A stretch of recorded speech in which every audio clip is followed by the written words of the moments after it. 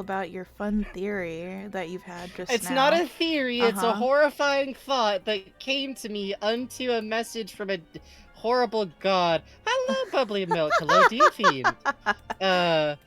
I'm just saying that if we folded DuckTales, okay, let me back up slightly. Uh-huh. So Donald Duck in different media is different ages, so far as I'm concerned. DuckTales era Donald Duck is definitely like 35 at the youngest. He's a little bit worn out. His back's not what it used to be. Donald Duck in a lot of the earlier tunes is definitely like 25, maybe even 20, like a Navy brat, kind of like. But then we got Hello Tenebrous Forge. We got Kingdom Hearts. Donald Duck is also 35-ish. And while joking about that, I immediately said, Donald Duck. No, I said flippantly, Della Duck died in the war, and I thought, Della Duck nobody. Della Duck nobody! Della Duck nobody! Thank you for resubscribing, Ploots Boots. Hi, everyone. Good Howdy, evening. folks. Hi. I just got home with Taco Bacon. We've interrupted Taco our usual Baco. thing of saying, ooh, Taco Ooh. Baco. Hey Winter Storm, hey Jackal Boy, hello Skull Elephant, thank you for resubscribing, Ploots Boots. At level 2, you continue to have access to the Wasp button. Hello Tenebrous Forge, hello Josh the Zombies, hello. Hi. Thank you to Nicole Goodnight. Hey, and DMart85 for following. Yeah, thank you for following in between sessions. Della... Hiya, Kalish. Bye, Kalish. So, Okay, hear me out, Lextla. Lexla, that's pretty good. That's pretty good. I feel like that's a good nonsense, nobody-ass type name. I'm gonna say Are we all ready for the end game? I'm gonna No, say this because at we're the not top. going there yet. Yeah, we're going to split this into 2 streams because Yes. yeah. Here's the thing. We're gonna be remember, I'm unspoiled. This is purely a deductive observation. We're going to be kidnapped by cutscenes for 3 fucking hours at the end of this game. I know this in my soul.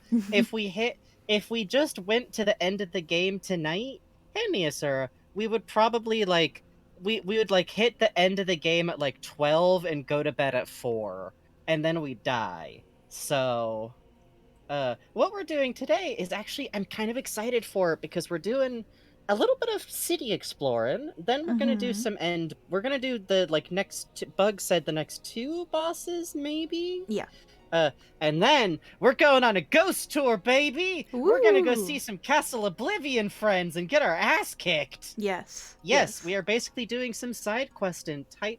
I don't know if it's really a side quest. What do you even call bonus? I guess they're side quests. They're bonus fights kind of things. Oh shit. Plague gesture. Oh Congrats. shit! You have joined the Video Warriors!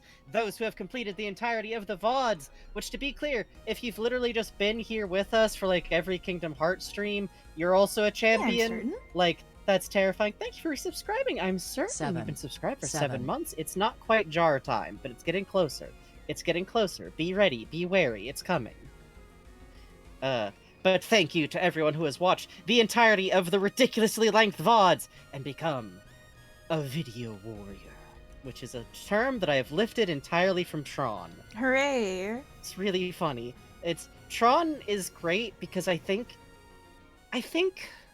Thank you, if you're willing to go into Tron ready to just sincerely enjoy what's gonna happen, it's very easy to get swept up in. It doesn't matter that the phrases are dumb and that the sci-fi is, I don't even really say out of date. It's more it's like a fantasy movie that's cyber themed. I don't know. I don't know how to put it. Yeah. Because there's no point in the movie where they're like, oh, well, you see, we are literal AI formed by the 0.5 RAM of the computer No, they're just, programs are also people, kinda.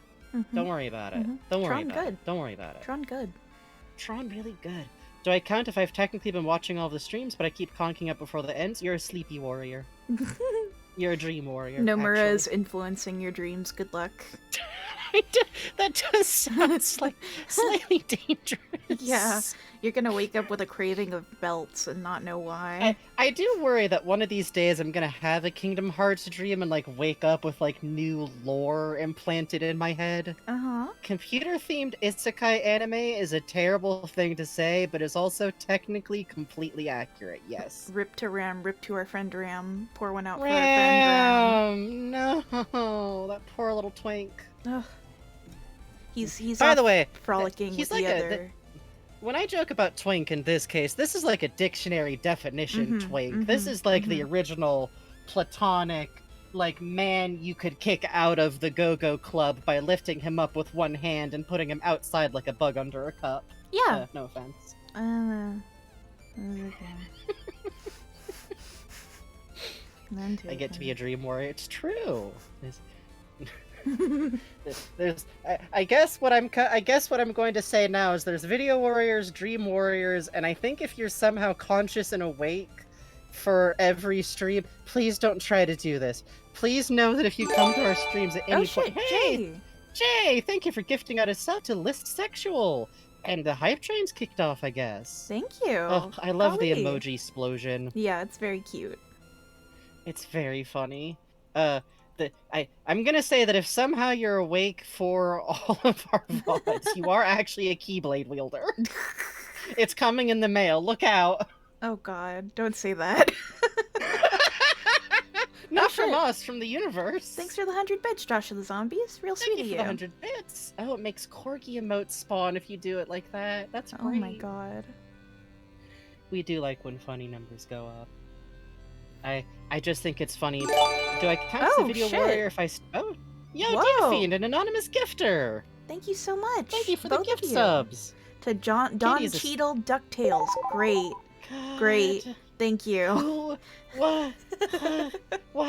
Thank you very much. And Duxaster, thank you for the funny number 420 The Enrichment Center is required to remind you that you will be baked, and then there will be cake. Playlist with Chain of Memories, then had many I'm thoughts, gonna fix and then that. had many thoughts to make a KH Discord admin sad. You count. Yes, basically. Whoa, Ploots Boots! Wow, Ploots Boots! Thank you for the Thank 2 you. subs! Going Cozying out out to Cozy Gozy, and all cheese, no sauce. Thank you so much.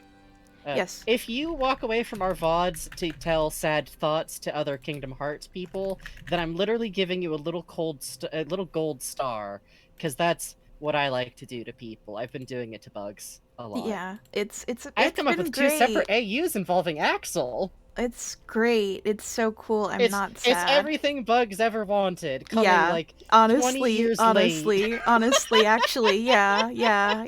No. I'll talk about those AUs when things get slow, probably, but basically both of them are just me going, what if Axel got to have... What if he got to be Big Brother more? What if he got to be Big Brother more? What if Big Axel got... I think, what if maybe when... What if when Kairi washed up on the shore, also a redheaded teenager washed up on the shore and got adopted by Sora's family and was his big brother? Except then, when the island falls, he'd probably remember he's a nobody, huh? Whoops. Whoops. Whoops. Whoops. Whoops. Whoops. Whoops. Whoops. Whoops. Oh, Diafreen, thank you for the 100. Thank you for the $100, and you're right. No, 100 Zenmus bits. wasn't a 100 coward. bits. 100 bits. Yeah, 100 bits. I just misspoke. Thank you for the 100 bits, and you're right. Zenmus, if he wasn't a coward, would call himself man-sex, but he's a coward. So He is. It's very sad. Oh, sorry. Did that one hit you? Smile. This is Smile. what bugs. That was a low detail version of my ideas. I'm saving the rest. Smile. Bugs has to put up with me just dropping this shit in paragraph form somewhere. It's really cool, actually. It doesn't hurt even a little. Power World Soul Rant. I could make it worse.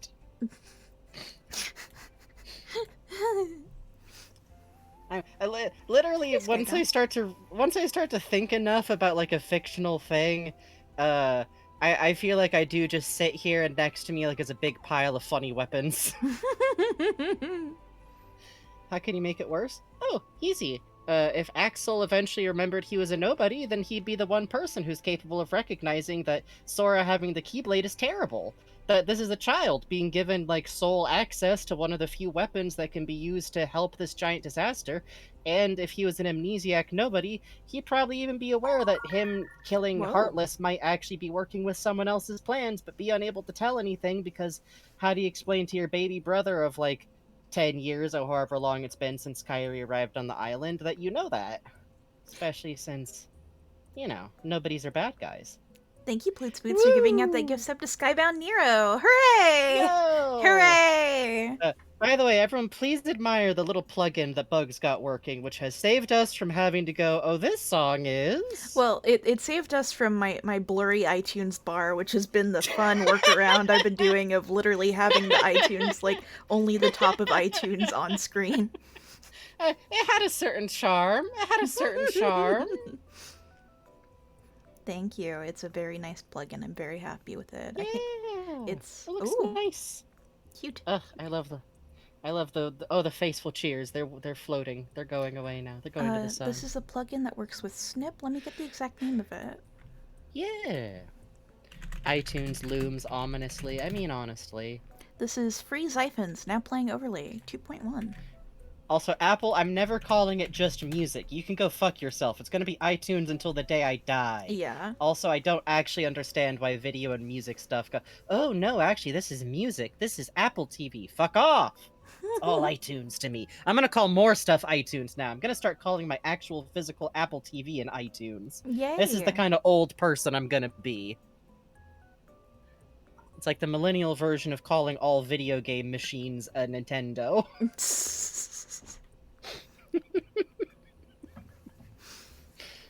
Points to my PC, iTunes. iTunes. Yeah. I don't make a lot of phone calls on my iTunes, bar is but... an iTunes. Well, I mean, it's rude to call them that to their face, but yeah. Hey, thank you for the gift sub. Thank you hype so much train. for the hype train. 8 subs and 620 bits. Thank you. Thank you.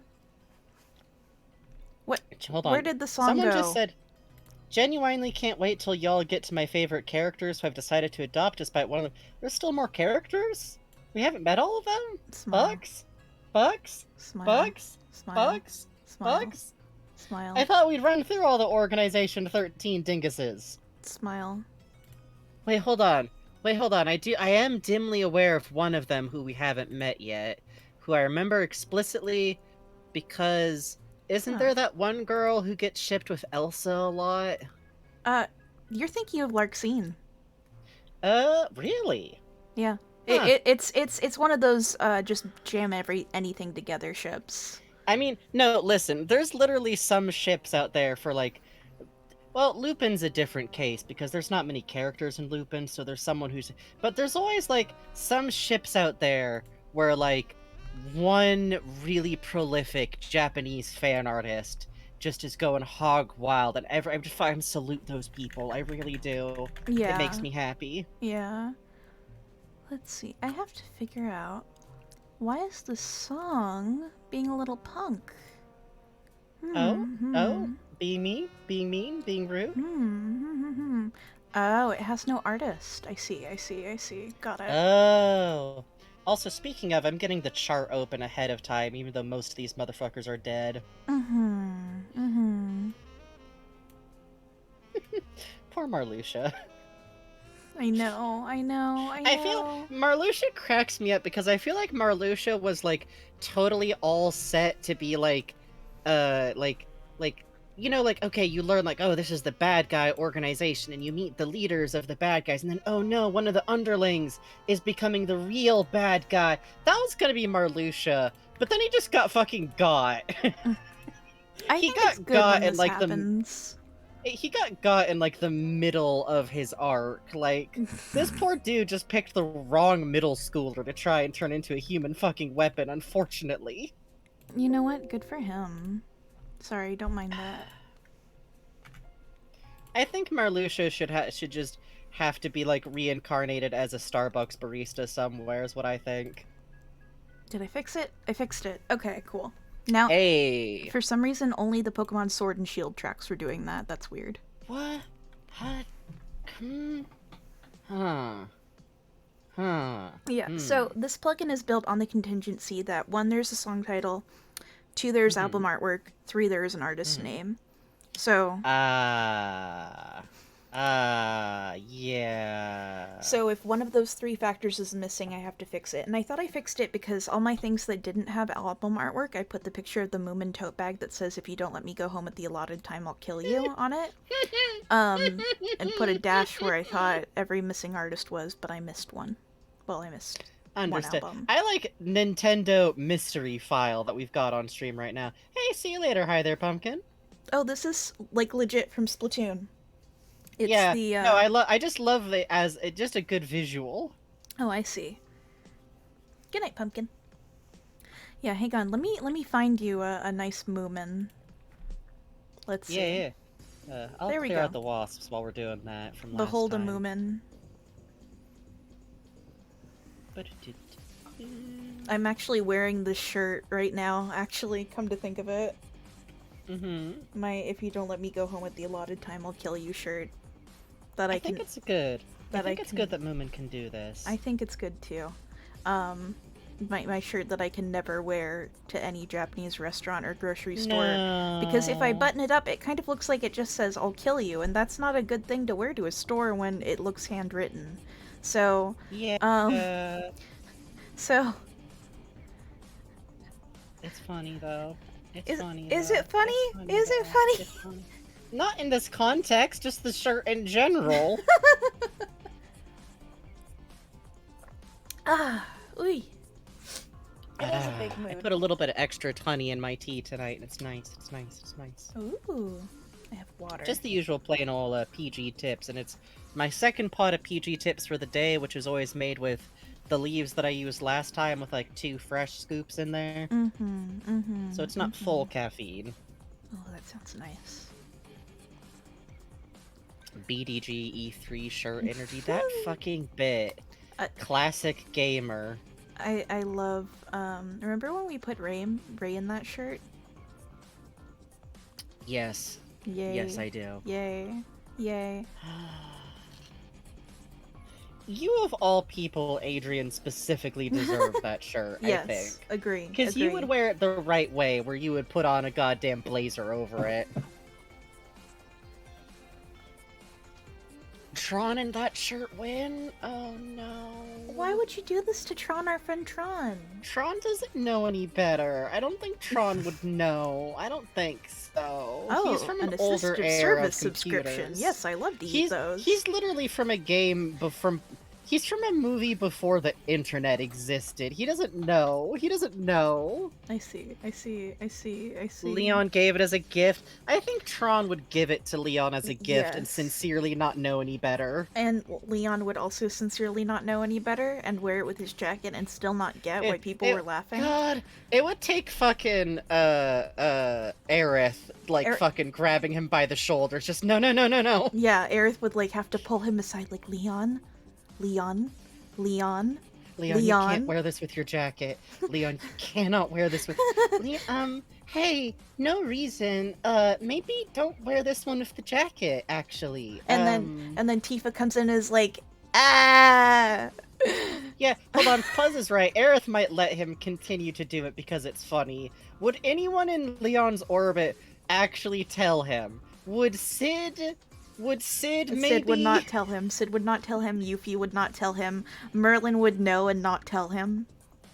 Merlin wouldn't interfere, no. Merlin's a fucker in every possible incarnation. How long would it take Pence to install Doom on Twan?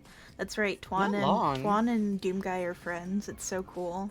It's true. We were talking about Doomguy being friends with Gordon Freeman last night. We were joking. There's this weird contingent of gamer dudes who, because they liked Half-Life and because they have fucked up ideas about what it means to be a masculine person, are like, well, I like Half-Life, so Gordon must also be masculine in the way that I think makes sense. So actually, he's very serious and tough and has PTSD. He does have PTSD. But also, we were just like, no, Gordon needs iron supplements. Gordon would ride any available go-kart. Gordon would try to crawl up the wrong direction in a tube slide and get stuck. Gordon got told by his doctor that he has a serious vitamin D deficiency, so he keeps sneaking onto the roof to try to tan, and it's not working. He just keeps getting sunburned. It's not working. He just keeps getting sunburnt. And there's like sunglass imprints in the sunburn. Oh. So we were like, no, Doom, and we were joking about like, oh, Doom guy fight versus No, Gordon, wait. because so many people who argue about this stuff have like way over enthusiastic person in a comic shop trying to initiate conversation, but in the most like aggravated, angry way possible. Yeah. And we were like, Doom guy and Gordon wouldn't fight. Doom guy would just be worried about Gordon. Well, Gordon deserves to be a foster cat dad. You're right. Well, on that note, are we ready to play King of Hearts? I think we're ready to play King of Hearts. I think so. Hooray! Hooray! Give me a sec, I have to figure out where the iTunes volume is. Hooray! No problem. Yay! It's King of Hearts. Would Gordon wear snap bracelets? Yes. Hello? He would then fidget with the slap bracelets There and we give me side stream. Oh, right. Right, what if you could see the game? Wouldn't that be funny? It might help if I could see the Ha game. ha ha. Haha, my friend Frankie see the video game. So cool. Doubly so cool, funny because so half cool. the time when I go, hey, side stream, Bugs goes, I'm getting it. God. Not like that, actually. No, always like that. Ugh. I'm God. doing it. God. God. Frankie, I've been streaming for like a year. I know to do this. God. Every time I watch Frankenbugs, I want to wear my Bug Snack shirt. That feels Oh. like the right vibe. That feels like the right energy somehow. How would Doom Guy approach? I don't know that name. I don't know Who? that word. Huh? Who? Huh? Benny from Subway Midnight? Huh? Welcome back to The brink of despair! The brink of despair! The brink of despair! Welcome back, Cool. baby! We are So- in the world that never was.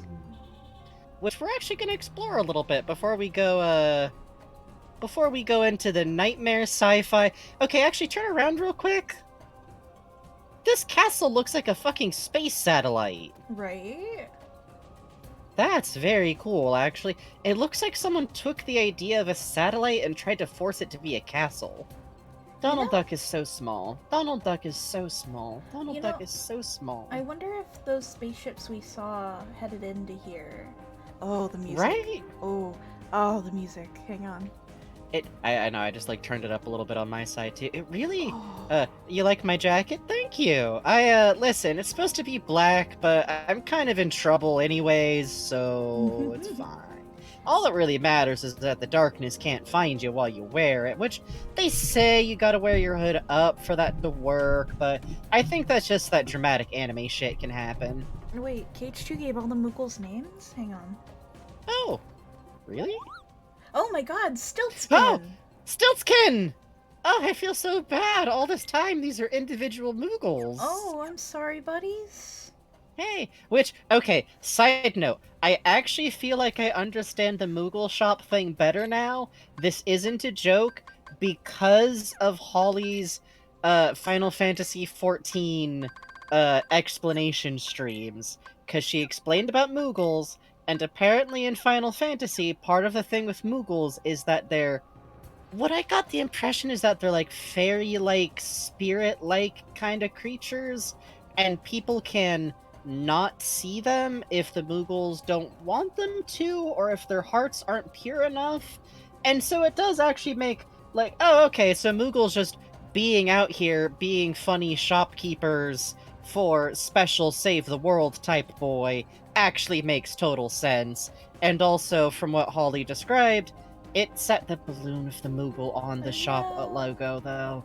It actually makes total sense that some of them were hiding in Sid's attic, forming world-ending weapons for nothing but purely good reasons. I like how the sky seems to be almost violently windy. I also like that you can barely see it. Like, the way that the city has this very like maze-like oppressive, and I'm not misusing this phrase for once, literally a noir type setting. It's very cool, and I love that it almost seems like it's just a byproduct to the nobody like building, if that makes sense. Oh, absolutely. Like, you get the feeling that this place just exists because, like, well, something's supposed to exist here, so it's like, I guess the way I would put it is that it almost feels like this place got rendered out of some kind of, like, default setting. Like, I don't know. So this is... We're walking around in the screensaver of the universe. This is about where we see that cutscene of Axel talking to Roxas trying to stop him. Which, I love that there's literally a boundary in the floor that's literally a line across. Yeah. And over here is where Riku fought Roxas. We're gonna ignore those guys. This skyscraper is from the secret ending of Kingdom Hearts 1. Shit, you're right. Which, by the way, it's now much funnier, the Roxas fighting Riku thing, because now I'm just over here like, wait, when that first happened, I thought that what we were seeing was a nobody of Riku, and now I'm like, I think that was just Riku. I think that was just normal all-the-time Riku from after the end of the Castle Oblivion shit when he got his funny hoodie. I think that's just normal Riku. Which also means that Roxas got about from here to here, and then got kidnapped. So... Yeah, after that dramatic fight, yeah. Oh, I need to take this Keyblade off, because there's something it does I don't want it to do yet. Okay. I'm also very fascinated in general by, like... So I literally was talking with Bugs about this off-stream. My assumption that turned out to be correct is that Castle Oblivion... Let me back up. Sora was out, or not available, out of commission, gone, for a whole year, during which we actually literally know that he no longer existed for a bit, like, in people's memories. He ceased to exist, basically. And that did happen... Castle Oblivion happened at the beginning of that year, according to Bugs, like, about, like, a day after the end of Kingdom Hearts 1. So, that means that Sora has been in stasis since that point through to the rest of the year, while Roxas presumably the end of summer happens at the end of that year, literally, which I assume is part of why it's called that, which makes it a very cruel thing to call it, because I realized that Roxas's existence is essentially being summed up as summer break, an ephemeral period of time that is a singular point that ends and can never be recreated the same way again, because each summer break is a distinct period of time that eventually ends when you grow up entirely. So that's fun. Cool. Thanks. Smile. Roxas is summer. That's what that meant. Roxas is summer break. A brief period of time for Sora destined to end, and the ending of his life was held over him for the entirety of that week. That's fun. That's cool. I hope we get to beat those motherfuckers to death eventually. But what's also fascinating about that is I'm very interested now in, like, okay, Sora goes into Castle Oblivion. Riku goes into Castle Oblivion kind of after Sora, time-wise. Like, we can actually tell that that's what's happening. Real quick. Truck. Mm-hmm. Oh, I love this crashed truck. I love it because it's like, well, one, who was driving it? You know, did the world generate a crash truck? But also I do like to think about some fucking member of Organization 13. This is Larxus. She was trying to get her truck license. She was wearing her Fish Fear Me, Women Want Me hat, actually, at the time, so... Good for Larxene, honestly. Honestly. Good for her. But, okay, I remember what I was going to say. I'm interested in both Riku appearing to interact with Castle Oblivion at the beginning of that, met Naminé, openly chose to not forget Naminé, does something for the rest of that year, and then that fight with Roxas had to have happened at functionally the end of the year before Roxas agreed to do whatever it was that led to him being, well, agreed to basically be loaded into Twilight Town, even though I don't think he knew that's what he was agreeing to. It was basically like, we're going to fix your shit. Yes, please. My life is kind of agony and I'm missing a sense of purpose because literally the rest of me is still out there. This isn't going to be wet or creepy, is it? It's going to be both of those things. Basically what happened. I think I got that right, Bugs? Yeah, basically. What's fascinating about that is that means the Axel that we met in Castle Oblivion isn't the Axel who knew Roxas for a year. He wasn't the Axel who already had a reason to want to protect Sora. That was Axel who had just met Roxas and Sora, and he functionally met them both at about the same time, and he still took one good look at Sora and went, oh, it's fucked up that this kid is being sent in here. I'm gonna try and encourage him to not go into this fucking castle. Okay, I can't stop him, I guess. I guess I'm just gonna sabotage everything happening here, is what I'm going to do. That's not Axel after a year of having a reason to do that shit.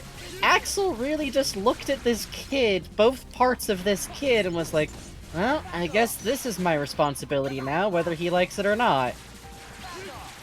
Axel chose violence and adoption exactly. Literally exactly. You love to see It's, it.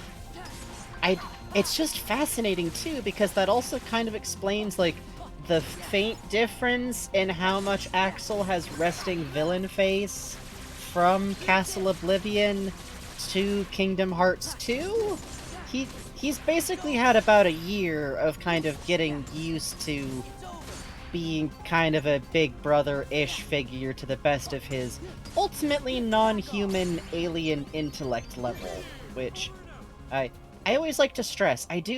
I still think a lot about how cool it would be if all the nobodies looked a little bit more off than they do. Like, a little bit of the weird, I don't know, if like, loaded in incorrectly.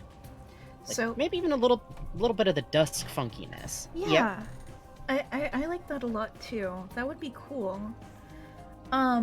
We can see here from how the castle's rendered in, the buildings beyond it, just how big the world that never was is. We're seeing a like abbreviated version of it. Oh. Yeah. Oh. I now think I understand why this world exists. Oh yeah?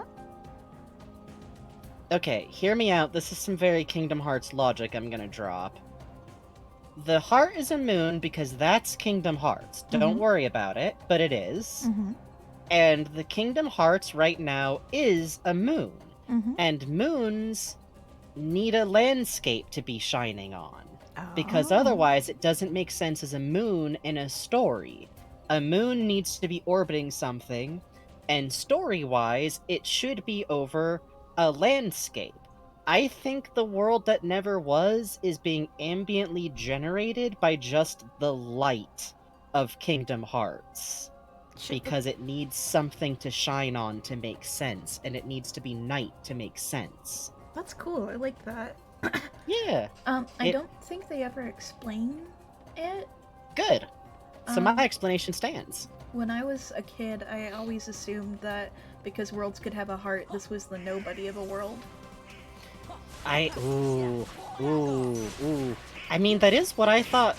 Well, I didn't know that's what I thought about the end of the world last time, but then, hold on, a nobody is something different than a heartless, so would the end of the worlds from Kingdom Hearts 1 be the heartless of a world, which is defined as something inherently dangerous forming around captured hearts, versus the nobody of a world, which would look more like a correct world?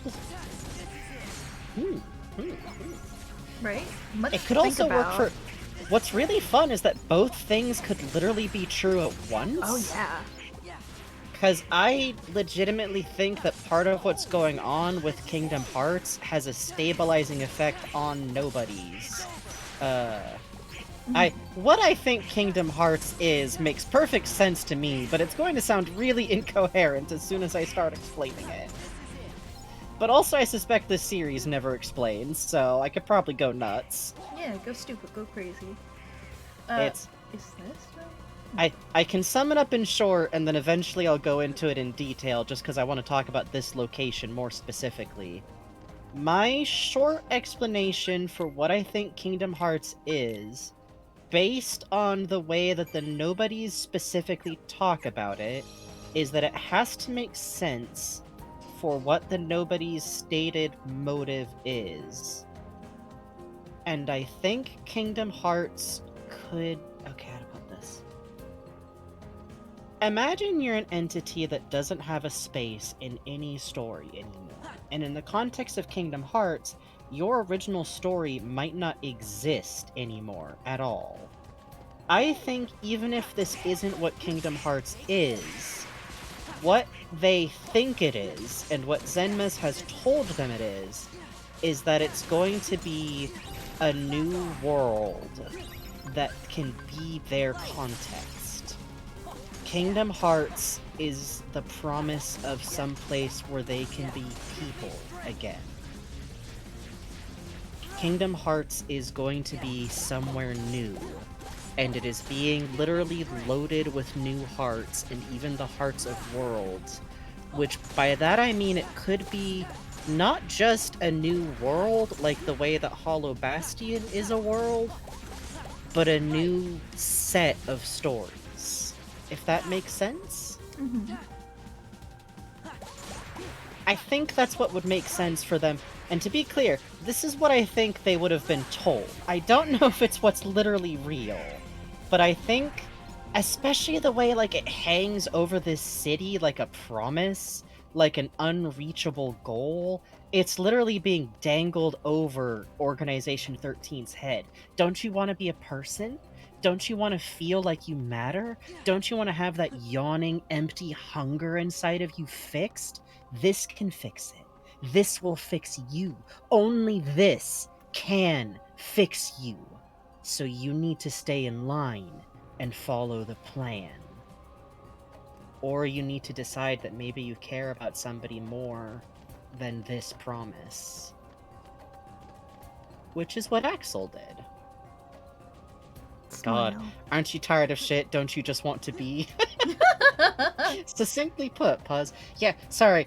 Explanation over, because I want to look at these locations, because what a cool fucking area. Right. I love, like, the big screens on top of the tower that aren't actually nothing on them. And also notice that this building is very clearly, like, a hotel, too?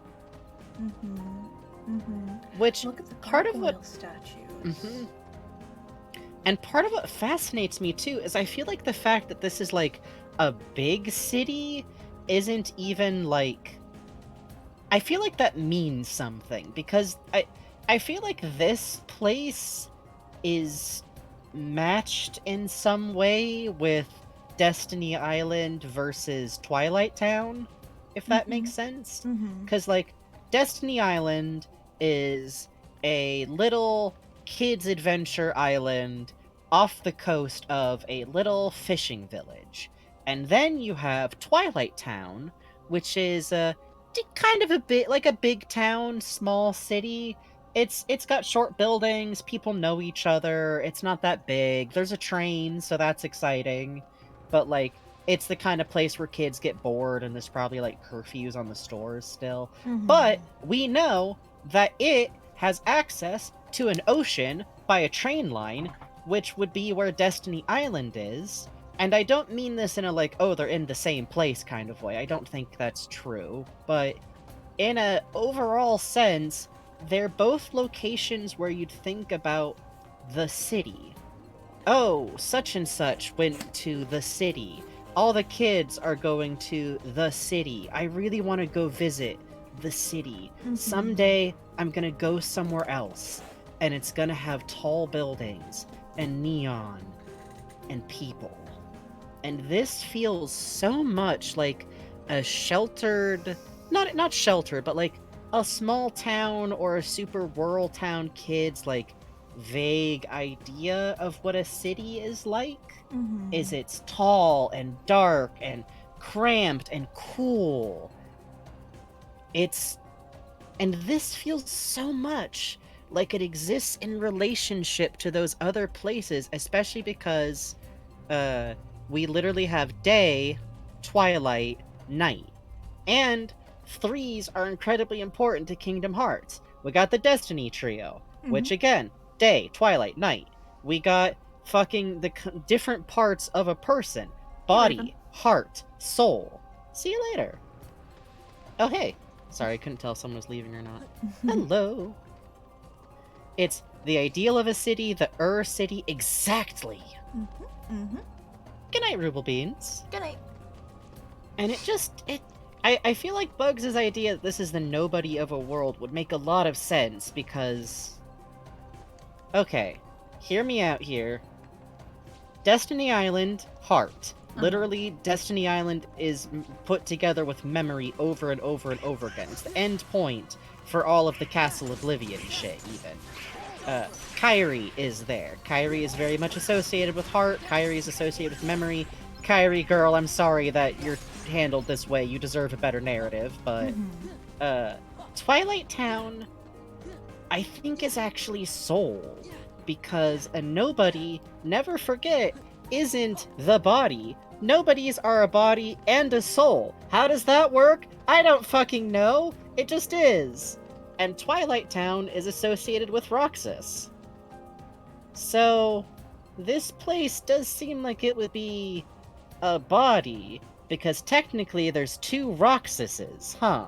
Just to really fucking get into this fucking story's fucking motifs, there's Roxas here, Organization 13 Roxas, and there's Twilight Town Roxas, who's got an entirely different color scheme. Twilight Town Roxas wears white, but has black and white accessories. Organization 13 Roxas wears black. Roxas being body and soul is actually encapsulated by his two different locations he's associated with. What does all of this mean? I don't know, it's cool.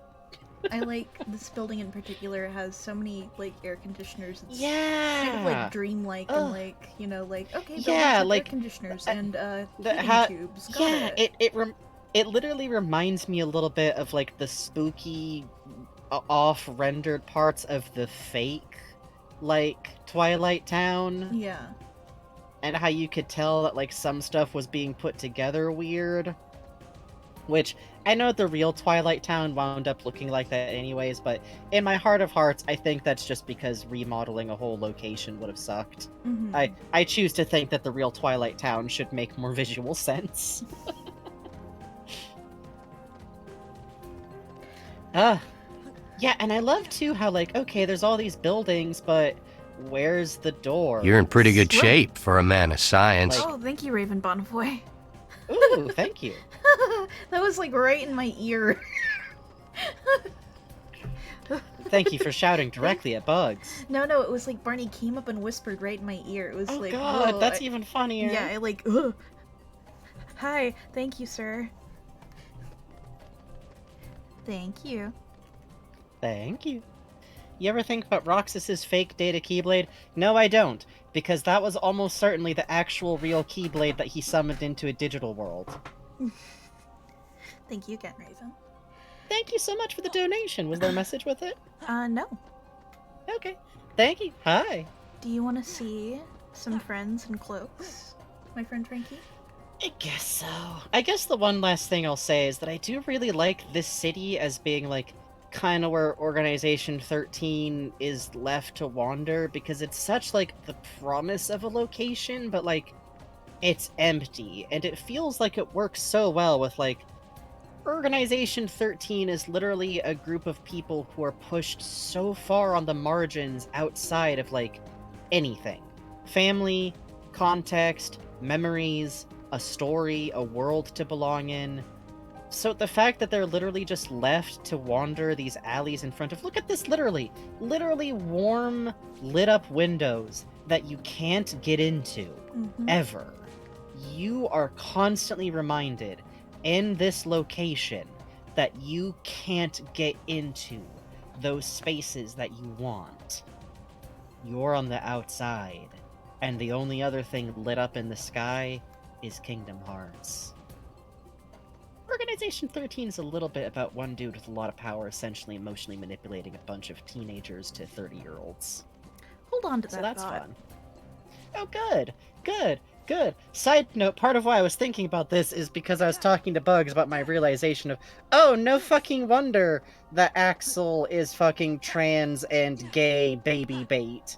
He's literally like, gee, Axel is someone who exists outside of the margins of society, and is stuck with a group of people who all suck just because they all happen to share an inherent trait with him, but instead of pursuing whatever weird promises they want to make him, he is just looked around, found the people more vulnerable than he is, and decided, actually, I'm gonna take care of these people instead.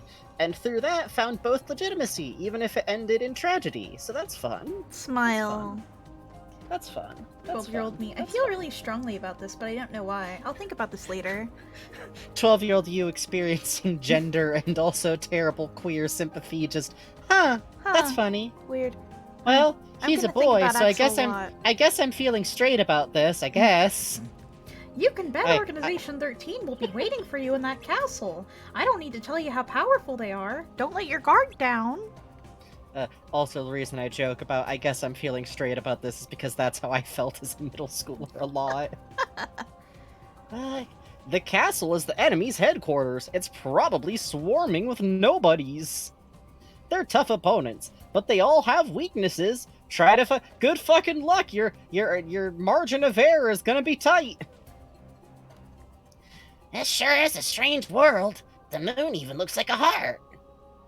Come on, now that we've opened the path to the castle, let's go rescue Kairi. My Donald Duck voice is evolving, but it continues to not be a Donald Duck voice. But then nobody would understand me, so it's fine.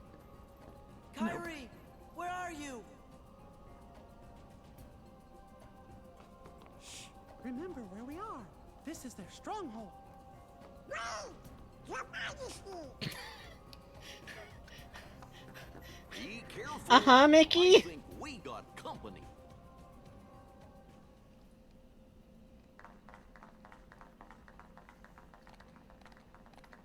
Girl run. Girl run. This is how girls run. Mm-hmm.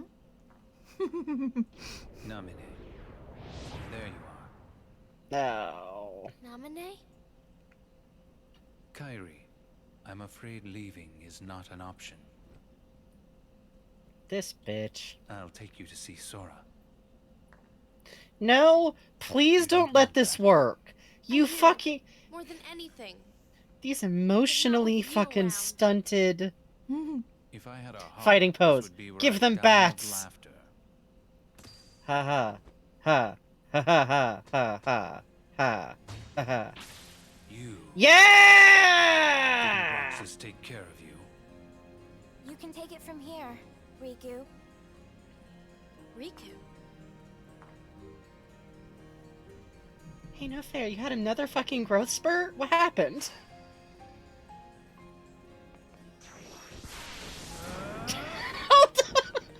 Yeah! Just straight up tackle the man. Stab him, Riku! Wait! No, no, no! Bitch!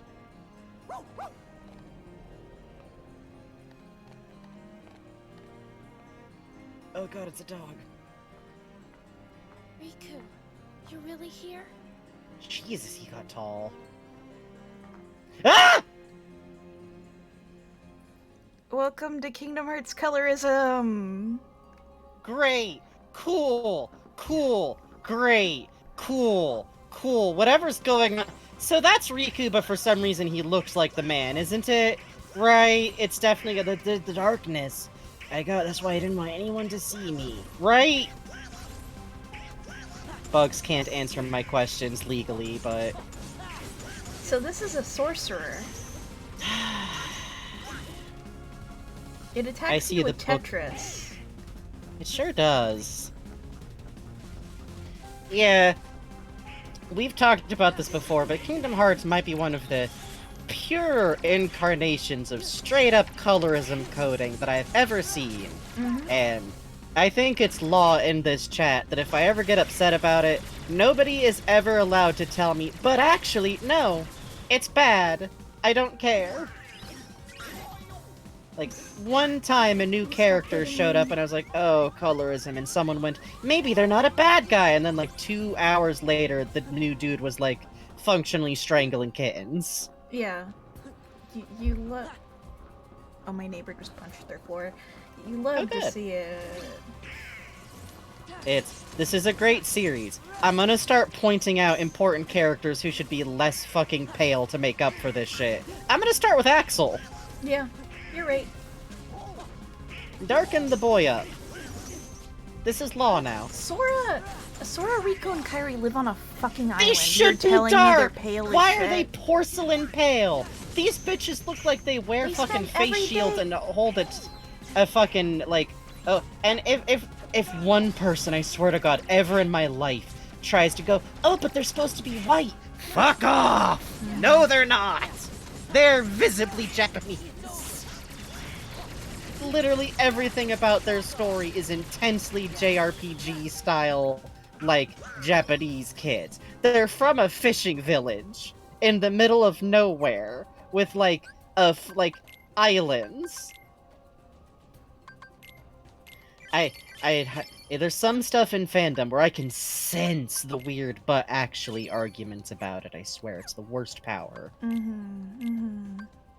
Also, even white people don't stay that pale.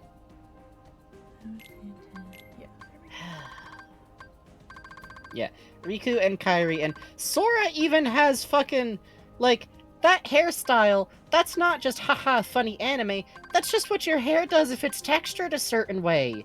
Like, do people realize that? That's what the anime spikily hair is? Like, if my hair was cut the right length, I could probably just use water to comb it into the same rough shape. Like, it wouldn't stay that way for long, but... There's reasons in KH for why things are the way they are, but the reasons aren't necessarily good reason. Yeah, but not the race shit. I know you're agreeing with me, but there's no way they're like, actually, the reason is because... No, because then you just be saying actual racist shit at that point, and there's never that much awareness. Welcome to the elevator segment from Half-Life 2. Oh my god, it's literally the elevator section from Half-Life 2. Except, you know what?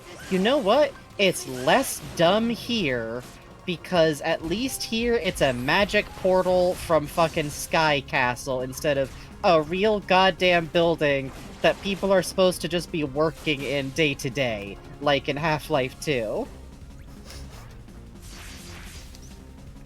Half-Life 2 would make more sense if they admitted that magic is kind of real in the setting, but they're never going to admit it. You can call it Vortessence all you want, but you might as well just call it psychic powers. 99% of illogical anime hair is just non-white textured hair, and yes, I will die on this hill. You should, because you're right. Because my hair is a pompadour that I can literally just unclip, and it's gonna stay in basically the same position and fall over my forehead slightly. Feral boy. Feral baby. Feral baby. Oh, he did a handstand for a second there. That was cute. He did! I like the big whirl he does in the air, by the way. I've realized that what's interesting about him is that his stance is very much like a Heartless, but I think the way he attacks is actually mimicking the Keyblade's arcs. Hear me out. I think Heartless Sora has the Keyblade in him. Oh, that would be cool. I think he's functionally... I think the Keyblade even needing to be a separate shape outside of him might just be for convenience. Let's see. So... And when he's feral, it's just kind of all in there. So, remember from Assault of the Dreadnoughts, that sequence with the big crystal chamber in the middle? Yeah, kinda. this is basically where we are. But turned into a castle. A nobody gummy ship as a castle. Oh man, you're right. It's totally like a nobody gummy ship kinda assembled here, even. Could be why he even kills Heartless while feral. That's what I'm saying. Unless we're led to believe that Heartless can kill other Heartless, which is also a fair enough, like, way to put it, I think it's like literally like the Keyblade dissipated as a mist. Holy shit. It's a hell of a belt. Oh, you don't like the cosmic belt? No, it actually rules. It would cut into your stomach if you have any belly fat at all, but true. This is actually that's just true of most belt buckles. That's why whenever I've had pants that fit especially badly, I'm actually a suspenders man. Fuck a belt. Fuck a belt. Welcome to where every single cutscene where the organization talks to each other happens. That is in the trailers. I think this is called Twilight's View? Yeah. I think it's unfair that we were never allowed in fucking Hollow Bastion's castle to go down. Haha, fills up the funny bar with orbs. Thank you for the $10 donation. Haha, fills up the funny bar with orbs. Thank you, in the spirit of Roxas. Thank you for the funny orbs. Thank you so much. What's your name? No, see, I want to go on the Stiltskin. 10-minute... Stiltskin still, he's coming with us. He's our buddy. I want to go to Hollow Bastion, and I want to walk down the 30-minute real-time staircase. That's the one location I think we've been ripped off about. I want to go down. I want it to take 20 actual real-life minutes to go down that staircase. Ooh. That's an interesting... Hold on! Our boy got pierced earrings? Every single character in this game can wear an earring, so yes. God. Sora Okay, is out here no, listen. with... Goofy makes... Hold on, wait, hold on. Bugs, you show me where that duck's ear is. Donald has a piercing. You just give him the ring and you don't worry about it. God, actually that'd be funny because I joke, but birds do have ears underneath their feathers. So presumably he just reaches up and, like, appears to attach it to the side of his head. God.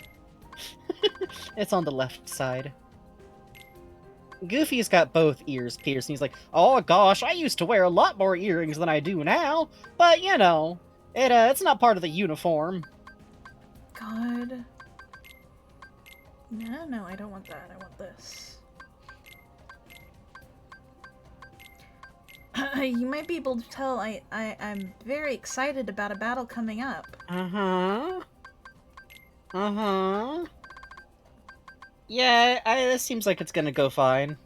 Oh, I love the way the Mega Elixir looks. I do too. The elixirs are so... Can we, like, go through the item? Yeah. Ooh. Okay, the base ether looks like a delicious gummy. It does, that right? Just, ooh, you want to take a bite out of that. You do.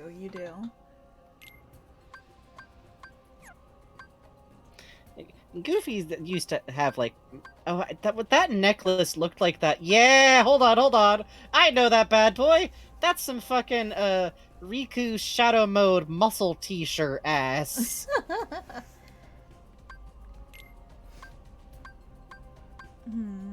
Okay. The ribbon, if Sora wears it, I do think he is legally obligated to wear it like a little funny hair ribbon. Honestly, good for him. Yeah, the ribbon, had I upgraded it, is actually one of the best items in the game, but I didn't upgrade it right. Oops. This happens. Yeah, I feel like this game has, like, if you're into the upgrade and item synthesis shit, I feel like that could be like a whole other 30 hours of gameplay, is what I get the feeling. Oh yeah. This is a mega I like you can have... Oh, you have ice cream. Oh, yeah, that's... it's refreshing and tastes really good. I interpret this as Sora, like, keeping the popsicle stick. Here's our Tokyo Disneyland card. The one that opened up the heart of the world. Our cool charms. Why is it... Oh, right, it's baseball charm because it's a summoning charm for the thing, and the thing is the thing. That's right. I like the drawing with the little bell on it. So cute. Yeah. That's Sora's stim toy. I like the swirls on Hidden Dragon a lot. And the fact that it's little Mushu thing. It's cute. Yeah, it looks nice. Follow the Wind, Monochrome. Monochrome still looks... Monochrome, I think, wins the award for... Keyblade, I think, would hurt the worst to get hit by. Yes. Sora's look funny at those iron pipe.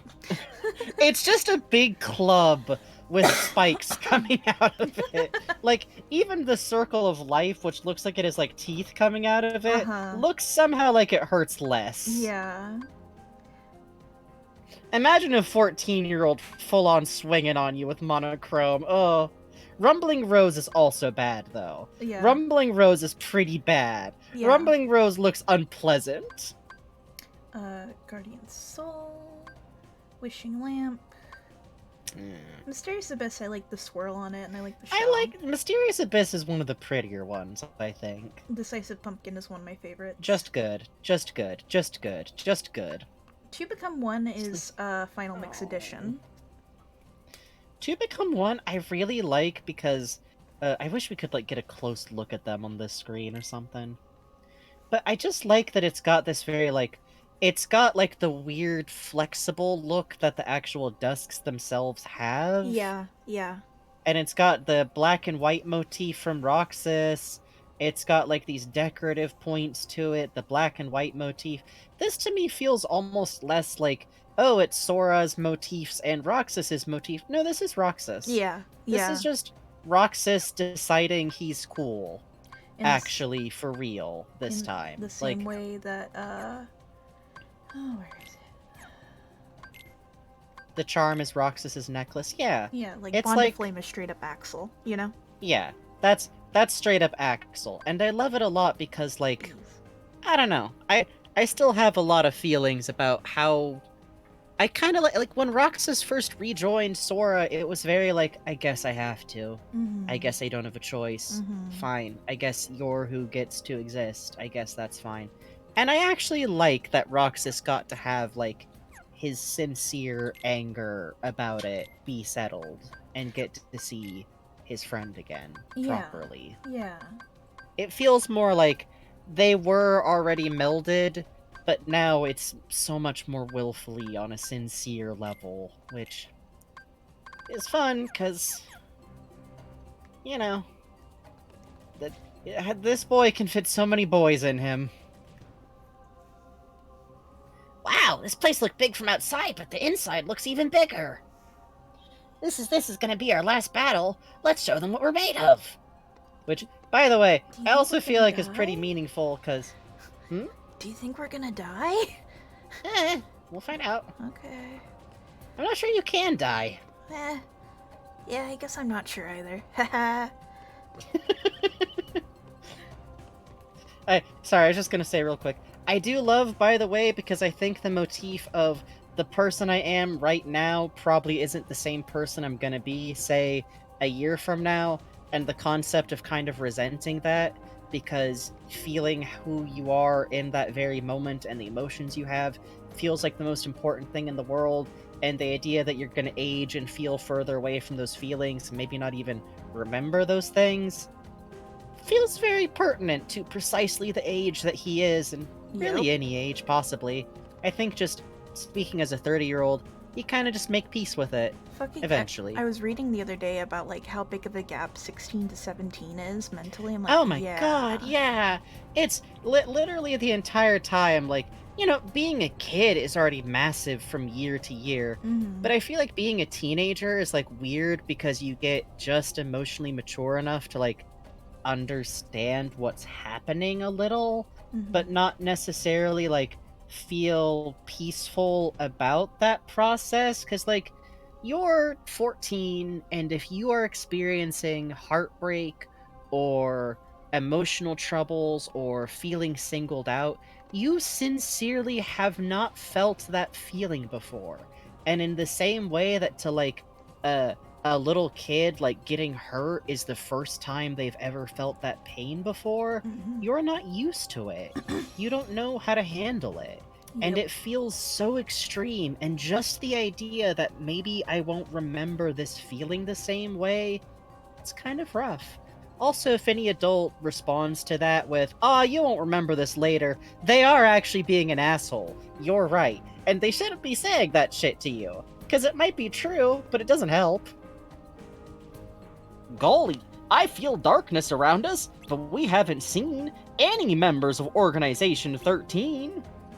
But, you know, they always show up out of nowhere, so let's be ready. Side note, this is all much funnier because the group right now doesn't know how many of Organization 13 are already dead. They literally don't know. They're in here like, oh, there could be armies of them, and it's like, Sora already killed like half of them, actually. Welcome to the Hall of Empty Melodies. Yeah. Ooh. So cool. So remember what I was saying earlier about Kingdom Hearts looming like a promise and threat? That seems pertinent. That seems pertinent. That seems pertinent. Sora, you've done well. Where's Kairi? Who knows? I expect she's catching up with her friend from the darkness. What do you mean? This is championship She vague doesn't need phrasing you to anymore. try and control the I'm situation. supposed to believe that? Well, Actually, you don't her have to. escaping is good for us. This rules, But you can actually. believe this. This is all part of our Organization plan, by the 13 way. has no further use for you. Uh-huh. Just look there. Our Kingdom Hearts. Uh-huh. Thanks to you, we've collected countless hearts. Can you hear their euphoria? Now all they need is one more helping from the Keyblade So bearer. you do need him. So actually, you do need him. Oh, that's a great look. Oh, that looks great. Yeah. But Kingdom Hearts. Sora! Hey, girl. It's really you! Kairi! This also is part of our super clever plan, actually. Aww. Give her a sword, please! Sora! Give her a gun, please. Take it. Yes! This time, I'll fight. You know Sora's completely hopeless without us. Come on, Riku. Texting my parents, sorry for that noise.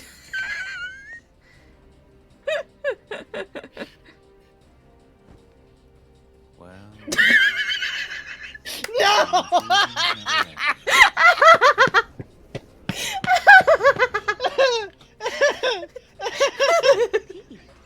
Oh, the male wife girl boss duo. Hello.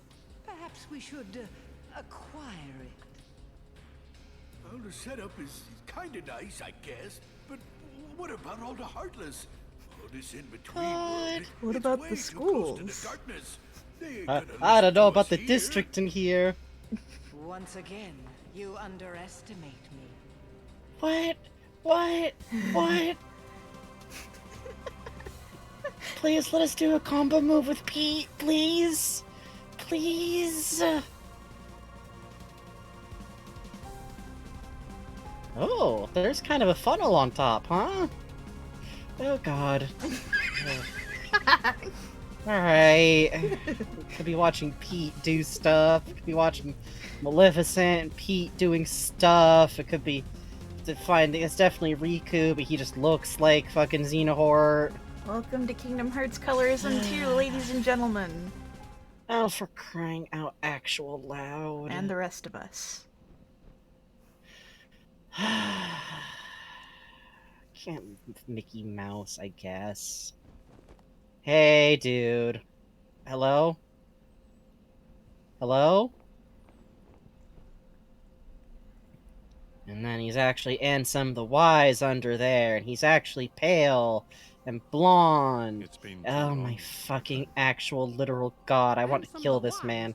I want to knock him down infinite stairs. We're dragging this bitch to the infinite 30-minute long stairs, and we're kicking him down them. Why did his disguise involve having dark skin? Why did his sus disguise? Are we supposed to believe that the shit he was doing to Roxas was good? That was like in service of the good plan? That was nice guy McGood guy and his fucking snatched ass wearing Spanx waist doing good guy shit? With thoughts of revenge. No kidding, you fucking manky old bitch. I hate you. You did vivisection to your assistant and actually made darkness from his heart. And you're supposed to be the good guy here? Where is he? Must be with his friends by now. Riku was a great help to me.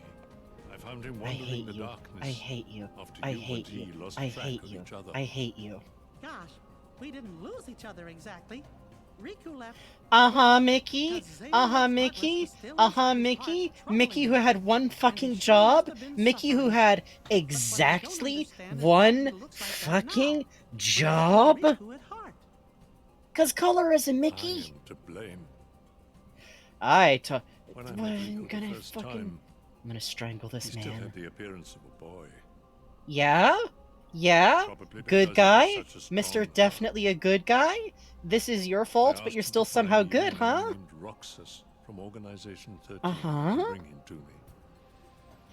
Really? Really? Uh-huh. That's what you told him about it, huh? That's what you told him, huh? He fought Roxas, and I can only surmise Riku lost that fight. I could be watching Kairi using a sword right now. I could be watching Kairi using a sword. I could be watching Pete fucking bang two Heartless' skulls together to make a coconut noise. Came of it.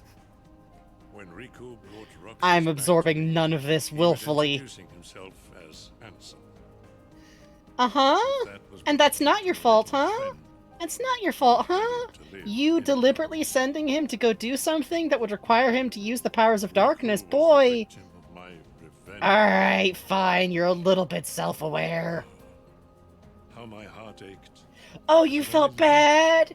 Oh, you felt so bad. Oh. I guess it must have been after that when I saw I'm gonna Riku kill again. him. I'm gonna He kill said he him. I'm gonna wanted to throw him help off a Sora, cliff. But he made me promise. Promise that Sora wouldn't ever find out about what happened to him while he Mickey, was out in the why dark. would you agree to that promise with an emotionally damaged 14-year-old?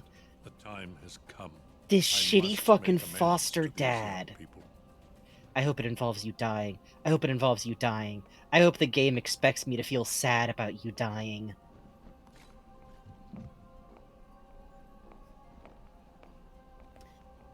Mickey, push him off a cliff, Mickey. Redeem yourself to me, Michael. Get off!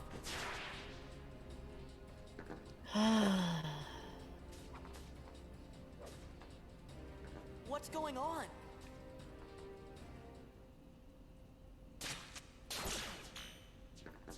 Yes?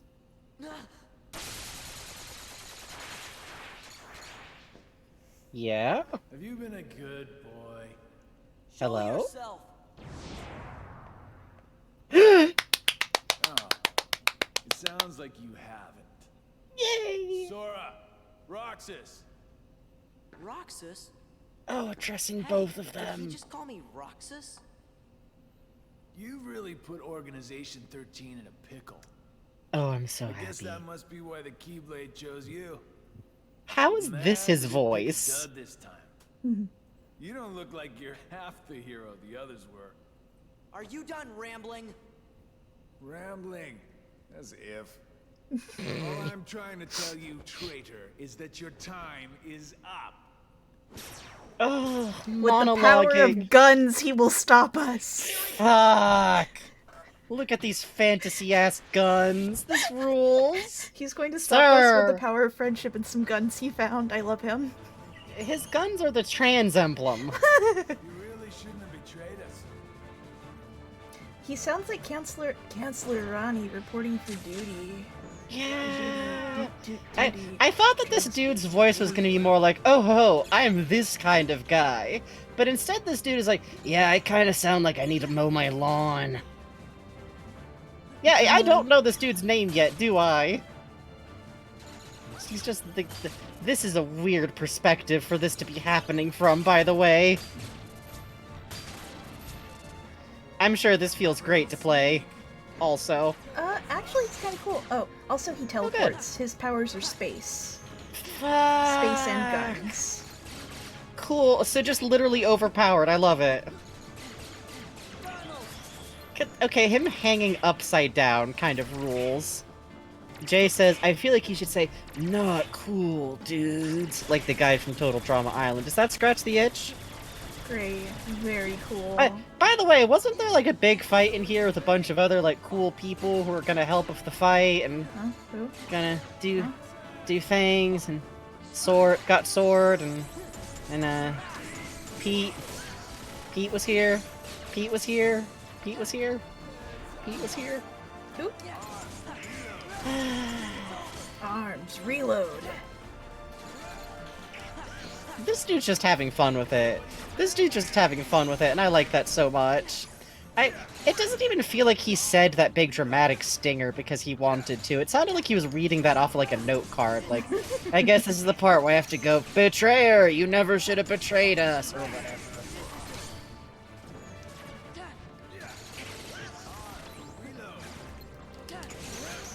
I love him. Jay, love him you're so a VIP, so I can't time you out, but remember, don't tell me stuffs I don't know yet. Oh no, that was a joke on Chris from Total Oh, Drama. okay. Don't you... I've told chat before, you can't do joke Organization 13 names. I'm dumb. I literally can't unscramble words to save my life. Pokemon names, fake ones, all of them will make me go, oh, this is a real Organization 13 name. Uh-oh. I'm specifically bad at rearranging words. I'm not dumb. But also, listen. I self-identify as a himbo for a reason. Hey, I'm good at specific things. Hey, don't shoot me. I think it's okay and cool for him to do shooting. I love that this dude is the one motherfucker. I feel like I've never seen a character who has, quote, space powers actively realize they can fuck around to this degree. Right? I fucking love it. This dude is the one motherfucker out here from all of those Reddit, oh, if you had a portal gun in Half-Life 2 type posts who actually figured it out. God. This dude really has a gun and the ability to form portals, and he's making it everyone's problem. And also, he's just gonna be upside down. It's so cool. It's so cool. I think it's cool for him to be upside down, actually. It's also funny because that means he can constantly position himself up and out of your way. He's a very good man. I'm sad he's definitely about to die for real forever. Damn it. Uh-oh. Oh, this is bad timing, actually.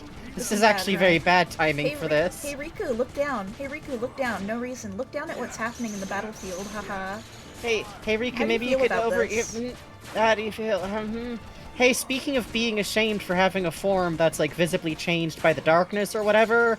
Hey, by the way, Ansem, you fucking deadbeat fucking divorcee man. You really were just like, oh, I could do nothing about... You couldn't, like, told him about this shit? Couldn't, like, give him any contextual information to make him feel better instead of deciding to hide? By the way, I'm sure it wasn't convenient to you at all that you suddenly got Riku as your fucking errand boy, by the way. I can't believe he's literally like, you should help me do this fucked up shit to Roxas. It'll help Sora wake up more. I shall by the way, this is a complete and whole person in his own right. Help. Okay.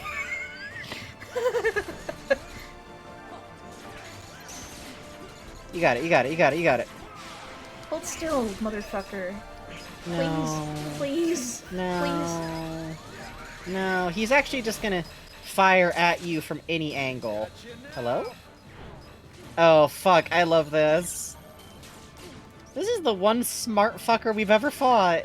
He actually realized, oh, I'm about to die. I could just go and use my range attacks only, actually. Clever little sneak. Ha! You clever little sneak. Uh-oh. I feel like this really isn't personal, even. Like, even though he said all that, like, oh, you shouldn't have betrayed us, he's just like, oh, this is just a pain in the ass. I don't actually care. I just have to do this. God damn. So I assume if you go into this fight without the shield ability, it's a little rough, yeah. Help, yeah, help, I can see. help, I can help. see. Oof. Woo. Yeah, so that last 2 minutes he was on 1 health and just avoiding combo I love enders. that. I love that. I love that. I fucking love that. I think we never hear his name in game. This is Zigbar. Zigbar. Why did you call me Roxas? Wouldn't you like to know? He will literally die spiting you. He Bye, will die Ziggy. spiting you. I love that. I love that. I love that. I love that. Fuck off! Uh-oh, they need our help. Yeah. Sorcerer and Rico are Gee, together. Mickey. We have no part to play here. I hate you. I hate you. I wonder if I hate Riku you. will I ever hate you. change back. I did Rico fucking. I don't know, chose that Mickey. form so he could use the power of darkness. It won't be easy. Really? Really? Y'all are just gonna mumble some shit and then leave? Actually, it's, believe it or not, they can't help. We can't help. Hooray! Reminder, you have Okay. 2 more of these you have to read. Yeah, let's read them after break and take our break a little bit early, because I suspect anything else we do is gonna trigger cutscenes. Okay, you got it. Alright, A-boo-boo. if you've been sitting down for a while, this is a good place to pause, take a rest, get up, get some water, and we'll be back in about 10 minutes. Bye!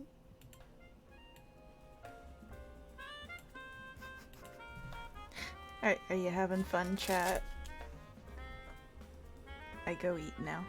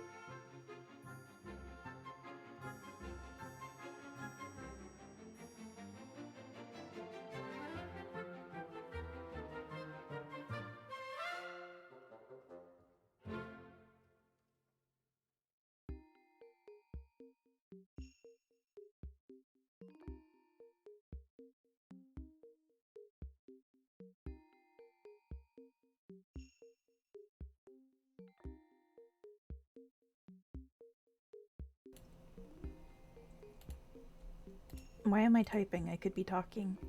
Hi. I'm gonna suck on a cough drop while we talk. Very exciting. This is,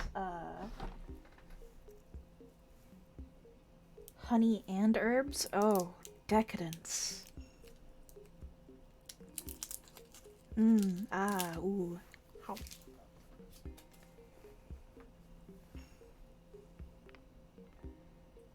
Yeah, I hope the herb is dill too. Adrian, I was growing herbs in my garden for a while and they all began to die because, where I live gets extremely fucking hot in the summer, and the only thing that fucking lived was dill. And it turns out you run out of things to do with dill real goddamn quick. You're like, oh, this is good for pickling, and good for, like, maybe putting on hot dogs on an egg salad. And,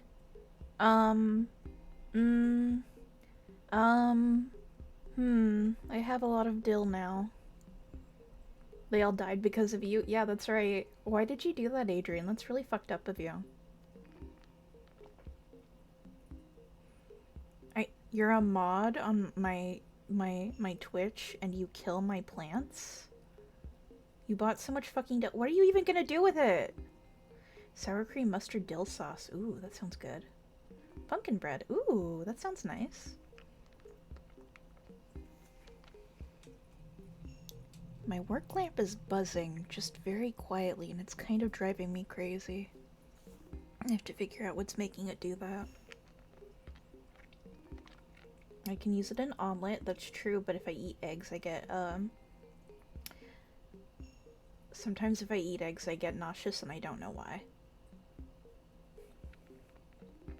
But other times I eat eggs and it's fine. I think specifically only in the morning because I used to have to eat these, like, really sad, soggy, wet eggs, like, every day for a while, and it kind of turned me off of them.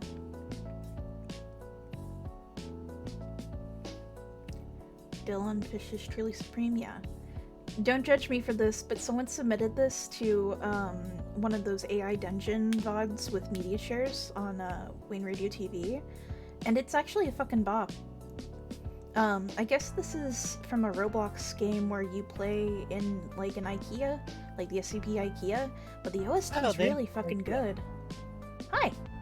Hey! I wolfed down half of my delicious pork sandwich. Turned out good. A little bit salty, but it's in that good range where it's not actually too salty, it's just almost too salty. Ooh. What did you send in Mod Mystery Channel? Oh god, Adrian! What the fuck are you gonna do with all that dill? I'm looking. They only sell it by the pound? Ooh. Oh, though that's chicken soup making dill. Ooh. God damn, Chad, this is like... You could curl your fist around this. Like, barely. It's a whole bundle. Listen, no, what you gotta do with dill is if you're making chicken, and you're making chicken broth properly, throw in some dill. Oh.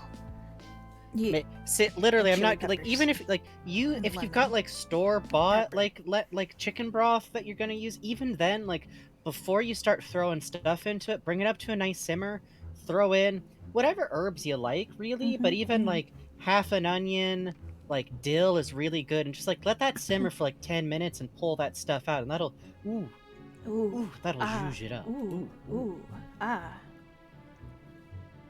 Dill is good. Dill's a very specific taste, so you gotta know that you like it, but if you like dill, that's a lot of dill. You know what? There's been that meme going around of like post one line delivery you'll never forget. That's Tragically, a lot of I think fish. mine is someone needs to post up. That's a lot of fish. I think that sound clip, more than anything else, has just been stuck in my head. I still got from fucking Home on the Range. You Philistine. Fucking. Fuck. There's. I think I got one from Felix the Cat, the animated movie, but it's a song, and it's for I will never in my whole life get the sound clip "Sly as a Fox" out of my head, which is unfortunate because it's a song that starts for no reason that apparently exists for my old friend Piss Joke. Hooray! Maybe someday I'll outlive Piss Jokes. I'm gonna swap screens real quick just so you guys can see. It looks like Donald and Goofy are dancing to the song. It does. Well, they do got that cadence. I do love that they have distinct cadences that never quite fall in step with each other or Sora. Yeah, honestly. Yeah, Sora's offbeat, but Goofy is feeling it. Goofy's kind of always got that swing going. Mm-hmm. Okay, this is kind of out of nowhere, Mm. but if you humanize Goofy, you can't make him a white man. I'm sorry. Out of all of the Disney Toon characters, and I don't mean this in a like, oh, he's rep way. No, he's not. But he's not white. He's not. He's just not. I know this. I know this in my heart. He's just not. Donald, you could go either way. But I've told... I'm looking at the mic like that's Bugs. Have I told chat about how canonically the McDuck clan is from Egypt? Yes, I think so. Okay, canonically is a hard word because I'm talking about something from the comics. You and did, because comic someone tried to argue with you about it. That's right, I remember that. That's right! Yeah, short version in case anyone in chat hasn't heard this before. So, in the Euro Disney comics, there's always been a bunch of different stuff about the McDuck clan, because Scrooge McDuck is hugely popular, and also the Euro Duck comics kind of rule, to be honest. They vary in quality wildly, but I don't know. I think that's fine. I think it's okay for stuff to be like that. But there's a specific comic from Scrooge McDuck's ancestry, because sometimes they like to pull out one of his ancestors, where he is, straight up, an Egyptian who is a cousin of Cleopatra. And I don't care. I've had someone try to argue with me about this, because Cleopatra her family. No. She weren't white. And a cousin of Cleopatra is different than Cleopatra. So the McDuck clan is specifically descended from a Egyptian duck who then moved directly to Scotland to found Clan McDuck. Scrooge McDuck is black. I don't care. Everyone on Earth can fight me. I'll fight fucking Walt Disney. Summon his decrepit bones. Yeah, come on. See if I care. Well, I'll fight Don Rosa. I'll tell you what, I got a few bones to pick with Don Rosa, actually. Yeah. Fucking... His non-literalist approach to the ducks drives me nuts. This is true. Don Rosa, one of the, admittedly, very talented, one of the greatest, duck comic creators, has said outright, in his own words, that he believes that the ducks are a visual concept that doesn't mean they're literally ducks, and if Donald Duck needed a feather, he should have to go get it from a pillow, and I'll fight him. That's the least interesting answer I've ever heard. Are you ready for more kingy hearts? Yeah, I guess I'm ready to be mad about a different white man.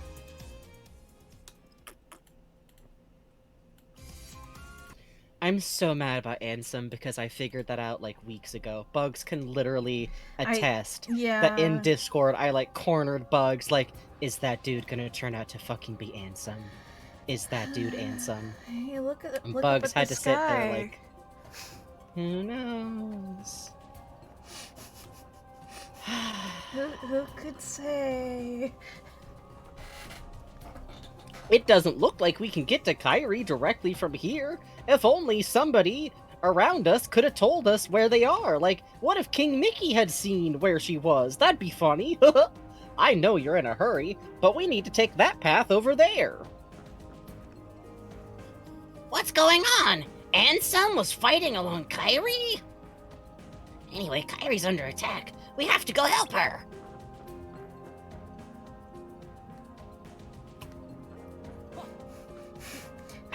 Two exactly similar doors, I have to kind of okay, hang on. Dancers. Yeah, I'm glad that different rooms have really weird poetic names, because otherwise, it would be kind of rough in here, huh? Oh man, yeah. This is, combat can stop anytime. Not Skyway. Named after Don Knotts. Of course.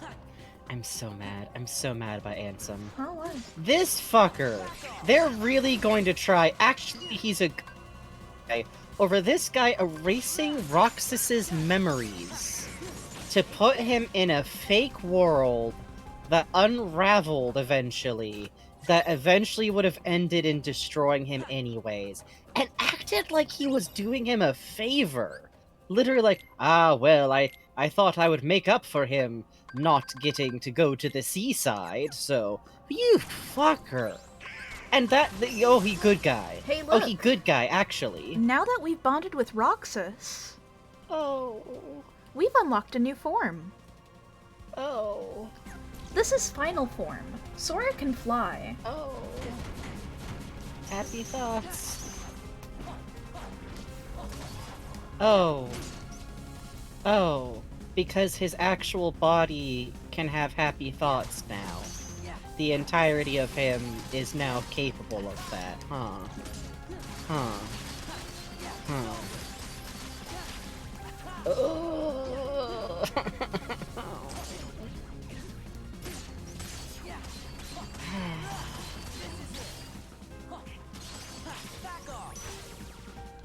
And it's black and white. Here's the thing about Roxas's Keyblade.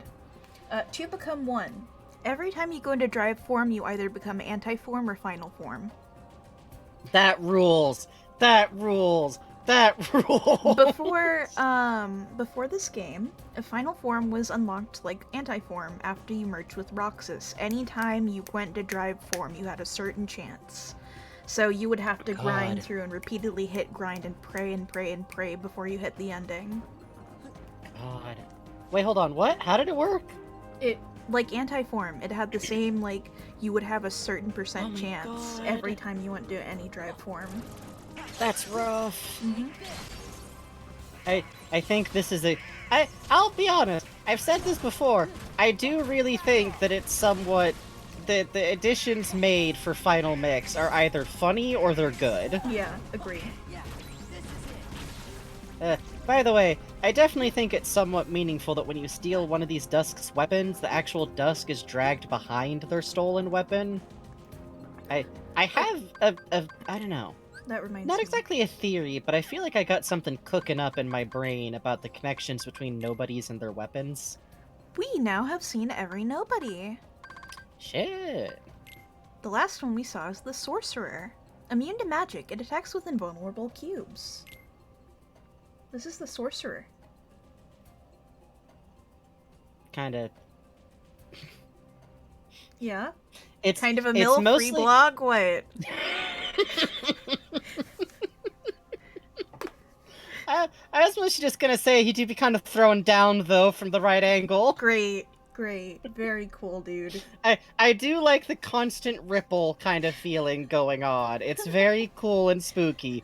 Just, the side profile's really something. Okay, is that one the book guy? Huh? No. Okay. Now that we've done this, I can do this. Mm-hmm. Dusks, anyone. Creeper, anyone. Dragoon, Zoldan, same spear. Mm-hmm. Samurai, Assassin, Axel, same slouched posture, attacks with spikes. Black and white theme. Has... It's just lighter gray and darker gray, look, on the, like, spiky bits. Yeah, and its final attack is blowing itself up to kill you. And kill itself. Oh, great. Samurai, Roxas, attacks with 2 keyblades. Wants to fight you one-on-one. Yeah. Sniper, Zigbar. Look at it. Sorry, hold on, I'm literally, like, opening it up. Fucking... the charts. Just look at the posture on this man. Yeah. It even has a little target aim where its one eye is. Well, it's even, like, defying gravity, like... Yeah. Dancer, Demix. Yeah, which I like because it's like, oh, it's the girl one. No, it's okay, hold on. Hear me out. Trans? Demix should be trans explicitly because of this shit. Yeah. I'm just saying. Berserker, the blue-haired guy. That's interesting, because this is like one of the first dudes we deal with, and that makes sense, because he's the one who seems to kind of be like second in command-ish kind of behavior. He's the most like devoted to this bullshit and was trying to get Roxas back. So that it does fascinate me, by the way, that what happened to Roxas is just the reverse of what they tried to do to Sora like a year before. Ansem literally to the end copying fucking notes off of his own assistants.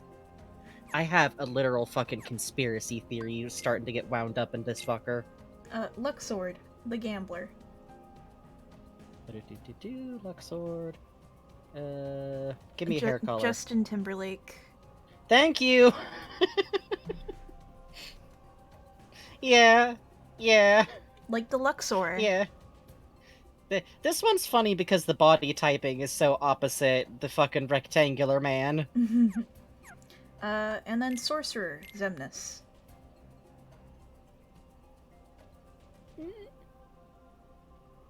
Yeah. That tracks. I do like that he's like the most visually unstable too, like as the dusks go. I do too. Wiggly. I think Ansem was a hack who stole all of his best ideas from other people, including Tron.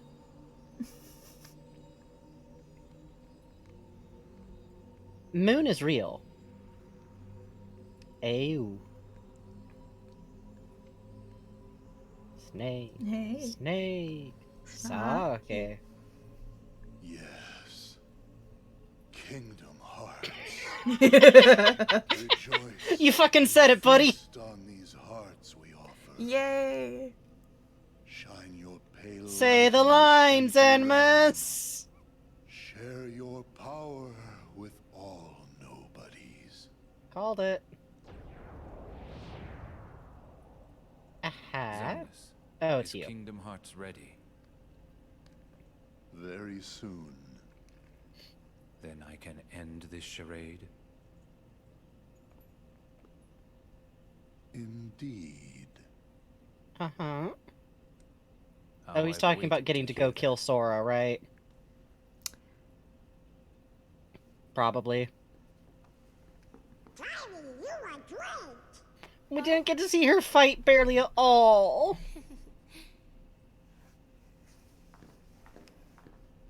They're the same height. But I'm just glad you're here.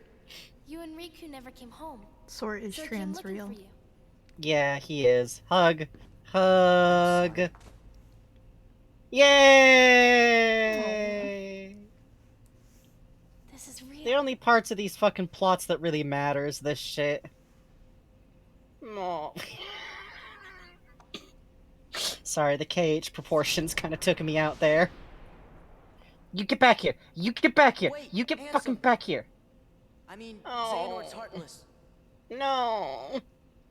I never thought for a second that I'd ever see you again. No! Just I'm thinking Riku. about all the It's things me, you Just, Riku. did just listen, made me just really listen, mad. just listen. But you saved Kairi, right? No. I have to be grateful for that. Thanks. No. Riku, don't go. No. Oh? Kairi, what did you just say?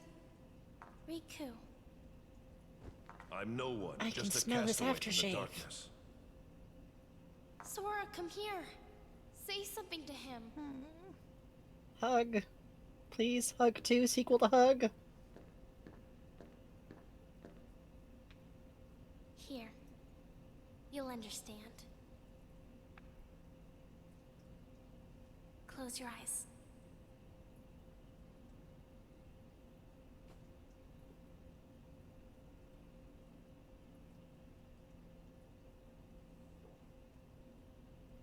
No. Ah, shit, he's still taller, though. Sorry, Sora.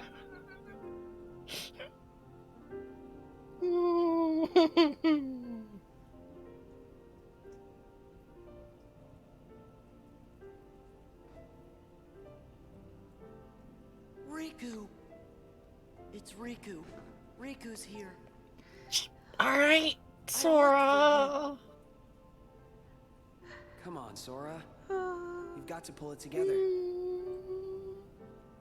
I looked everywhere for you. Oh, God, tears! But it was him that was helping us, wasn't it? Those clues we kept finding. Fucking Greek chorus over here. I looked everywhere for you. I was starting to worry you guys weren't ever gonna catch on. Sora never did pick the brightest friends. Get their ass.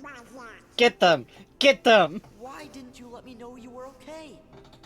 I told you. I didn't want to be found. Not like this.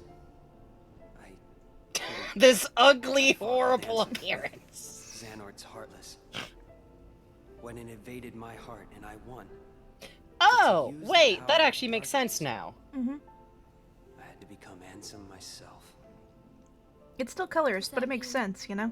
It's colorist as shit, and it's dumb. Mm-hmm. I wish this was being handled a different way. Mm-hmm. Maybe if, like, 80 good characters were also dark-skinned, it would work out fine. Mm-hmm. If Riku himself was, for instance. So how about it? Think we can handle one last rumble together? The king's waiting. Ugh. Let's get going. Hey, by the way, the king kind of ditched my ass for like a whole year. Hooray! Oh! Hooray! Oblivion, huh? Oblivion, huh? The castle that never was. Reunion! Hooray! Okay, so this makes a little bit of sense because then what Naminé was offering to do partially would have helped Riku deregister having had because a heartless is functionally a heart with a particular covering to it, and it's just that, like Sora, Xehanort could control. Well, okay, hold on. Ansem, as in Xehanort's heartless, was, like Sora, able to maintain his own shape, possibly through willpower.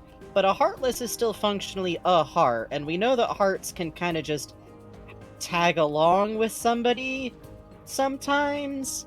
So that's what happened to Riku. But because Riku knew that letting Naminé just reset his stuff would erase his memory of her and this experience, he refused. And now, if he ever did that, he'd also forget Roxas, too. So him being stuck like this is something he's literally doing for Naminé and Roxas, as well as to have the power to continue to help Sora. Frankie voiced Riku before. Oh, yeah, I do. It's me. It was very funny. In the past, I was overcome by the dark and betrayed you. Look what's become of me. This fucking hairstyle. It's really goofy. Yeah, it kind of looks silly, but I'm happy you're here. I really don't know how it does this. I just wake up like this every day. Oh, me too. I wasn't sure. Well, yeah, that's because you never brush your hair. What? I wasn't sure I wanted to see you, but Kairi insisted. You held on to that charm. That talisman of reunion really worked! I want to see you so badly, Sora. I missed you so much. Can you fucking believe how tall Riku is? I gotta be honest, I think it's a... Well, you two over there didn't fucking drink your milk? What? Where am I gonna find a cow in space? I don't know, I think you just weren't trying hard enough, actually. Space? I think you just, Where am I gonna find a cow in space? You couldn't go to Home on the Range World or something? Your new friends over there couldn't hook you up with a milk carton or something? I made a deep vow to all three of my beautiful cow friends when I saved their world from the singing cow rustler that I would protect them. Sora, I can never tell if literally any story you ever tell me is made up or not. The udder of one of the cows was the key to the world. It glowed and she shot milk out of it. You fucker, I was taking a drink! It's amazing, Kairi, and you recognize Riku. He looks just like Ansem. I couldn't believe my eyes when I first saw him. Can you ask how he does that with his hair? So Riku was the one who's been helping us all along. You two must be best pals for it. You two must be best boy pal, boyfriend. It's like Harvest Moon best friend system over here. To change his look to... You two must be soulmates for him to change his look to help ya. See, I want that, like, weird teasing that they've been doing forever about, like, oh, so you're, like, noticing girls now. It's like, oh, you must be real happy to be seeing Riku again, huh? I am happy. Why? Well, let us know if he'd... I mean, I guess it'd be kind of weird because he looks like Handsome, but if you need a little time alone, you can just let... Riku, it's gonna be a bit of an uphill battle over here. Yeah, trust me, I know. What is this fucking outfit Ansem's wearing anyways? Oh, that's his BDSM safety gear. Is he gonna shoot the moon with a big laser? It's a device to reclaim Kingdom Hearts. It's a secret tool to help us later. Not sure I get it. I do not claim to know the outcome of this venture either. This is how he's gonna fix things? After all, He's gonna steal Kingdom Hearts? Unpredictable. Fuck you. I hope this kills you. You wouldn't download a car, would you? Welcome to Proof of Existence. Oh.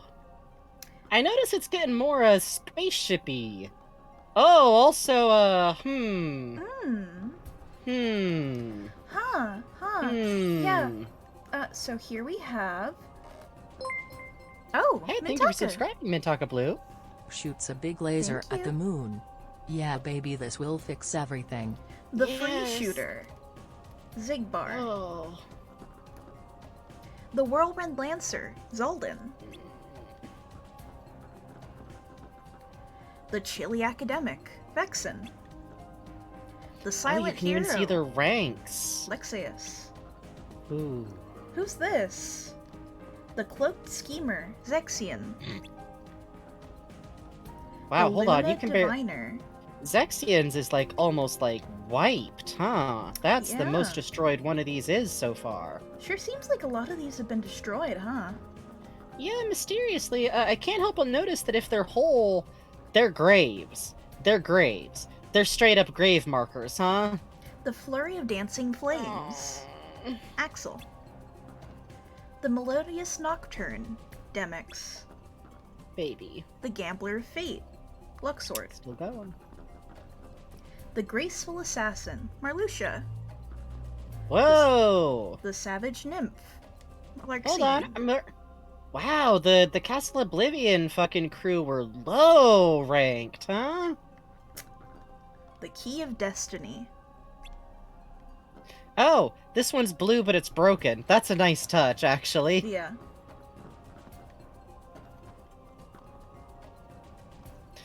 Some members of Organization 13 see fighting as a game. No matter what the rules are, you'll always have a chance to win. Don't miss that chance. That's a cool way to put it, because that suggests that the small opportunities you have are because the nobodies aren't fully capable of taking fighting seriously, which kind of makes sense, because if you think about it on an instinctual level, they know they have nothing to lose, as it were. I don't like the feel of this place. It's almost like a graveyard. Just about Thanks. everything is in ruins. Do you know what it all means, Sora? Riku in the background like, thanks, Kairi. How could we ever possibly have... You know, Is this what a whole extra year... Is this what a whole extra year grade schooling did for you? Cause... I could tell you a lot about, Catcher in the Rye. You want to hear about that? Not really. So he goes to a hotel, right? Oh, for crying out loud. It is magically locked. Uh-oh. Magically.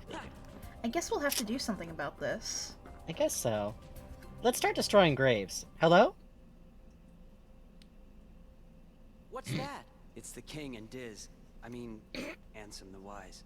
Diz. They must be higher Diz. up. Diz. Darkness in Zero is what it's I know, for. but it being Ansem's name is extra dumb now.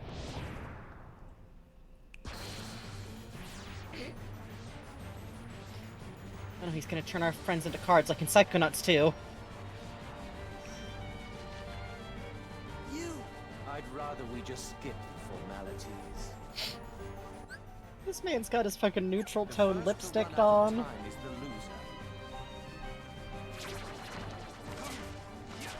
Help! Help! Oh! Help! Help! Mods! Help! Mods! Help! Mods? Mods! Help! Mods? Help! Help! Help! Mods? Help! Help! Help! Help! Help! Help! Help! Help! Help! Help! Help! Help! Help! Help!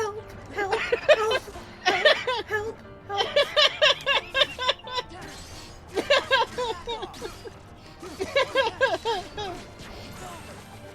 Oh. Hey, so, does the fact that this dude's motif is, like, all card-based have anything to do with Castle Oblivion, or is that just, like... It's a coincidence. Okay.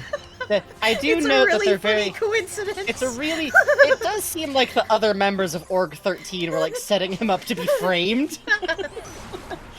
If they got caught by fucking Zenmas, they were gonna pin it all on Luxord and we run. have to play a funny card game, hang on.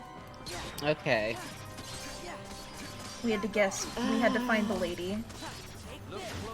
By the way, I do like that this Keyblade literally brings up white and black lightning in the checkered pattern. That's very cute.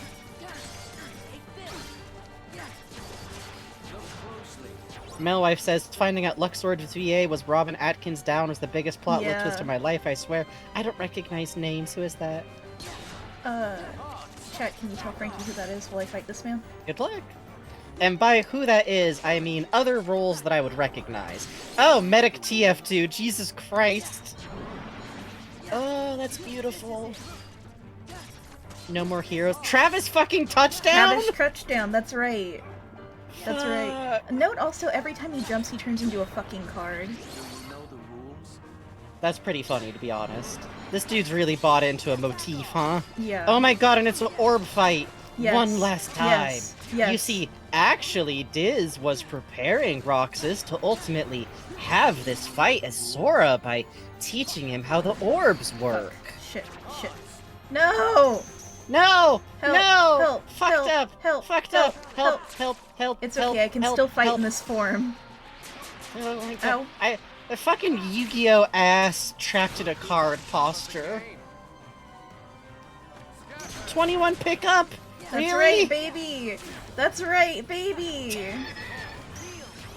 I kind of like how ham he's going with them as weapons. Yeah, Like, he's a big fucking moron, I love him. yeah. You can see why he's survived this long, though. He seems like he'd be just very difficult to kill. Fuck yes. I already understand the heart of the cards.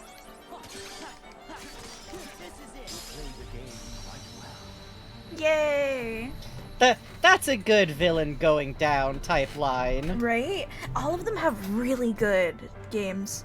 Like, I think Demic says, like, Roxas Y or something like that. Like, oh. Oh shit! Oh, never mind. How could you, Roxas? I never liked you to begin with. What, do you really think Roxas would have not killed you? He's eating popcorn in here, man. Yay! Oh, that's cute. That's a nice effect. You okay? Yeah, no worries. Let's keep moving. Hooray! Yay! Yay! I guess since we're... Okay, here we go. Roxas, I know that name. Once I spoke with him. He reminded me of you, Sora. Who is he? That's a good question.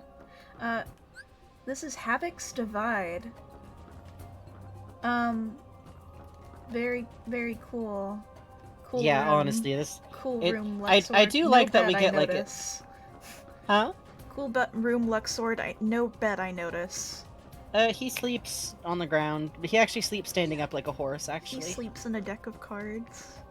He makes them into a little paper like a house, like a card house. And then he puts on his little sleepy time cap. Hold on. Not bad, Sora. You've grown stronger. You don't need my weapon, Soul Eater, or the power of the dark yet. Just in case you forgot. I was looking at the old Kyrie back there, like, were you trying to find an excuse to tell Sora your sword? No. No. It was very a natural point in the conversation for me to bring it up. It's definitely, do you think he thought it was cool, though? Do you think he thought it was cool, though? I wonder how far the king went with Ansem. I know he's strong enough to take care of himself, but I'm still worried. That is Riku! Snail! So hold on, let's go take a look. After Donald, let's go. So, for a quick catch-up of what happened here, it turns out that when Riku went to go fight Roxas at the beginning of the year in which Sora was missing, afterwards he had to, quote, embrace the power of darkness, which caused the inner Ansem as we knew him was actually Xehanort, but a Heartless, who kind of tagged along with Roxas, and Roxas... Roxas hold on. Riku illegally downloaded a copy of Xehanort, aka Ansem, and used that data to fully use the power of darkness, whatever the fuck that means, which means he looks like Ansem, and this game is horribly colorist because it's literally like, imagine the horror of being this dark-skinned man. And also the dude with the fucking bandages around his face turned out to be actual white boy Ansem. Kingdom Hearts lore sounds as deep as Bionicle lore, which is why I'm slightly afraid of it. I'm also scared of Bionicle lore, if it helps. He made a VPM of Ansem? Yes! That's actually a really good way to put it! Oh, phooey! I was all ready and raring to go, but I didn't get a chance to fight. We really can't tell what's gonna happen. That guy summoned a bunch of fucking cards! Keep your guard up. Wait, hold on. There's something I have to do first, isn't there? Oh, after this.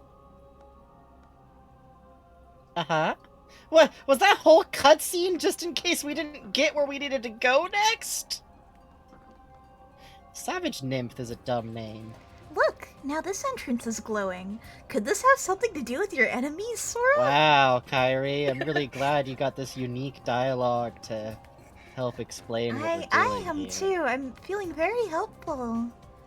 I notice you don't get to, like, have would you like to express a personal opinion, or? Air's good.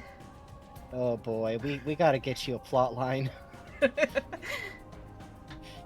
Kyrie's out here. Kyrie doesn't actually get to carry her own plot line with her. She's living on borrowed oxygen. Hey, look who's on our save file. So cool. Okay, here's why Ansem's fucking secret identity being called Diz is the dumbest shit ever. It's Disney. It's Disney. It's Disney. No. It's Disney. And he's this paternal figure who founded the original Good Place, and how did they find a way to make a Walt Disney X be whiter?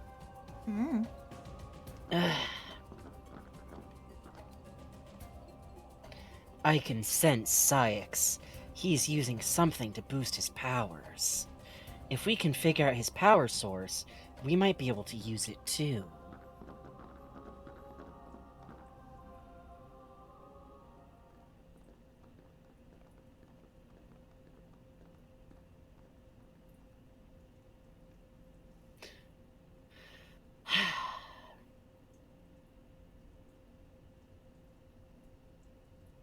This man's hair. Only you could have made it this far in one piece, Roxas. Stop dead-naming me! That's really getting old. Oh, the sword, huh?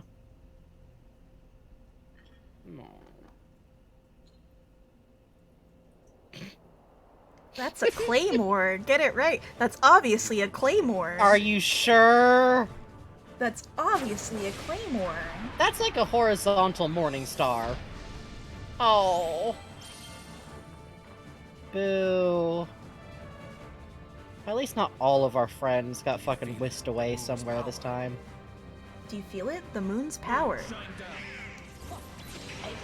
I guess. So Sykes, you know how I was like, haha, puppy, puppy, puppy? Sykes is basically a werewolf. Oh. Okay. Oh my god, we can pull the same move with him as with his fucking dust? Yes, his nobodies are training you to fight him. That rules, that rules, that rules, that rules, that rules. Fuck yes! Oh. This form's double fucking tech is really good. Just, oh, it snaps off. Oh, it snaps off. Hey, come here. Hey, come here. Hey, come here. Hey, come here. Come here. Let me sweep you. Let me sweep you. Let me sweep you like a broom.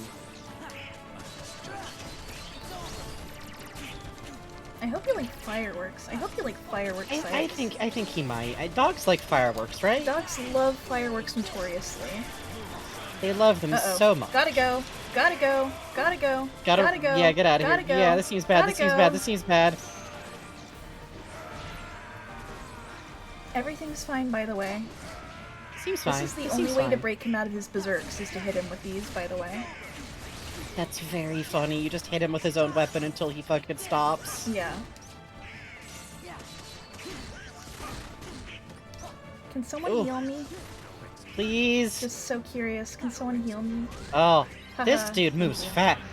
You know what's very funny, though, is that I'm watching this fight and I'm like, this dude's not much more difficult than the Castle Oblivion people. You really get a sense that the ranking in Organization 13 is just how big a suck-up are you? Yep. Like, obviously, on one hand, obviously, but also... the ranking system in Org 13 is based on when you join. Okay, so it's just fully... Wait, huh. So, this is, there's a cutscene we've seen earlier where, Zexion is being annoyed by Zigbar, who's like, aren't you doing any fucking work? And Zigbar says, I found some guy earlier today, some M guy. That's Marluxia. Oh, that's funny. That kind of makes sense, too, then, because, like, all the ones that got murked first were kind of, in that case, like, some of the newest recruits, which makes sense that newer recruits would be like, hey, this seems dumb. What if we did shit instead? Yep. Why would we not simply kill this fucker and do our own rad shit? Donald, help me. Donald, you want to help your friend so bad. Oh god. I love how terrifying it is when he, like, looms up. Oh. Yeah. So he's a little notoriously strong, I would say. Well, this is a round where we have to go do other fights, too. Let me, one more try. Yeah. I was about to be all shocked at how long we've been playing, but then I remembered that at least 20 of those hours were just Pete being rotated in the background. Yeah, so, you know. I'm so mad that Pete showed up and we have no idea what the fuck those two went. Like, I'm sure we'll find out, but also, we had to listen to fucking Ansem say a bunch of self-serving shit. The moon's power. Moon, shine down. I guess I should have absorbed all the stuff Ansem was saying, but it sounded like it was just blah blah blah, here's the perfectly reasonable reason why I went and did all that shit. By the way, I kind of literally am just going to say outright that I was using Riku for my own purposes. At no point will I explain why I did all that shit to Roxas, because this storytelling is whack in one specific way, which is that it goes, well, this is good guy. We're telling you he's good guy. Mickey says he's good guy. So we never need to, at any point, justify anything he's ever done, because he's good guy. So obviously everything he's doing is for good guy reasons, right? And that's not how storytelling works. You can't just say this character's good, so everything they're doing is good.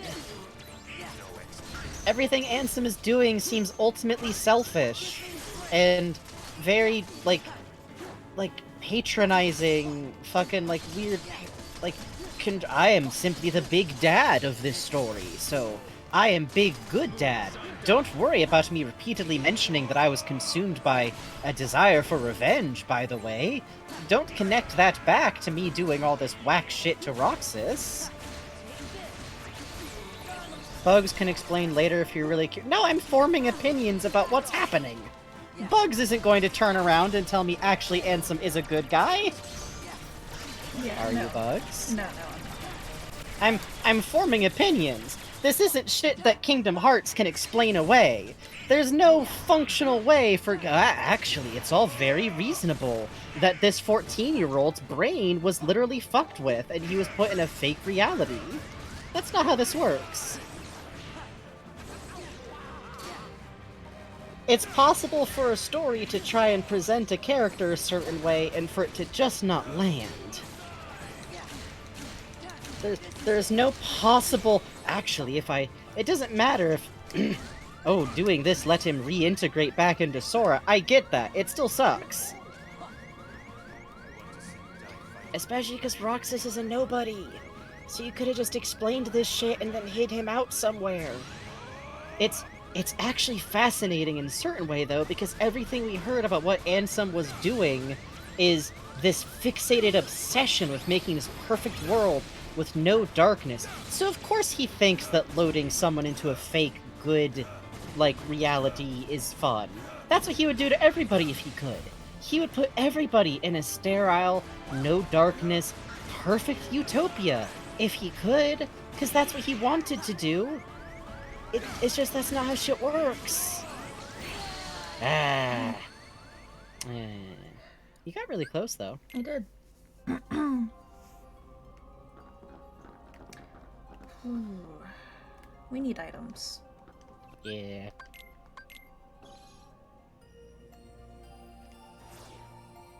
Oh, I like the way that it's represented with the city literally under it. That looks really good. Yeah, I do too.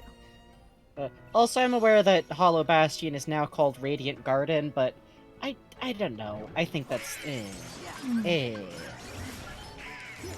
That feels tied too much into the... Oh, Ansem! Mega Daddy, who make the good world. Actually, he made Radiant Garden. It's a city. There ain't even a garden here. Okay, it's called Radiant Garden because it was originally named Radiant Gardens. And then after Ansem's fucked up experiments that turned his fucking assistant evil, fucked everything up, it became known as Hollow Bastion because this game is in love with ultimately meaningless name changes. And the idea is, I guess, that now they remember how it used to be, so it's Radiant Gardens again. I gotta be honest, I feel like Hollow Bastion was a cooler name. Yeah, I agree.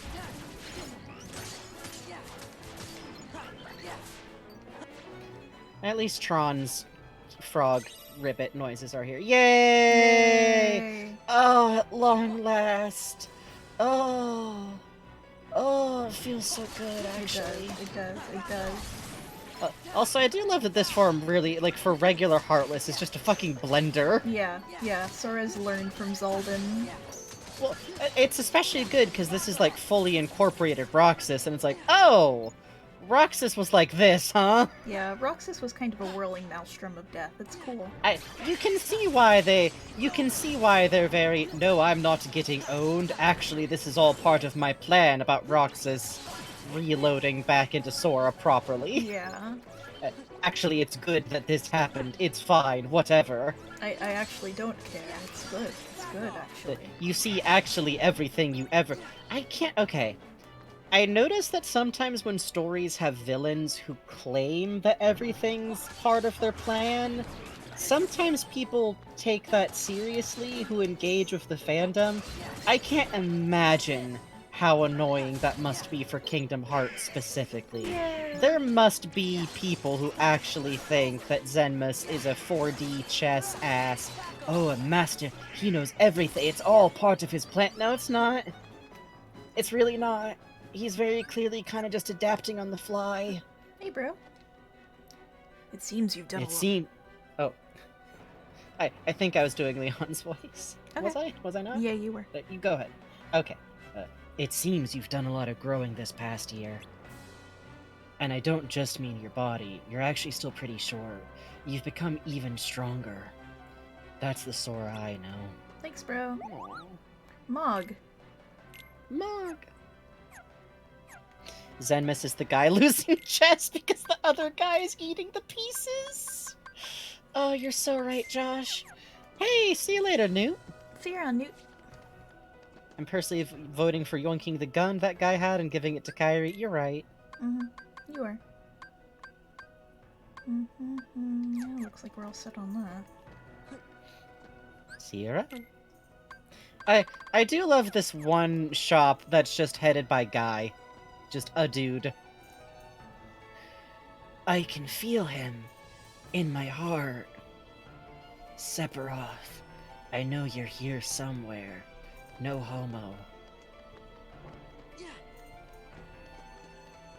Kingdom Hearts versus Kingdom Hearts if Kyrie had a gun. I feel like that's just that version of the meme where the version of Lord of the Rings if Merry and Pippin had a gun is like, yeah, but the rest of the book is getting the gun away from Merry and Pippin. I still don't have enough trial data for my skateboard. Could you help out? Yeah. Uh-huh. I'm glad they give you a way to just play around with the skateboard, at least. Sora can do this because of Roxas. You joke? Yes.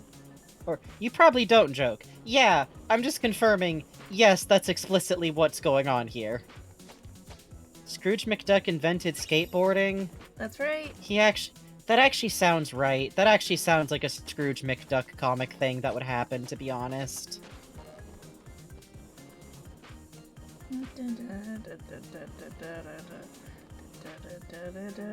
It is very funny that this is the music that go. Gee, Bugs, could I sense that perhaps you've spent a long time playing this specific minigame before? No. I notice you appear to just be able to make the boy endlessly do tricks into infinity. And there's no benefit. It's great. Really? There's not like a prize if you get enough like combo points? It's just to have fun with a skateboard. It's just for the fun of pure joy of having a skateboard. To be clear, I like it when games do that. Yeah. For Kingdom Hearts specifically, the fact that you don't get like some kind of bauble or like the Scrooge McDuck belt or something. If you do, you should be able to do that long enough and get a Keyblade called the Lucky Dime. Well, sorry, the first dime. I have to correct myself because it's actually a big thing. That it's not a lucky dime, because Scrooge McDuck isn't inherently lucky and the dime isn't inherently lucky. It's only meaningful because it's meaningful to Scrooge. Ugh. Duck Comics fandom's a lot. Like, y'all know how intense Disney fans can be in general? Duck comic fans are like that distilled into a fine wine. I respect it, but...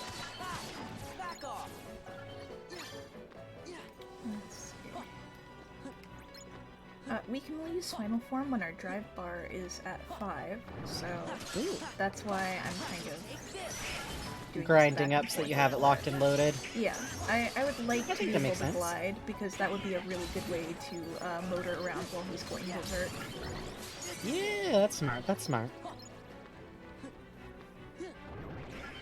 But, one small thing.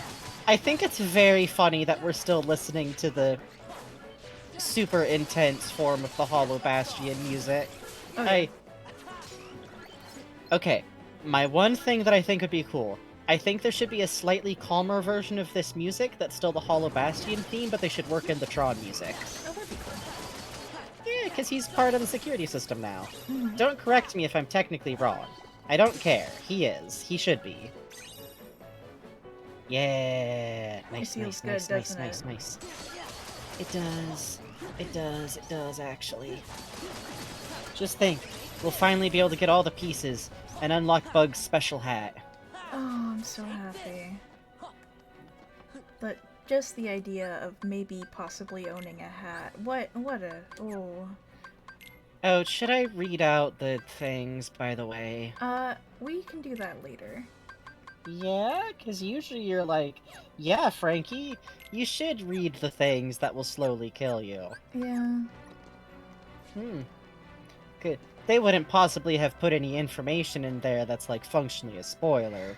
Kingdom Hearts would never do that to us. Kingdom Hearts would never do this to us. Hey, what's that? Huh. I don't know, I can't really see it. Uh-huh. Uh-huh.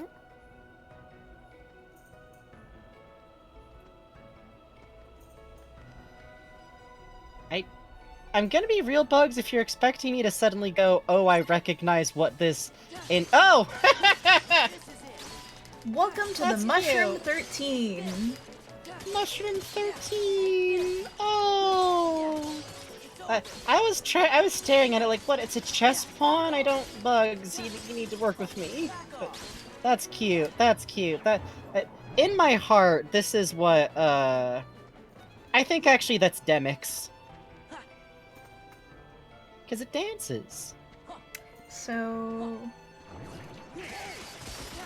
Uh-huh. Well, yeah, it is the same number, so that's pretty cool. Yeah. Yeah. And it's about where Demyx died, actually. Yeah, yeah, yeah. And Demyx... Okay, hold on. Thought. If nobody's can wind up with hearts, which makes sense because a heart is really just memory and context, and Demyx was literally the one nobody who kept going, yeah, we can have hearts, though. Mm-hmm.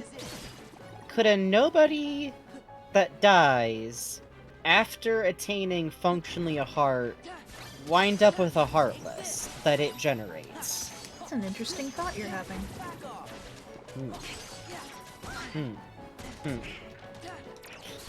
An Axel Heartless would be deeply funny. Yeah, honestly. I would love to see that. Just creature, creature, creature, Just a little creature. fucking guy. It's good, it's good, it's good. Demyx specifically turned into a mushroom, he just did that. Yeah. Good for him. Out of anyone in Organization 13, the one out of them that could, to me, turn into a funny little mushroom man that dances and spins around and doesn't want to fight is him. It is Demyx. It would be Demyx. Sonic the Hedgehog, but Heartless colors is Axel's Heartless. You're not even wrong, to be honest. I could see a little bit of Shadow the Hedgehog winding up in that file.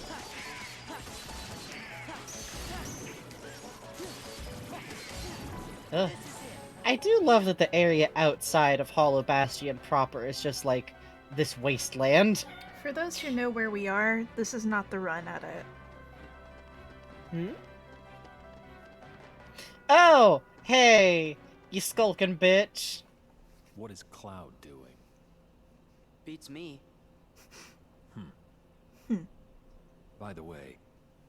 You three. Who are you? Well, I'm not sure we should tell you. Stranger danger. Well, that's an interesting sword you're carrying. That's the Keyblade. I see. It's a real tits out look, So that's a Keyblade. Mm-hmm. And I suppose you must be its chosen wielder. So what if I am? I wonder By any if chance this cutscene used to be unskippable? once I defeat No, I just liked watching it like over and over and over for fun, actually. Gay dork! Yeah, I do think out of any theme in all of fucking JRPG history, I haven't played Final Fantasy VII either, but Sephiroths do kind of fuck extremely. Jesus. So that's Sephiroth. Yeah, we're not doing that, are we? I took him out at level 99 when I used to play. We are not level 99. I will say that. Well. I play Kingdom Hearts for fun. I do not report to be a good Kingdom Hearts player, but I do like playing Kingdom Hearts for fun. Bugs, you're a good Kingdom Hearts player. You're just not in the fucking top 1% of Kingdom Hearts player. In much the same way that I'm not in the top 1% of fucking Duck comic knowers. That's because the people in the 1% are the most fucking dedicated, and I say this with respect, buck fucking wild fans of anything. True.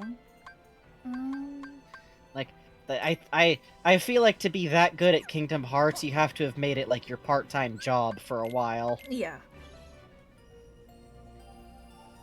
Yeah, this man really saw a kid with a sword and was like, yeah, okay. And then the fight went down exactly the way that fighting a kid with a sword would go. Yay! Auron, my friend Auron!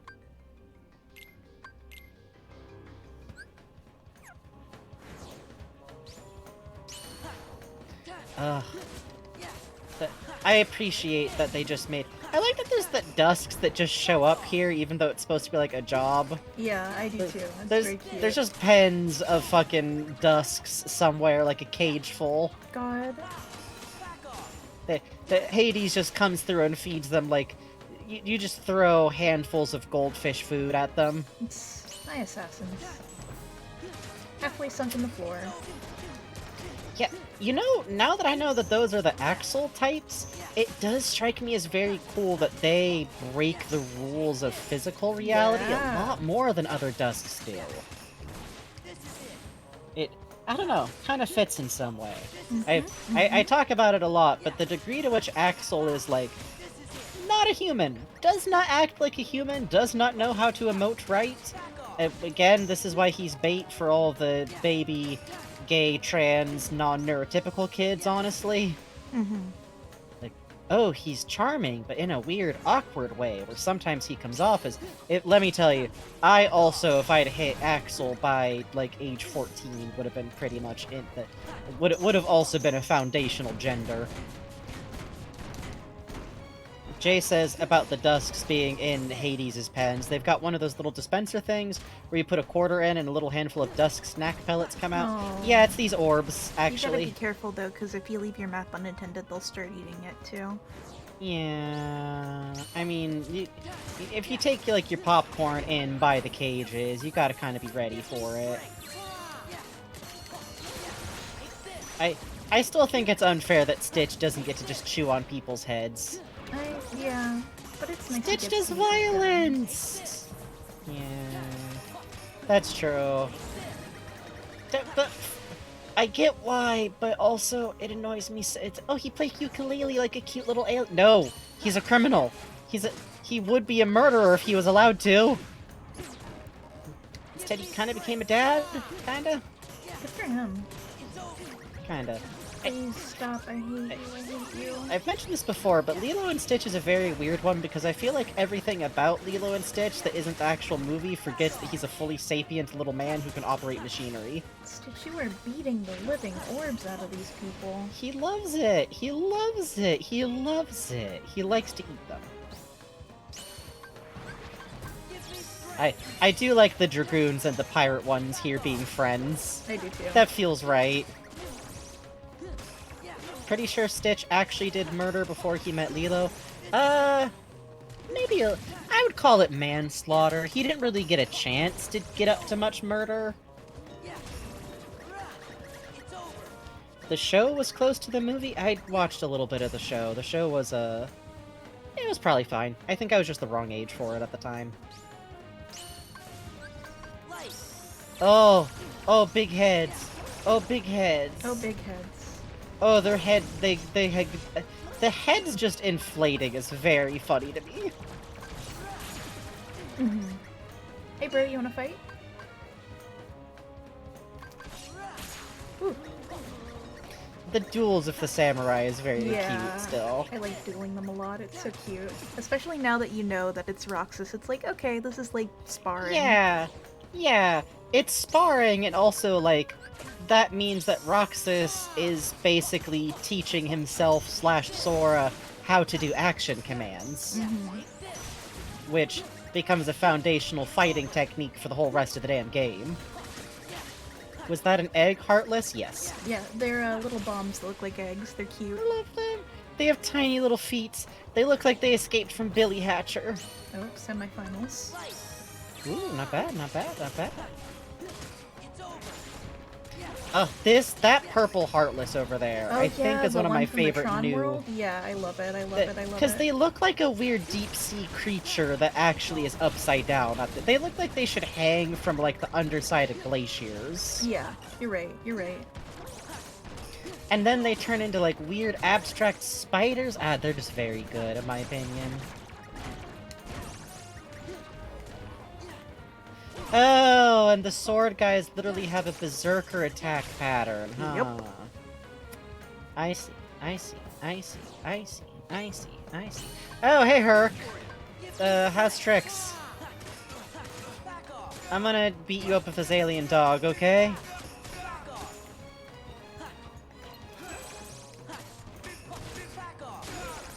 I will say I do feel like Hercules, out of all possible, like, Hercules understands that this child will kill him if he's not careful. Yeah.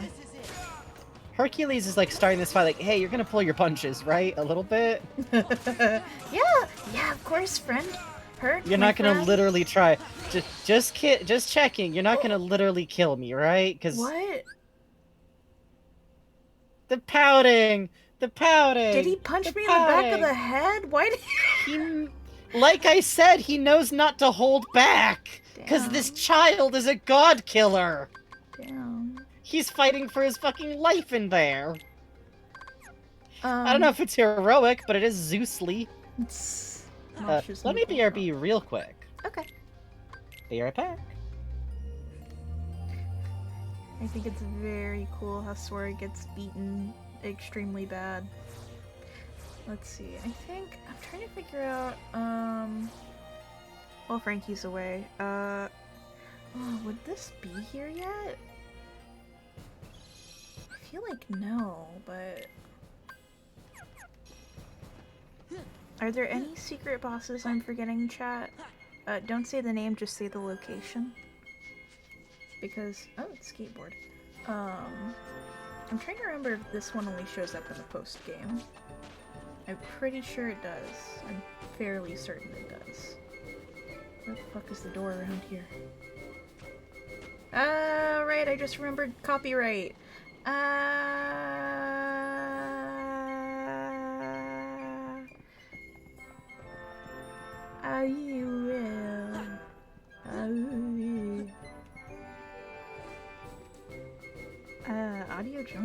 Audio Jungle, yeah, exactly. Let's see, it would probably be down here, no? Hi, VOD watchers. Hello, this must be a fun experience for you. Huh? Nope, not here. What's this say? Yeah. Oh, hey, what are you? Mogtaro. Aw, hi, Pete. I'm back. Why are we screaming? I remembered, the Mickey Mouse Clubhouse theme probably would not be good for the VOD. Sorry, try that again. What happened? The Mickey Mouse Club... Oh, yeah, that'll work. I think we've seen every secret boss we can see right now. But have we defeated them all? Oh, right. Yeah, without joking, we are literally doing that.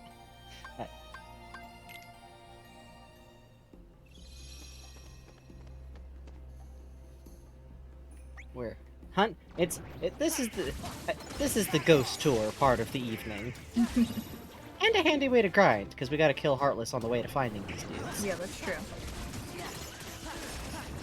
I do like that big net reacts when you hit it. That's a nice touch. Yeah, I do too. I also like going back at this point because I just imagine, like, Jack, you would not believe the goddamn time I've had. Jack, my friend Riku, he's handsome now. Oh, that's rough. That'll happen. Who's handsome? Hold on, that's the Is that the white fellow or the one who kidnapped everyone at the start at last? Both? Kinda? Both. You lead a complicated life, lad. Also, I think maybe I'm two people, I guess? Side note, I do think it's, on a storytelling level, it's kind of cool that, like, Sora is only gradually learning about Roxas. It's also very funny. Yeah. Well, I get what they're doing with it. It's meant to be like, you, the audience, knows something that Sora doesn't, but it's also like, It stretches past a certain point of maybe he should have been able to figure this out. The girl herself. I'm still so glad that I threw Mirataku fucking money to draw her. It was perfect. It was perfect.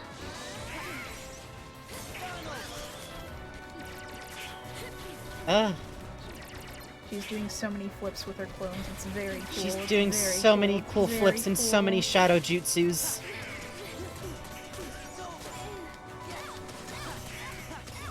I love her hair because I feel out of any of the improbable anime styles, she's really just like licking her fingers and grabbing a single lock of hair on both sides and just like pulling it up and out like that. Out of all of the nobodies, this girl got white girl hair texture. Ow. You are so mean to me. You are so mean to me. You are cruel to me. You are not nice to me.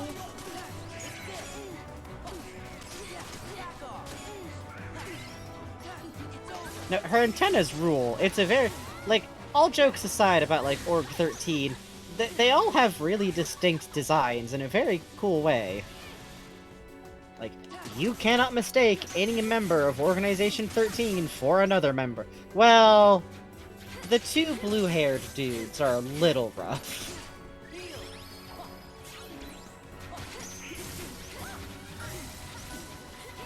Jesus, look at her. I love when you're overhead and you get to see the bullshit she's doing. Yeah, extremely good. Please stop hitting me, ma'am. I would just love to hit you with my giant stupid key. Please, please, please. Please, please, please, please, please. I don't know. Maybe. No. I think what instead if I hit you with just like so much electricity. Oh, please don't do that. Please don't hit me with 50 clones also, that would be really bad for me. She likes to hit you with 50 clones. She's allowed. Whew. Nice! Woo! Cool. I like the victories where the slow-mo shot is to- oh? Aw. I kind of like that when you defeat her, she just kind of goes at ease. Oh. Lost Illusion. Ugh. Lost Illusion as versus Proof of Existence, huh? Oof. Oh right, Agrabah. That's right. One last time. Good night, Raven Bonifoy. Good night, Raven Bonifoy. I'm still so excited that Agrabah never comes back. I'm so excited. Yep.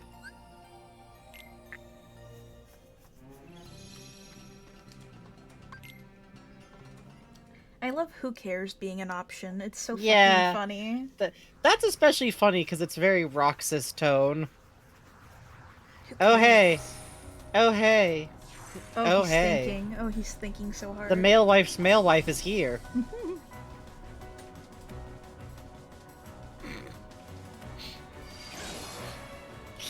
Someday Goofy's battle pose will stop cracking me up, but not yet.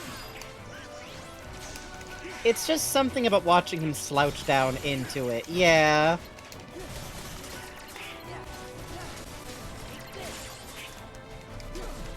Ugh. I do love that his fight takes place where he died. Yeah. It's a nice touch. It is. It's probably partially that it's like literally easier to program him for the arena that he was fought in last, but it's a nice touch also. The way that Twilight Town was introduced is still... The fact that it was introduced through Castle Oblivion first was interesting. Because that makes... That part's more interesting because Castle Oblivion happened before Roxas being in Twilight Town happened. So it's not like, oh, Sora knows this place because Roxas has been... No, it's just because... I assume maybe because of just its connection with Roxas normally? Or its function connected to the Nobodies, kind of?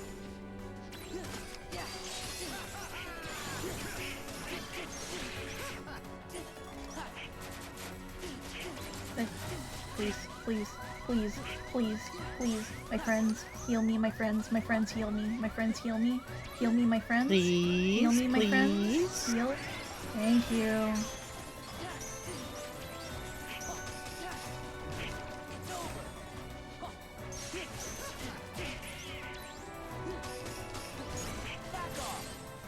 Sometimes they do heal. It is satisfying watching this I know, fucker specifically. I know. Oh, look at that fucking... Oh, look at that bar go down. Oh, look at it go down. Get his ass. Get his ass. Get his ass. After all the fucking agony this specific fucker put us through. You love to see it. It's honestly, it's satisfying. It's legitimately satisfying.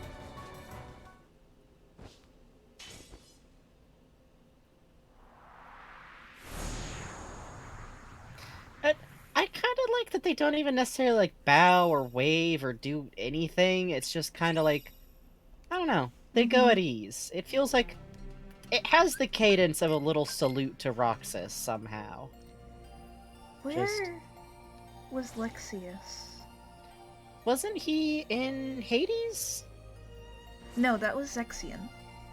Right. I don't know them by names. I know them by like weapons.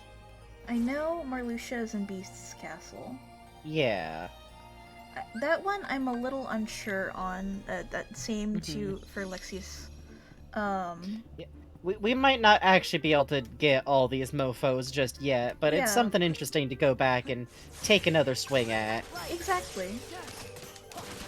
And it's, like I said, as good a way as any to kind of grind a little bit. Yeah. I know you did say that the town that never existed is kind of the best place to grind, which makes a lot of sense. Oh yeah. Or has one around. Yeah. The world that never was is good for grinding. The problem is it would just be us going in and out of the same room over and over and over and over. Yeah, that's not very fun. It's what you wind up doing in a game like this. Oh, you were so close. Oh, that was so close. Oh, you deserve it. I do deserve it. Oh, damn it. If I level it up, I will eventually be able to glide. This is I must tell myself. You will. We'll get them. I might do some off-hours grinding just on the forums. That's fine.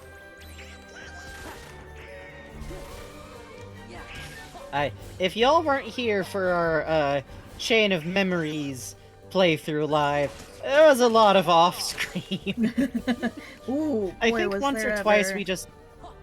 The only thing I know about Kingdom Hearts is I read a call-out post for Kingdom Hearts Mickey ones. That's because he literally caused every problem in this series. Yeah.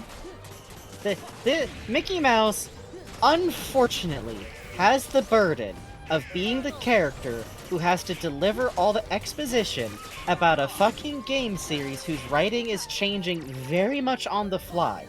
Which is fine, but because they gave it all to Mickey, it makes it sound like Mickey is, like, holding shit back for no reason, and also, unfortunately, there's just no denying that he is literally the person who told actual original Ansem about there being other worlds, Darkness and Heart, and gummy ships, and there's just no reason why he should have done that, and it caused all problems in this series.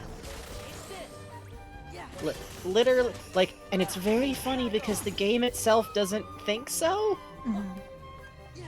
The game is like, Ansem is very good and cool and wise, and Mickey told him stuff because he's a good, cool, wise man. And then that evil assistant who was vivisected. I'm never going to stop calling it vivisection, because I don't care how much you fancy it up, experimenting on a living person in a medically invasive way for no other reason but to poke around in them for the, quote, darkness in their hearts has a particular cadence to it.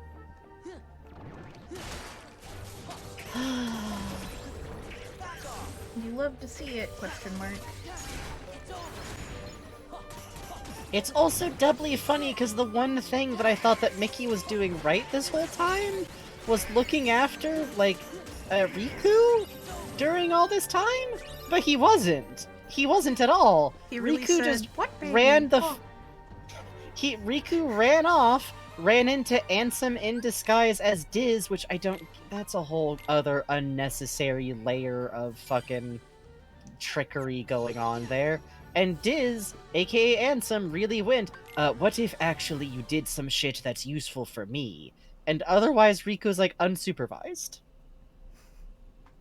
I do love this bitch aesthetics. I don't think I've figured out how to make this fight work yet, because I'm not very good at parrying attacks. Fair enough. But one more time. Yeah, once more. We have to reintroduce For fun. a hot pink bitch named Breakfast. He next to Axel, this dude has some of the coolest, like, oh, your posture and stance. Yeah. Marluxia feels the most like the weapon is what's anything right here. He feels like a body being held up by a weapon, if that makes sense.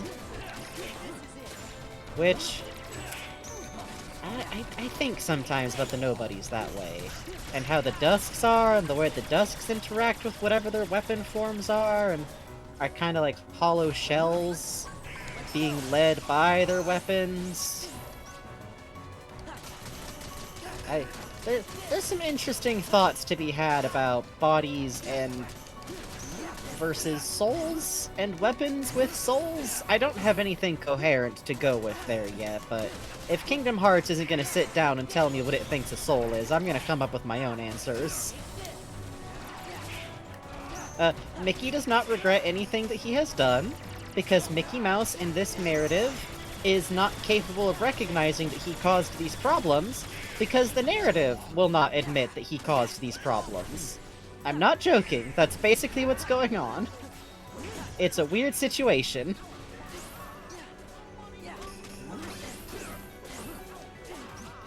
I don't even know if I can think of another story that, like, had this weird of a problem. Ooh. Yeah. Progress. Yeah. Progress about Honestly, last time. I want to show you something else. Yeah.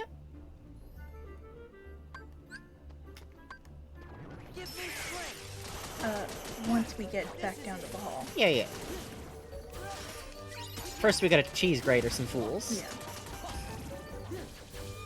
Ugh. The fucking rapid rattle of fucking... Oh, I know, it's really good. Would it be smart to put the auto orb collecting accessory on while we're doing this stuff? Or does it just not really matter that much? It doesn't really matter.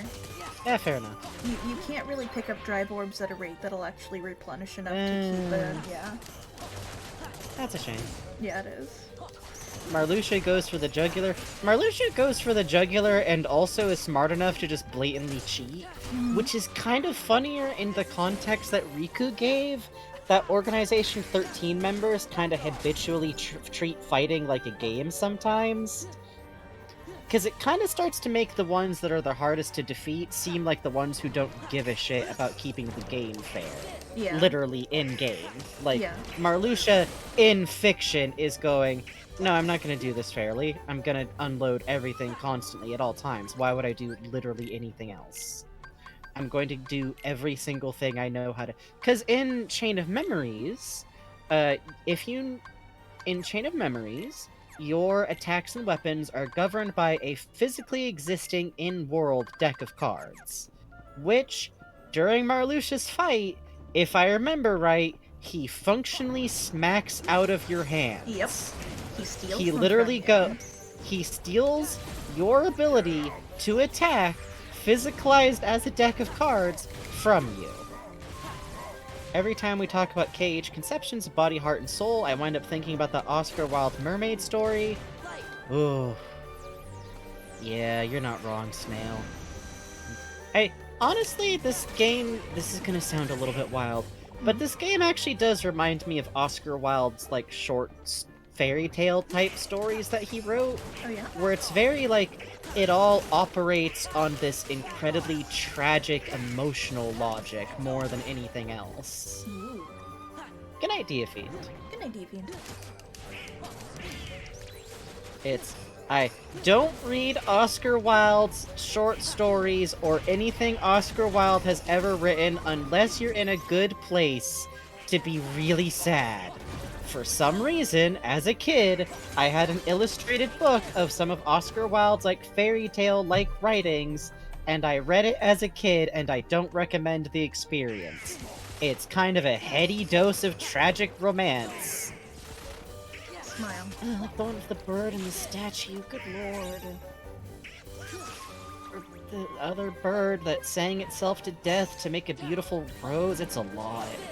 Oh. I've never truly played Kingdom Hearts other than my brother handing the controller to me just to make me farm for them, but I do know the plot is one big mess. I don't know if I would call it a mess so much as it's best not to worry about linear logic. Yeah.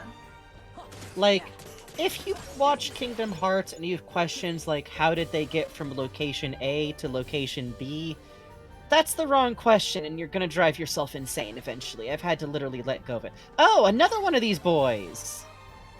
In the same place where another Organization 13 member died. And this one flies instead of spinning, huh?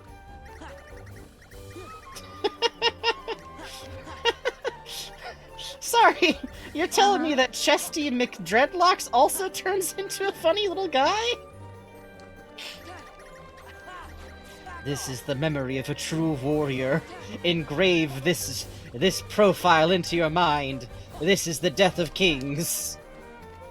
This is the funny little guy of champions. This is adorable. I did not clear it in time. That's so, yeah, okay. each one of these little dudes has a very specific mini game you're supposed to play with them. They sure do, huh? And there's 13 of them. That's adorable. Yeah. I think it's a very cute concept. It's very cute, and it raises a lot of questions that it's probably best not to worry about. Skeleton says, oh, and it had a little 3 on the back. Well, what do you know? Yeah. The other one, Demix, had a number 9 on the back. So, hey, what do you know? I just love that because we know that Sora turned into a Heartless loaded in as like a default little impy baby, but I am now thinking of Roxas loading in as like a regular mini-sized mushroom guy, but like black and white. That would be cute. Yeah, I don't know if we're going to be able to clear them, so I'm just going to say what happens. Sure. You go down to the mall where the Organization 13 first appeared all in a row, looking all, ooh, so scary. And if you have every Mushroom Heartless, or Mushroom Organization member you've cleared, appears. And if you get all of them, they all appear, and they all do a little jump in the air, and then the 13th one appears and hands you a Keyblade. That rules? Yeah. It raises many questions that will never be answered, but I like it a lot. Right? One last... I like that a lot because, like, I feel like the way Riku talked about, like, they treat fighting like a game is like, Organization 13 seemed like they're constantly bored all the time, and that fighting's kind of the only thing that's, like, fun for them. So I do like the idea, like, some last little shade of them just kind of wants to play one last game. We're gonna go grind in the world that never was for a little bit. Yay! Yeah, I agree. And I think, well, we'll get more into this with days, actually. Oh, okay. I will save my thoughts for another time. The fucking trial of bugs, having to remember what info gets dumped when. That's exactly it. I was about to say, this is how you stop them from assassinating you, by the way. You throw them on the floor. As one does. As one does. I just... wrong form. Oh well. You do feel like between Organization 13 members, something like friendship or fondness is, like, not really functional for them very easily. But you get the feeling that Roxas was, as much as nobodies can feel things, liked. Yeah. Kinda. I mean, the way Demix acts, the way Zigbar acts. Like, some of them are literally, like, sad, or, like, Demix seemed genuinely upset and sad about this all. Yeah.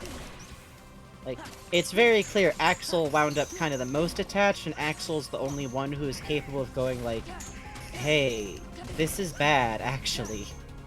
But to everyone else, they're just, like, upset that like, Roxas failed as far as they're concerned, which is pretty funny since I'm pretty sure they all would have still sold Sora out to Satan for a single corn chip, but that's how nobodies be. They're not good at / bad at forming emotional connections because they don't have all the right information in their heads anymore. They're like, oh, the little guy left? That's a bummer. Well, whatever. Yeah, it's really like, for most of them, it's like, it ranges to me from like, well, that's a shame, he was really useful. Fuck, alright, fine. To, he was fun, though. Aw, who am I gonna play Smash with now? All the way down to, wow, I miss him. And that's about where Demix feels to have landed. Which, honestly, as much as I made fun of him and his haircut, because he is still haircut in my heart, I do feel like Demix had some narrative weight that I hope gets explored. Demix is an interesting one, because he seemed like King doesn't want to be here. He wasn't very violent, he wasn't really, like, fighting-oriented, even his battle kind of took place through, like, proxies, more or less.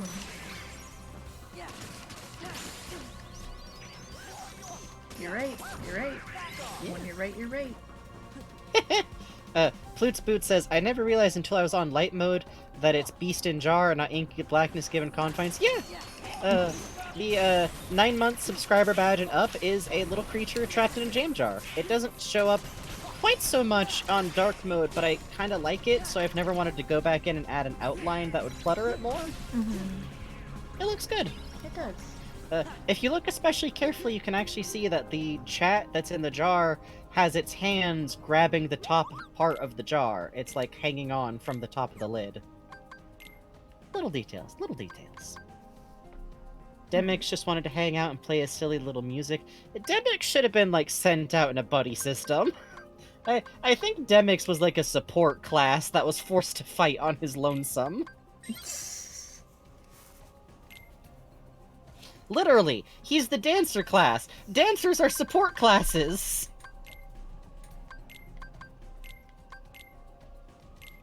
Hi. Ooh, nice. We're grinding, being able to synthesize things just a little bit. I do like that you can level your Moogle shops up to certain points. Yeah. To literally need less materials to synth stuff. Yeah. King Sleepyhead said he did tell them they were sending the wrong guy. He sure did! Demix did his best to be like, this seems like a really inefficient way to do this. But, Organization 13 is hilariously mismanaged, which I kinda like. Yeah. I feel like all of its weaknesses of Organization make a ton of sense, honestly.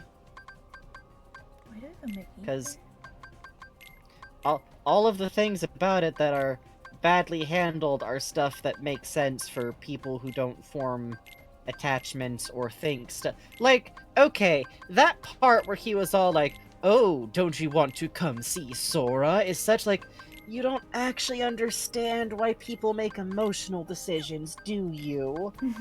You're really just like, well, she cares about Sora, and that should be enough to make her do things, so obviously that appears to be Ansem's, or Xehanort's nobody, so she'll go, oh, that's Batman, and instead come with me after I promise to take her to Sora. Like, no?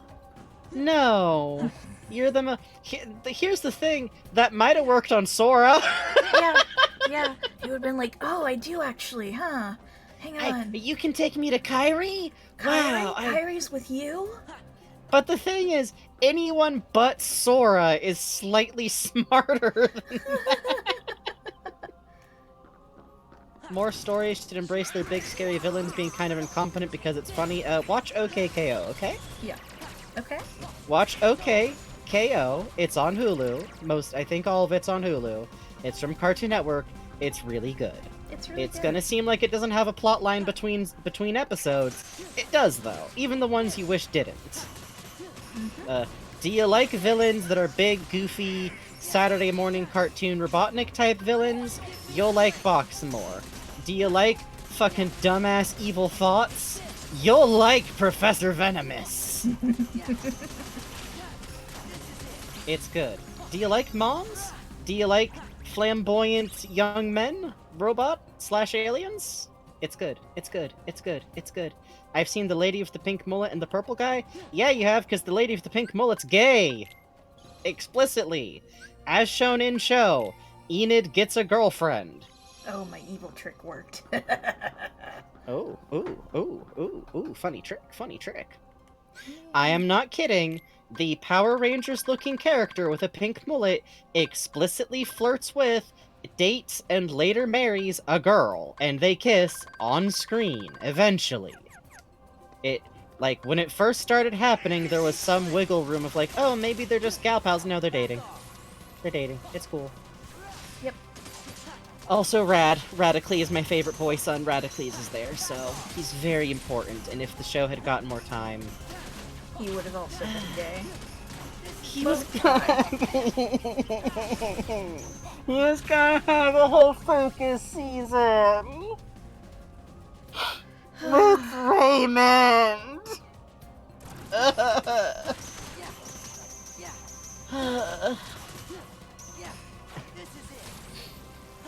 He was gonna have a whole focus season the way that Enid did.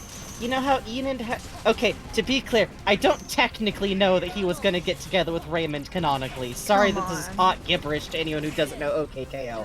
But also... It has been stated outright that Rad was gonna get his own focus season, and that it would have involved his rivalry with Raymond. And there was... I'm gonna be mad for... I'm simply saying one of them was summarized as Radmond episode, and that has a very specific context. It sure does, and it sure seemed like they were setting up some... MLMs clawing at the doors of cartoons asking for stuff for us. Well, we did get Venomous and Boxmore, so I can't be too ungrateful or nothing. We'll get there. I know that people are trying. I know that people in animation are literally trying every single goddamn day, so... But this has been your bi-monthly, please dear God watch OKKO. I'm still so sad about it being cancelled. It does not matter what else we're doing, y'all will hear this occasionally.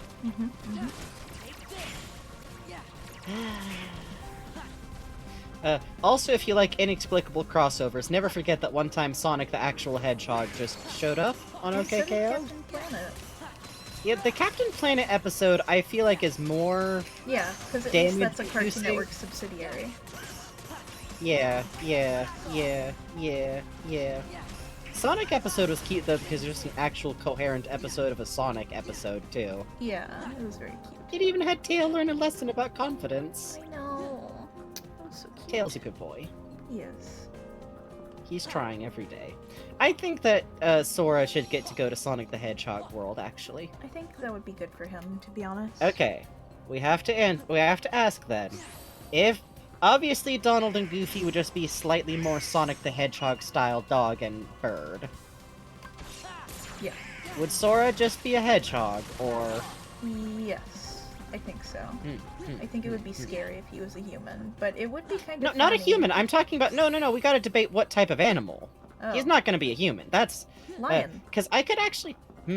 Lion could work. Lion could work. Lion would be cute. Lion would be cute. I'd also like to offer, though, that he could wind up as a single-tailed fox. Oh, that'd be cute. I feel like it would make sense. I don't know how to explain why it would make sense, but it would.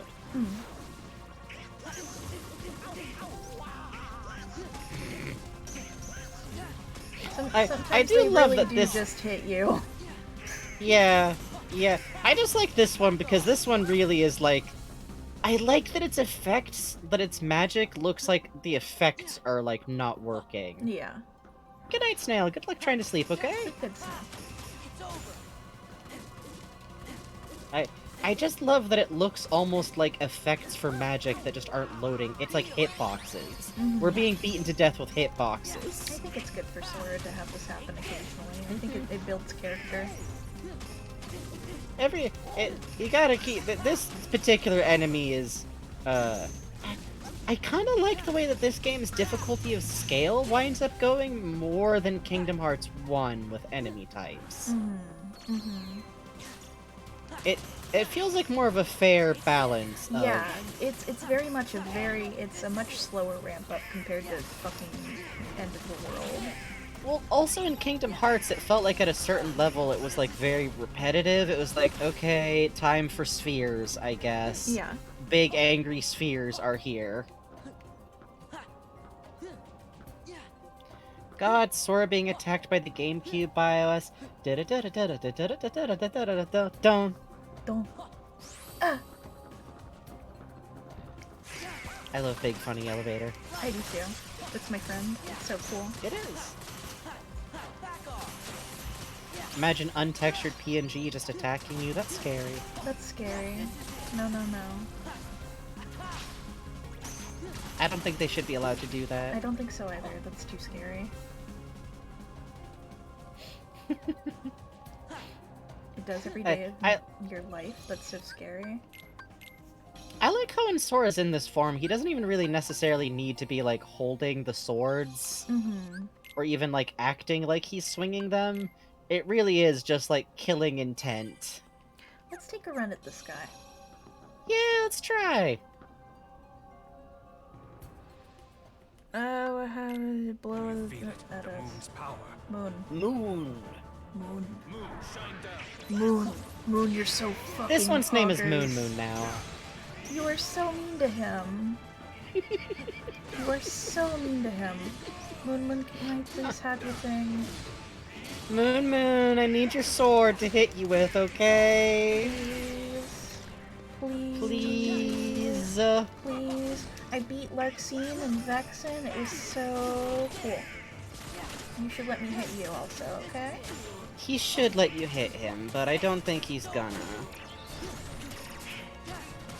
I gotta say, I feel like compared to Kingdom Hearts 1, the difficulty ramp on boss... You know what? Even compared to Chain of Memories Remastered, or whatever it's called, like, Recom, I guess, it feels so much less like... And the enemies are all damage sponges, also. Yeah. Like, it's okay to have a bunch of health bars, but once you get powerful enough, it should not be that every attack takes off, like, one little sliver. If enemy defense ramps up too hard... Like, this shit's hard because it's hard to get the opportunity to just hit him. Yes, that's exactly it. Once you are hitting him, you're knocking him down a bunch of health bars. Poor little woof woof! Oh, that's a new class of linguistic definition there. No. Moon doesn't need to shine down. No. No, go away. All shall be lost to you, he just said, because I unleashed his combo. I fucking love that phrasing. It's so... When I was, like, 13, I was like, oh, that's the coolest thing I've ever heard in my fucking life. All shall be lost to you. Wow! It's a good line! Hey, drop a claymore for me. No. Please? No. Oh, I just want to hit you with it. He's Thank busy. you. This man needs a Kong ball stuffed full of peanut butter. No. Alright, you know what? That's fine. What if that's why they missed Roxas, because he was like the funnest person to fight? God. That would kind of make sense. That's like as good as they can get for I'm hitting you. Come here. doing so many hits and fights and hits and fights and hits and fights. Nice! Wait. If I had a heart, it'd be aching, he says. Oh.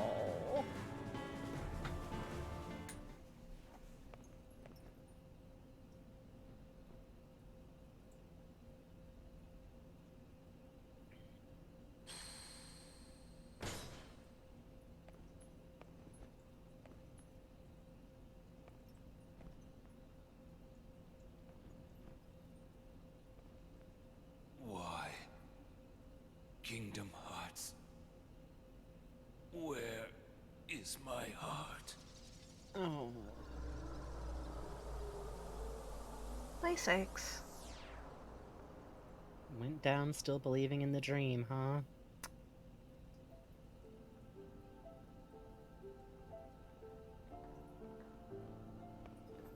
I don't get it. Why has everybody been calling me Roxas? Because, Sora. Roxas is your nobody. My... nobody? But that's crazy. I never turned into a heart... Right. You did! Remember? Xemnas was the one who found Roxas. He could use the Keyblade because he was your nobody. That's why Xemnas brought him into the organization. But Roxas betrayed them. Good. After that, I fought him because I thought it would help you wake up. I lost. But the next He time, had one idea. I made sure I was the stronger one.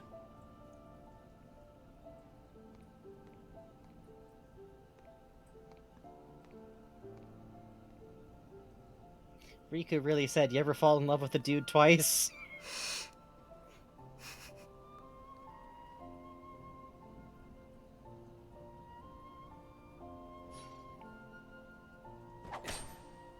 I was also wearing a blindfold so that I really looked like a completely different character design for some reason. I told him to get out of my school. The second Keyblade.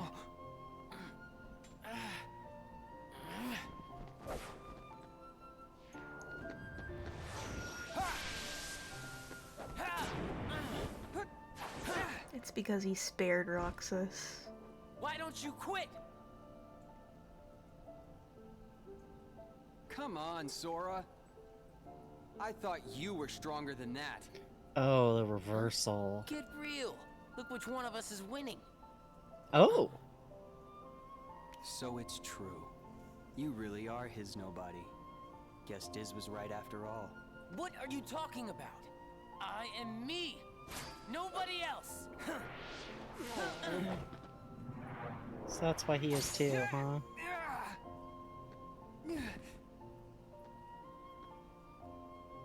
How many times do I have to beat you?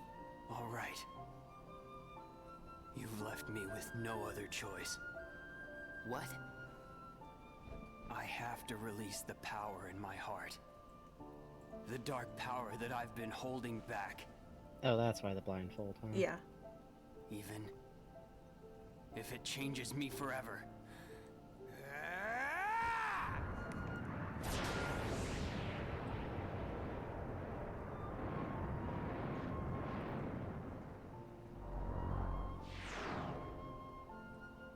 Oh shit, he gets the stand too?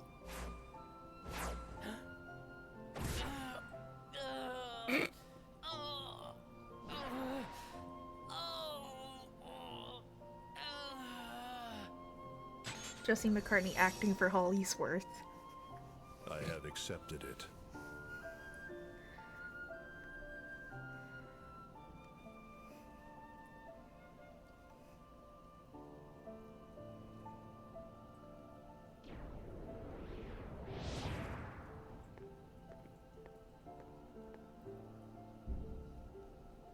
Bitch.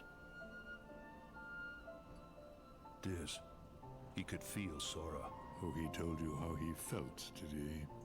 I swear to God. Ridiculous. I swear to God. I swear and to nobody God. cannot feel anything. I hate you. hate you so much. You're a bad If he had met scientist. Sora, things might have been different. The whole time Riku wanted it to work out. Him goading Roxas with that, I think, was like, maybe he's not. Maybe I he didn't could need just... to fight him after all. Yeah. I think he left the organization because he really wanted to meet you. Roxas. I wish I could meet him too.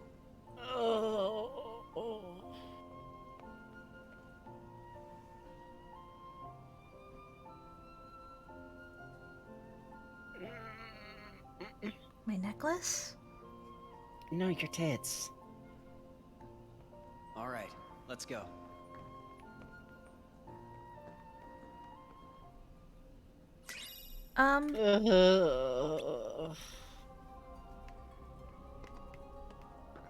Yeah, Bugs. Sorry. I'm tired. It's been a fucking long day. Let's rest before I'm we I was gonna read it. Sorry. I've just had a thought, actually. I'm looking at the amount of time left and thinking about how much of the game we have left. No, it's gonna start so many cutscenes, Bugs. Actually, it shakes out to like one fight and the cutscenes around it.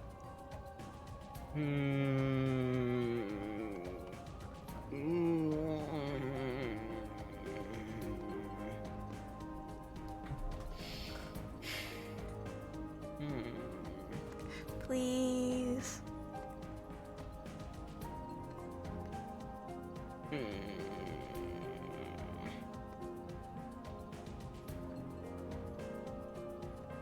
Look at this fence post, by the way. Also, I love Sykes' room. It's so stupid.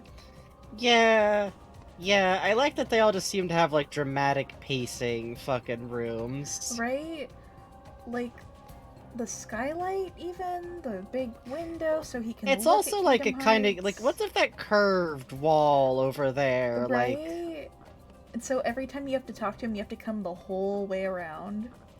this castle And has you the know same he's just nonsense staring. layout problems that Black Mesa has. Yeah, that's his trash hole. Every time he eats an apple, he just throws the core in there. He loves to eat so many apples, also. He's like, Axel, come look. Watch me throw this into the hole. Zemnis, my leader. Behold, I've thrown many apples into the core. Indeed, Sykes, you have. The whole of Organization 13 does feel like people just grabbing tech that they don't actually... The whole empty room. Adrian. Demix and they're like, why are there so many apple cores? Oh boy, more free food. Thank you, God. Oh. Oh. Yeah, I would love to see, like, what other, like, rooms the other fucking Org 13 members had. Roxas almost certainly was just like, I'm in the, I don't want to be here. I don't want to be here. Actually, I don't want to be here. Sykes throws a core in the hole and you hear distinct, ow! God. Also, I can't believe that Ansem, this fucking bit, like, it cracks me up that he's like, literally, he went, well, I have decided that nobodies don't have information. And then Riku's over here like, yeah, he told me he felt a way. And he's like, did he really? Ho ho ho ho ho. Well, that's impossible because I've already... Did you know you can objectively and empirically decide that a sentient being doesn't have emotions? You can just decide that for them? Hmm? Oh, wait, I was saying hi to Catadized in chat. Hey! Do you want to read some funny Ansem reports? I don't. Hooray! I don't, but we're about to go on break, so now's a good place to do it.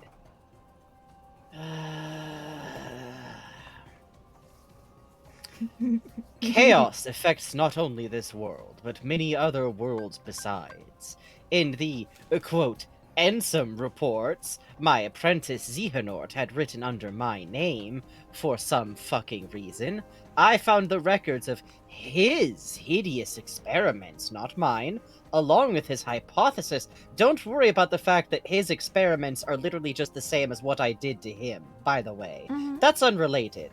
It's totally unrelated that I literally did say earlier that I experimented on Xehanort. That's actually I'm good. That had along with his hypothesis about the door that had appeared out of the darkness in my basement. All living things have hearts, and all hearts hold darkness deep within. I think I should be allowed to just extremely change the entirety of nature, actually. Worlds are no exception. If a world is a being, the heart it holds must be colossal, and the darkness at its core must be monstrous. What is this logic? What is this logic of, well... couldn't tell you, I'm just apples have seeds, so therefore, so do a giant watermelon must have the biggest seed of all. Like, this dude really out here, like, in darkness in a heart, and I've decided darkness is bad, and so we should get rid of bad darkness, and also worlds must also have it, and worlds I can judge the universe. This is some, like, 13th century British scientist going, well, you see, flies are from the devil, and flies generate immediately from the shit pile. Ergo, the presence of flies means that you have sins. Ansem is behold a man type categorizing. God, you're right. Did Xehanort pass through that door in an attempt to contact that dark realm? No, not only Xehanort. It appears my other 5 apprentices, believing it was for the sake of for the sake of research, stared deep into the darkness and were pulled. Is that what happened? If they turned up as nobodies, wouldn't it make more sense to just say they got killed? Wouldn't it make more sense to just say that Xehanort, like, took them into the door and killed them there? They turned into nobodies, and nobodies happen because you get turned into Heartless. According to everything this game has told. I'm sure this game would never tell me several conflicting things about something, including one specifically from Ansem that makes no fucking sense compared to anything else I've been told, right? Smile. Even Ienzo. That is a normal English name. Bragg. My friend Bragg. These are all normal English names. Bragg. Dylan, I'll take. Okay, here's the thing. Dylan, I'll take. Aelus at least is like an anime-ass name. Right. I could see it. Aelus is a Final Fantasy, like, 14 person that I just haven't, but Even is, like, close enough. Ienzo, again, is very anime. Bragg. Bragg isn't working for me. So Even is Vexen, Ienzo is Zexion, Bragg is Zigbar, Dylan is Zaldan, and Alias is Lixeus. Oh, Zigbar got the funny... Zigbar never had a chance. Zigbar never had a fucking chance. Zigbar ain't gonna unscramble into anything. Oh... God. Bragg. Bragg. I love my friend his full name is Bragthony. You know, the worst part is that, like, it's been so long it didn't even occur to me that that's, like, not a weird name. I'm just like, yeah, Bragg.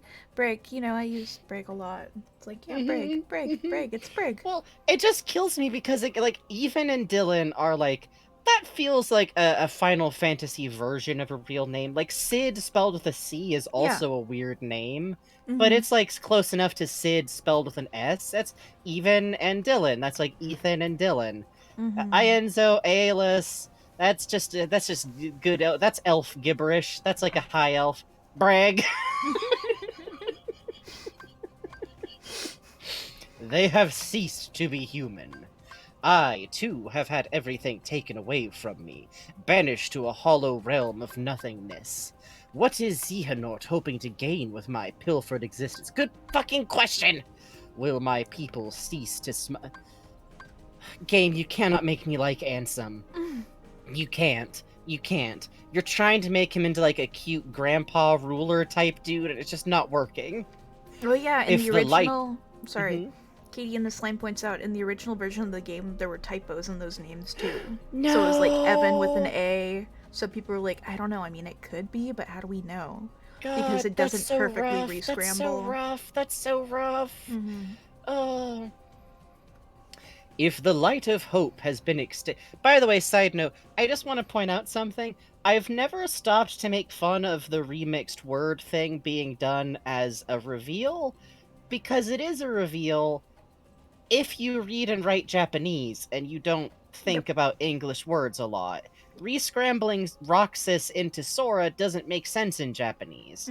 That's Rokusasu. actually...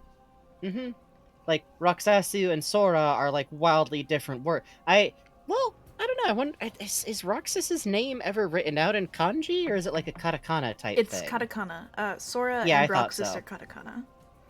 That makes a lot of sense, because it's meant to indicate that they're not Yeah, every member of Japanese. Organization 13 and basically every important character, their name is in katakana. So to sound kind of cool, I imagine. Well, yeah, And but I also- think that's also kind of a standard of, like, Final Fantasy games, too.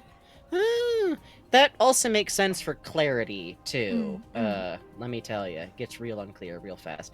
Joss the Zombie says, I choose to believe that Ansem just couldn't spell his assistants' names. You're right. If the light of hope has been extinguished, Actually, it's cool and reasonable for me to do jank shit, actually. If you think about it, if the light of hope has been extinguished, I shall henceforth walk with darkness as a friend, here in the realm of nothingness to which I have been relegated. Darkness in the midst of nothing. Darkness in zero. Thus, I shall be known as Diz. Discarding the stolen name. No doubles. Discarding the stolen name Ansem. And going in search of revenge. Wait, hold on. Is the Ansem that we've currently known a nobody with memories retained? No. He is just some guy. It would make more sense if he was a nobody who'd retained his memories of who he was. You know that, right? Okay, good. No, it's Darkness in Zero. It's his cool name. It's his cool signature. It's his cool... It appears that I have been too distracted by the behavior of Xehanort and his cohorts, and by the events occurring in their vicinity. My friends, you don't have friends, struggle to protect this realm of light from the threat of Heartless is now over, and I did shit all to help. With Xehanort's Heartless, going by the name Ansem, Seeker of Darkness for some reason, defeated at last. Abbreviated as SOD in fandom. God. Sod. That's good. That's good. The other wielder of the Keyblade, this, quote, hero, traveled from world to world, sealing up keyholes and laying Heartless low. Meanwhile, the king, who had my little Meow Meow, who had dived into the realm of darkness, worked with the Keyblade-wielding hero to disclose the door to Kingdom Hearts from the realms of both darkness and light, thus holding off the threat of tremendous darkness. That's definitely what happened. I guess. I'm being informed. But there are still a great number of Heartless afoot, because the overarching plot of these games got kind of changed a little bit higgledy-piggledy after the mouse wanted to hit us up again. And Organization 13 and the Nobodies continue to be active in the shadows. Indeed, the world is still a very dangerous place. We must find a way to do battle with these enemies. Thus, I will both make amends and have my revenge. Oh, so you didn't actually give up on revenge? So actually all the shit you did is for the purpose of personal revenge? For a personal issue? That's fun. That's fun. That's fun. It is for this reason that I infiltrated Castle Oblivion. It consists of 13 floors above, and 12 floors below ground, with the contents of its, quote, white rooms transforming in response to its visitors' memories. Organization 13 was conducting experiments on memory here. The subjects in these experiments, a girl named Namine, appeared to possess extremely unusual abilities. Also, I'm not actually going to stop this literal child from being exploited, because why would I do that? Were they attempting to derive something from these powers? Refusing to be distracted by Organization 13, I had returned to my own secret research when a new visitor appeared at the castle today. It was Sora. Isn't that a fun twist? That's who I was talking about earlier. Did you get it? The Keyblade-wielding hero, who had defeated Ansem, but it's not actually Ansem, but it's a little bit long-winded to say Xehanort's Heartless every single time, and his companions. Deep underground, the localized as Stench of Darkness arose. All the players are coming together, it would This is not the record of a good guy. This is not the record of a good guy. This is increasingly like the fucking... I hope that it's a fucking twist that he's a bad guy or something. That would be the funniest thing in the world. It's not going to be. It's not going to be. It's not going to be. I should have expected nothing less of a Keyblade-wielding hero. I suspect this phrase was more elegant in Japanese. It was probably like hero no something. Keyblade. Sora and friends defied the machinations of Organization 13 and rescued Namine, which I totally could have done. I was just so distracted by all the hot boy shit I was doing. Namine, an actual child, was a witch who controlled the memories of others. It's fine that I'm describing her the same way as the people who were controlling her life, by the way. Most likely these powers were achieved through a special process when she was born. Namine is a nobody created when a young girl's heart left her body. Yet she has no corresponding Heartless. This is because the, quote, young girl in this case was a princess. Side note, it's important to remember that there's no evidence that Kairi was actually a princess in the way that the other Princess of Hearts were. I actually have a theory that Ansem created modified Kairi to be an artificial princess for his original plans. They're not getting out of this shit for me. Oh, yeah, also, Neosura says, wait, is he writing this while everything is happening right now? Fucker's just in the corner writing in his diary, then ripping out the paper to throw at Sora while the kid is trying to fix everything? Yes! Explicitly! He is writing this shit as, like, the last one was written as Sora went into Castle Oblivion, and this dude really stood off to the side going, I see. Bitch ass. Kairi, a resident of Raid... Sorry. It's okay. Kairi, a resident... Oh my god, this actually backs up my theory. Kairi, a resident of Radiant Garden, over which I had ruled. Total coincidence. Ha ha ha ha. Was one of the 7 princesses that uphold the realm of light, with no darkness in her heart, almost as if someone who is obsessed with eradicating darkness in hearts had experimented on her. Kairi produced no Heartless, and instead of vanishing, her body remained in the realm of light. Is that what happened? Is that what happened? Is that what happened? In other words, both the nobody called Namine and the Heartless, proof of a lost heart, are extremely unstable beings who lack the bodies needed to produce a nobody. Therefore, they also lack Kairi's memories. One reason for this may be that Kairi's heart did not return to the darkness. Oh, so hearts return to darkness, almost as if darkness has some kind of natural place in hearts existing? Like, maybe it's not inherently evil, it's just the opposite of light, but rather migrated to another vessel, deep within Sora's heart. That is, nominate... It's a bad sign in an essay if you have to start saying that is, by the way. Just speaking from my college experience, it's a bad sign. You're having trouble linking... You're over-repeating your case if you're hitting some that is.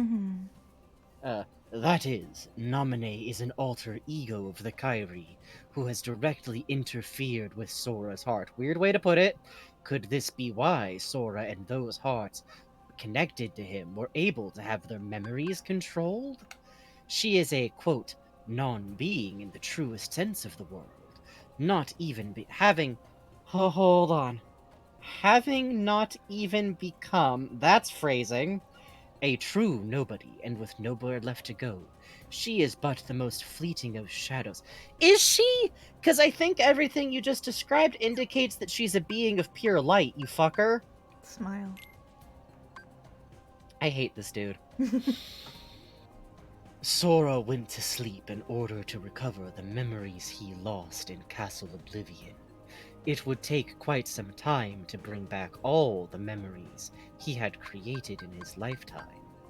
But Organization 13 held sway over Castle Oblivion. Sora would need to be kept someplace more secure. I persuaded Naminé, a child, to move the slumbering Sora to Twilight Town for safekeeping. Naminé, as I have written here before, she is a most dear diary, you ain't gonna believe what I's about to write in you. She is a most unusual being. Born of the same process as a nobody, but lacking virtually all the elements of a nobody. Perhaps she continues drawing in hopes of capturing that which she lacks. The memories of others, especially Sora. She seems kind of more fixated on Kairi. I'm gonna be real, dude. I have arrived as a hypothesis, which I'm definitely never going to actually test in the way you're supposed to test a hypothesis. This is fact now. I believe that Naminé was born as a special type of nobody when Sora attacked himself with a Keyblade, causing his and Kairi's hearts to leave their bodies simultaneously. God, Adrian says, this is basically my fan theory. My theories are better thought out than this dipstick's. Naminé emerged as Kairi's nobody, but the body and soul... What? But there was a body. Riku had a body. The body that Riku had? The empty body that clearly had neither soul nor memory in it? Also, isn't Naminé the soul of Kairi that was also... My theories literally make more sense than his. My theories literally make more sense than his. My theories literally make more sense than his. Okay, my theory. Naminé is the artificial Kairi body. I thought it was artificial. I don't think it's meant to be, but because of all the Pinocchio stuff, I kind of got the idea in my head that, like, Riku had the engines at Hollow Bastion, like, 3D print out a Kairi body, and that's, like, an artificial spare body that, like, once Sora stabbed himself and lost Kairi's heart, that's Naminé got put in that body, which is why she's weird. I think my theory makes more sense. But the body and soul necessary to exist as a nobody belong to Sora. When a person's heart is stolen, a heartless is born with no sense of self, and the body and soul left behind give rise to a nobody. But what if one willingly releases one's heart from one's body? Sora and Xehanort retained their selfhood even after becoming heartless. No, he didn't. No, he didn't. No, he didn't. Sora became a Heartless. Sora became a fairly normal Heartless. Like, he wasn't attacking anyone, but it took... Selfhood in the sense of being able to seek out Kairi, in the sense that we were able to control him. Alright, fair enough, but still. Then there are Kairi and Naminé. Kairi was exceptional for having had no darkness within her heart. I definitely don't sound really creepy talking about this so much, especially considering she was literally a 12-year-old girl. Also exceptional was that her heart, once freed, migrated to a new vessel. Sora, funny way to put willingly gave her heart to Sora to help keep him alive through a catastrophe, but sure, dude. The combination of these two theoretically unlikely exceptions may be behind this anomaly. I'm a scientist. I use scientist words. There are matters I must attend to while Sora is sleeping. A new child to manipulate, I mean ally, has appeared on the scene. Riku. Apart from Nominate, nobody's retained their memories of what? What? What? What? Huh. What? That's interesting, isn't it? What do you mean? What do you mean? I thought that they all lost their memories. No. Bugs? I thought that they all lost their memories. I thought that they all lost their memories. Everyone else who we've been killing this whole time remembered what it was like to be a human and wanted that back. Excuse me for just a minute.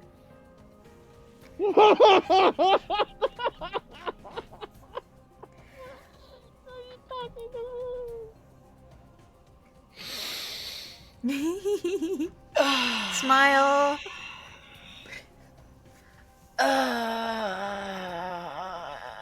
So Axel. Yeah. Axel and Yeah. Phoenix. Yeah. And we're gonna learn more about that. Aren't you excited?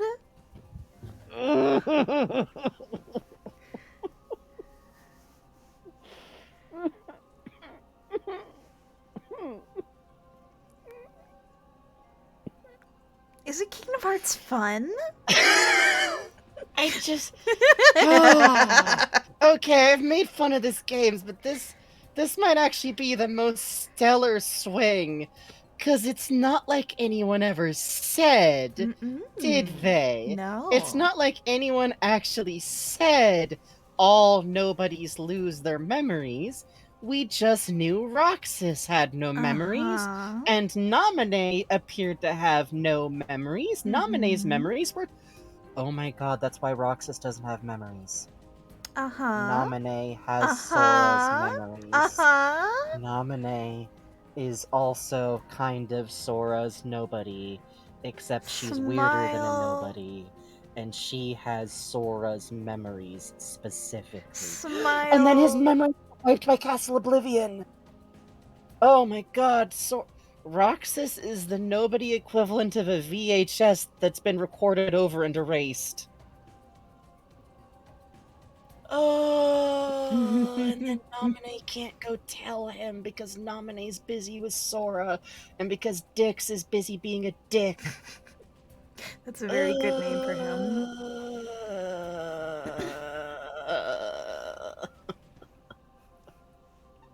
Do you like Kingdom Hearts? I think so. Good. I don't know if I have a choice at this point. I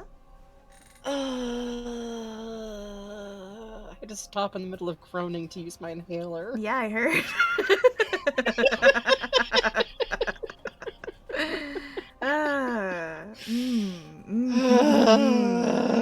Oh, so tasty to me.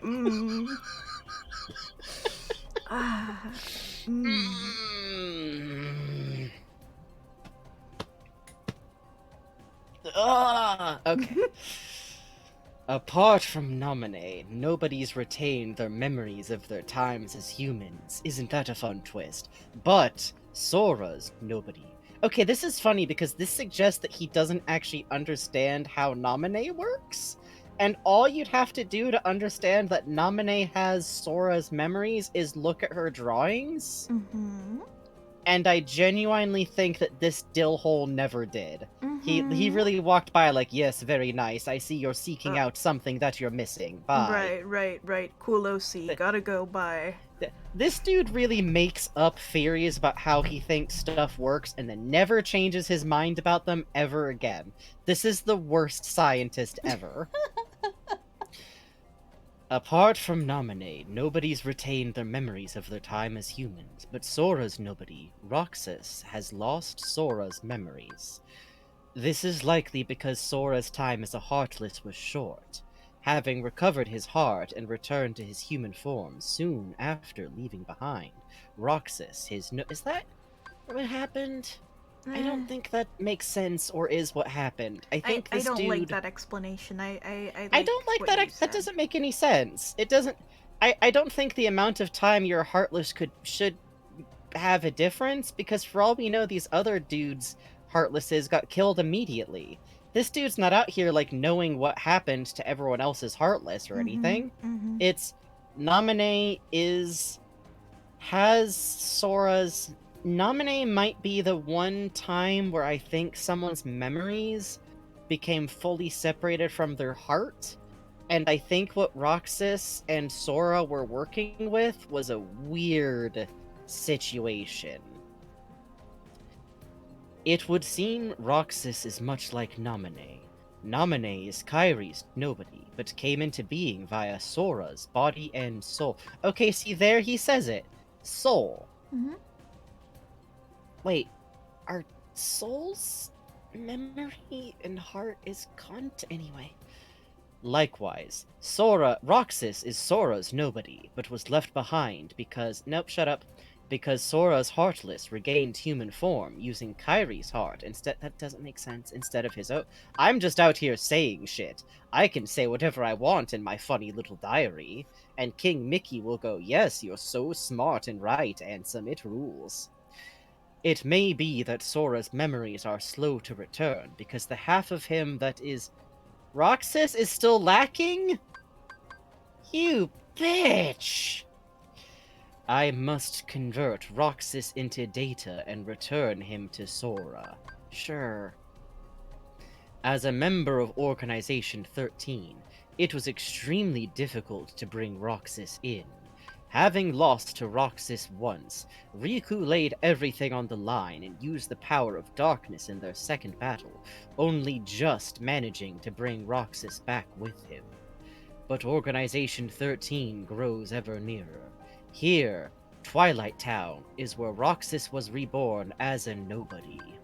This is where Roxas first encountered Organization 13 and joined its ranks.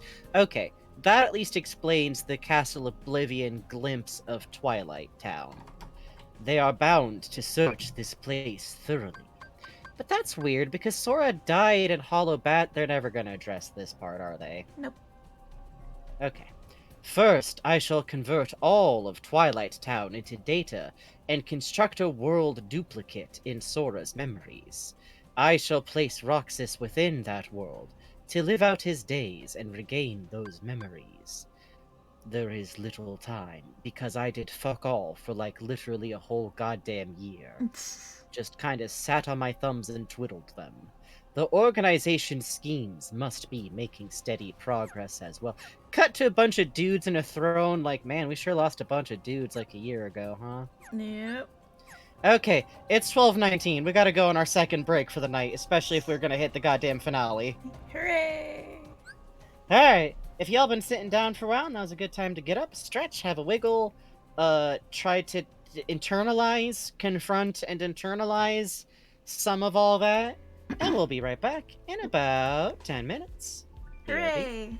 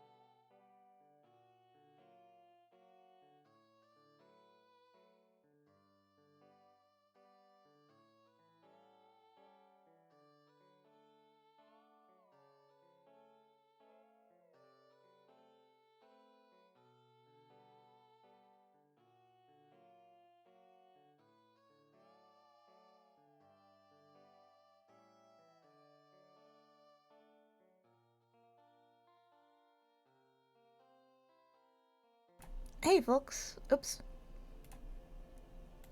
Hi, folks. So I've been talking with Frankie. We're not gonna hit the final boss tonight. We are going to stop right before the final boss. And, if we have extra time, we'll poke around some of the final mix stuff.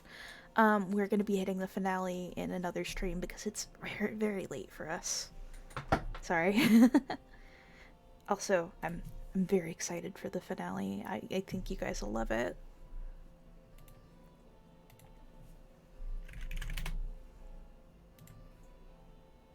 Yeah, that's exactly it, Puzz. Hello. Hello. Yeah, I assume you're just telling folks that we're not going to hit the final boss tonight? Yeah. Yeah. It would be fun to do it all in one go. Admittedly, neither of us sleep until like 5 or 6 a.m., but that doesn't mean that going overtime at your job doesn't hit a little hard sometimes. Yeah. Yeah. Night Skybonir. And also, I will admit, I'm a little bit like, we told people explicitly we're not hitting the end boss, and they might made choices. So the rough plan is we'll probably hit the final boss next time, and after that we're probably gonna just sit and talk about the game a lot, because boy, nobodies are a lot more fucked up knowing that actually they do remember everything. It's just that they literally no longer are emotionally capable of understanding the choices they made or the person who they were, and I assume are achingly aware of the fact that they no longer have a place in the life that they used to live and know. Huh? Smile. That's fun.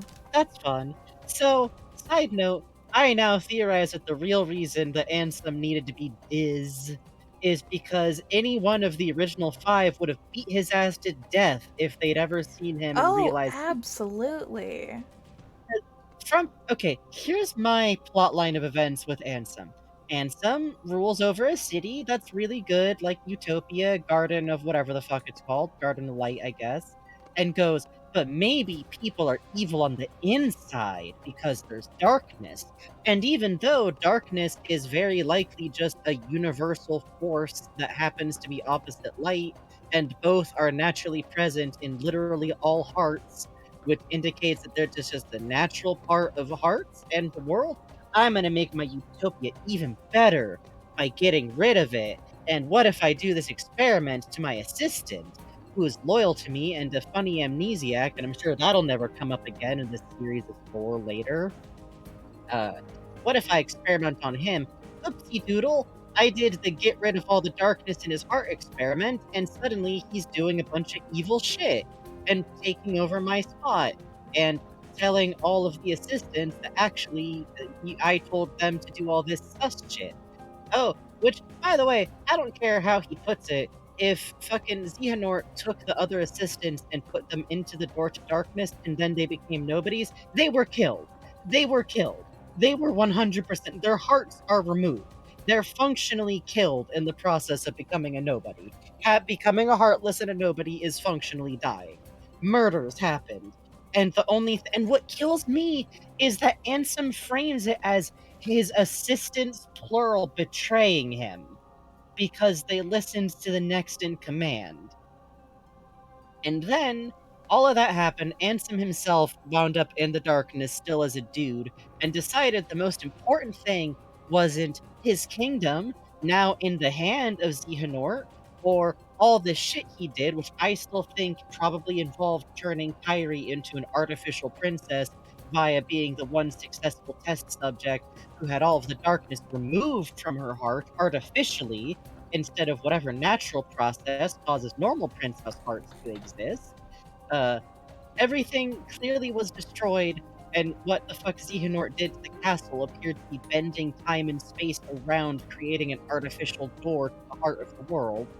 And Ansem literally decided that what mattered the most, and we now know from his diary, continued to be what he thought mattered the most for the better part of a decade, apparently, is revenge.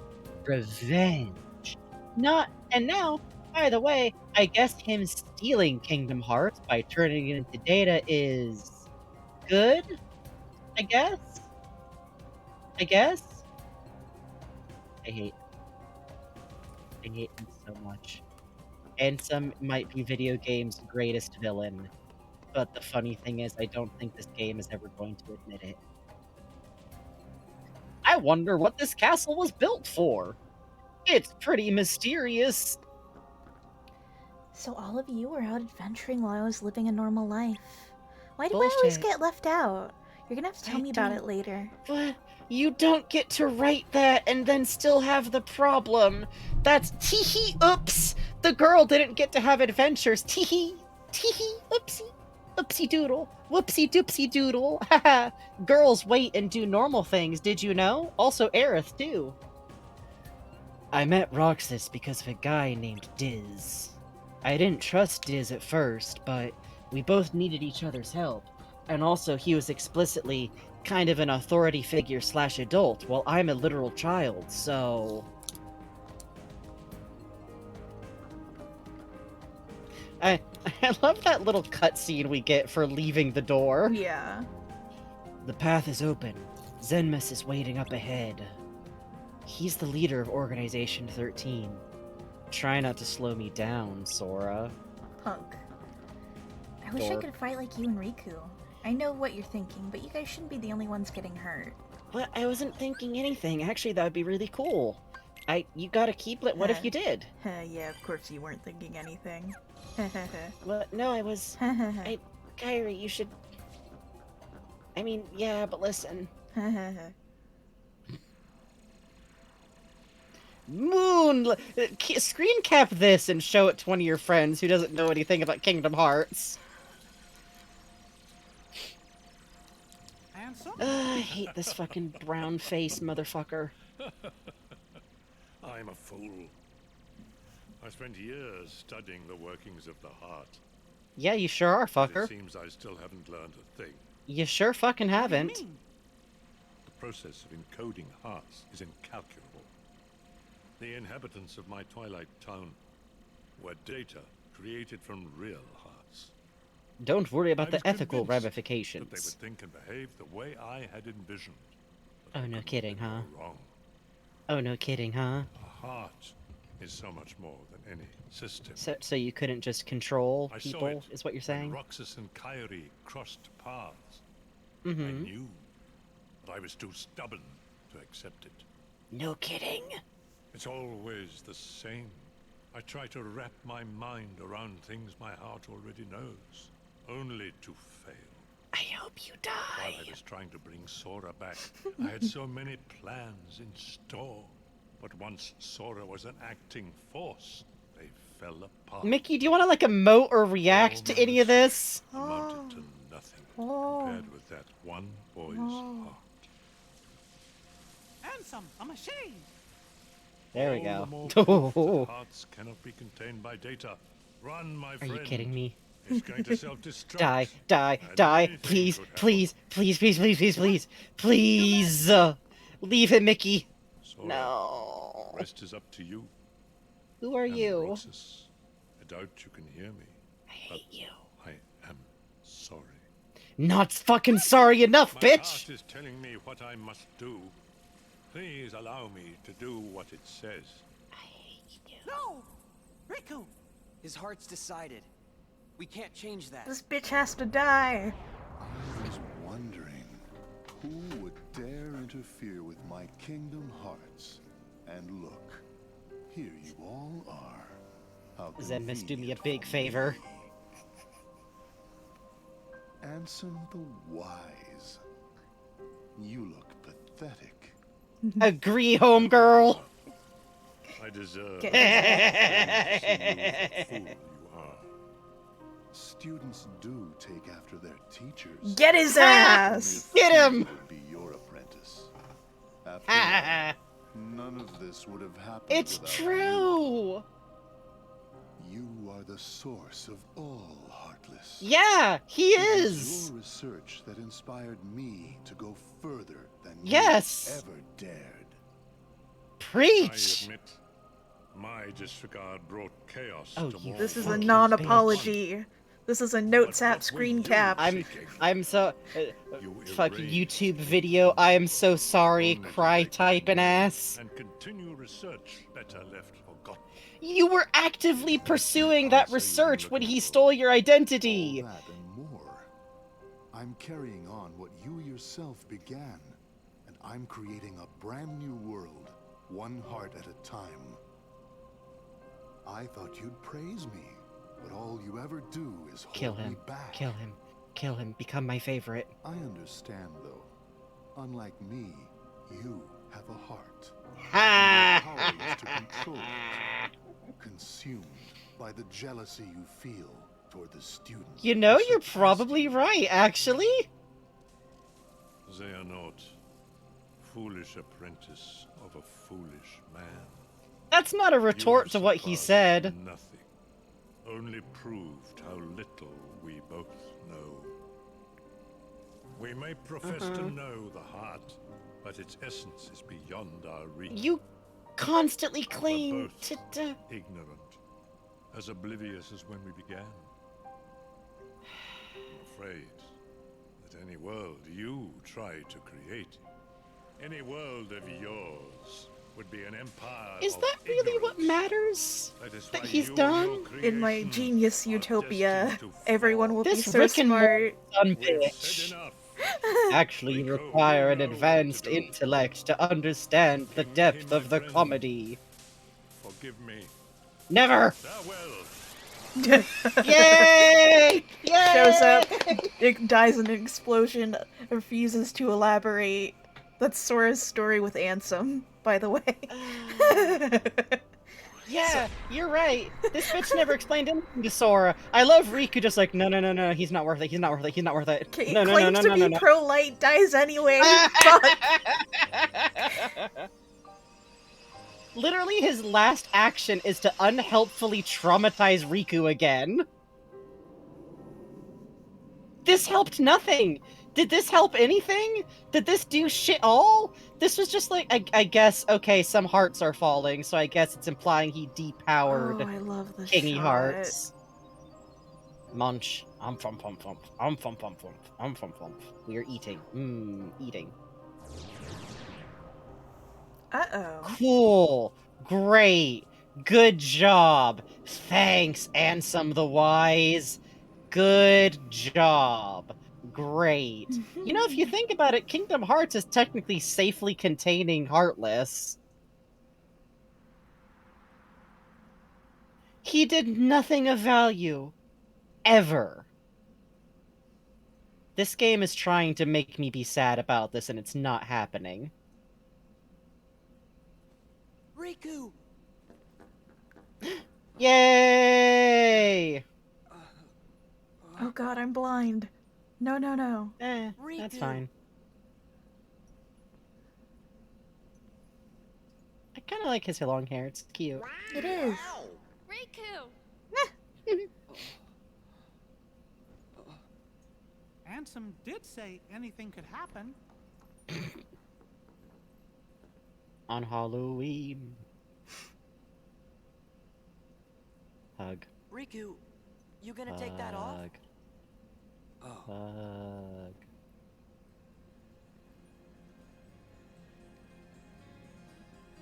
That is not straight behavior. What is that? His eyes couldn't lie. What? Just who were you trying to fool? Throw him off the castle! Throw him off the castle!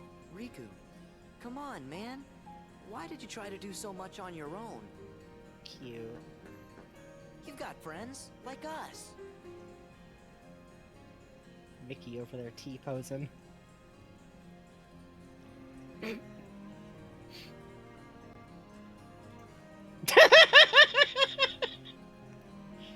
Card. Have you forgotten? I'll tell you why. Because I'm not a total sap like you. Say that Gay. again. Gay. Homosexual gay. Huh. Oh! Yeah. So it's like whatever he did didn't help at all in any way, really, outside of thwarting the person he swore revenge against. He's the organization's last survivor. Right. Hey, Sora, you've killed a lot of people. Yeah! Hey! Behold this 2000s outfit. Hey, guess what? Sorry, not that. Fine. This. Fine. Yay! Yay! Oh, he's so tall. I'm sorry. I'm so sorry, I forgot about this. Okay, I will note one thing. I do think it's kind of clever that Ansem's reports are 13 total notes, like Oblivion's fucking 13 floors / 12 floors, but 0, which I guess is kind of a tie back into Riku's basement, something. Mm-hmm. I hate Ansem so much. I hate him so much. I'm like glancing over this page alone. Move the mic in closer while I do my fucking deep voice. This is as deep as my voice gets, by the way. I need to get back on T eventually. I was reunited with an old friend at Castle Oblivion, but was unable to disclose my identity. If he knew the situation, he would likely try to stop me from carrying out my revenge. Maybe because it's really short-sighted and selfish and doesn't actually help anyone, and in fact just means that all I care about is going nuh-uh and slapping something out of the hand of this one dude. As much as I would dearly love to converse with him as in the old days, that is now but a hopeless dream. I'll keep stringing him along, though, but good. My friend has been fighting in the realm of darkness. Most likely he found his way there through Traverse Town. I'm not going to explain that. Like Castle Oblivion, that village also rests in the cleft between light and dark. Don't say cleft. And dark. It consists of the remnants of worlds, whose hearts have been stolen by the Heartless. Okay, that's cool to actually see confirmed. It is where those who have barely escaped the destruction of their worlds eventually find themselves. This realm between is quite unstable, with corridors of darkness appearing from time to time. Oh, so that's how, like, Riku and Sora got theirs. Yeah. Whenever a world disappears, some of its inhabitants must arrive there through those corridors. It's almost as if maybe darkness has like an inherent purpose in things. Like maybe it's needed. Maybe it's like an inherent part of the universe. It's kind of nonsense to want to get. Surely Sora traveled these same corridors of darkness when he first came to Traverse Town. It seems my friend, fighting in the realm of darkness, appeared in Castle Oblivion through a corridor of darkness constructed by Organization 13. My new ally, literal middle school child Riku, who I am taking extreme advantage of, also effected his return via one of these corridors. This bitch talks like someone posting on LiveJournal trying to sound smart. Yeah. He swore to me he would give his all for his best friend, bro friend, totally bros, his sweet cheese, his rotten soldier, Sora. In fact, Sora's memories have been slow to return. Thus, I have asked Riku to bring me another Sora, his nobody. Sora is indispensable if I am to achieve my goal. It's totally cool and normal that I'm talking about these children as if they are either on the same level of power as me as an ally, or just literally kind of a tool. I require the Keyblade-wielding hero, definitely not kind of a dehumanizing term, to fly through the realm of light and defeat Organization 13.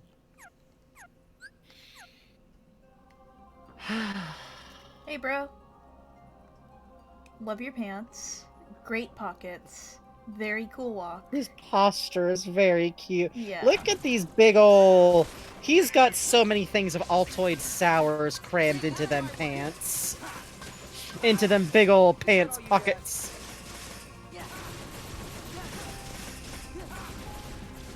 The one thing that I'm oh, yeah! Alright.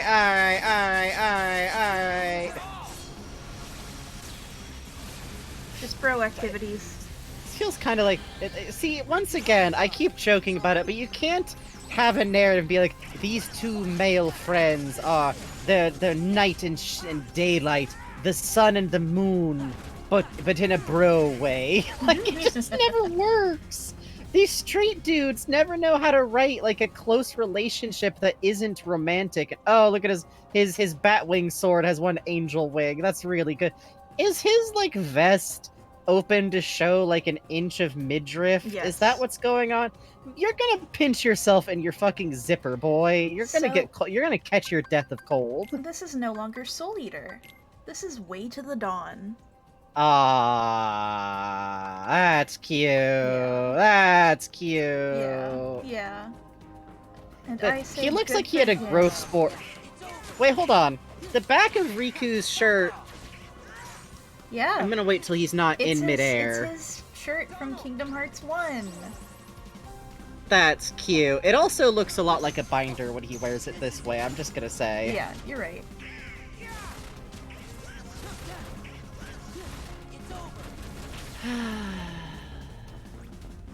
I'm so amused that this game really tried to spend its whole runtime being like, Ansem, you know Ansem? This wonderful, wise, beloved character, Ansem?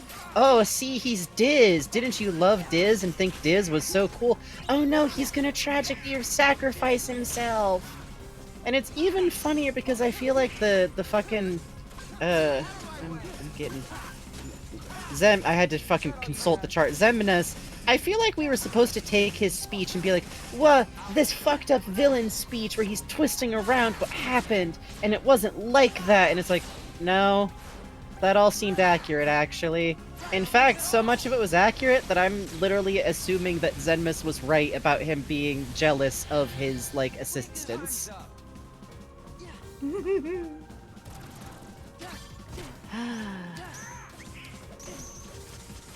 I also appreciate, I like that Riku's sword leaves behind cool, light trails. I should turn off the ability because there's something else Riku can do that's very cute. There it is. Aww. Dark Shield. Riku will throw himself in front of hits for Sora. If you can get the timing right. Fucking chivalric romance out here. Yeah. Alright. Yeah. To be honest, the, like, clinging to the hand thing, that's very chivalric romance. Mm-hmm. It sure is, isn't it? Knight to a knight, huh? Yep. A lot of chivalric romance has to do with, like, the desperate yearning of an afar figure for whom you fight for or dedicate your time and thoughts to. You know, it's, I may be fighting here on the battle, but I know that I live within the heart of my lady. And I suspect that if you ask the creators, they'd be like, yeah, that's what Kairi's doing. It's like, no. Kairi kind of got on with her life, actually. Ruin and Creation's Passage. Okay, I do love that shit's clearly falling apart a little bit in here. The organization castle's absolutely not rotting. Why would you say that? Could be doing a little rough in here. I also really love that Ansem really Ansem just decided early, light is good and darkness is bad. And even though now we can see, like, oh, there's also a realm of light and it's not inherently better than the realm of darkness. A lot of evil shit is capable here and can be done here. He really just looked at all that and went, I don't see how that's relevant. I think what actually matters is my bitch-ass pupil stole my username. God. Puzz says, Kairi's vibes are, went to a different college, but she still gets coffee with the boys every time she's home to do laundry. You're so right. That is exactly Kairi's vibes. It's really not like, I'm desperately waiting, lonely here. It's like, yeah, I still remember Sora. I don't know what's up with that. I'd like to see him again. I miss my guys.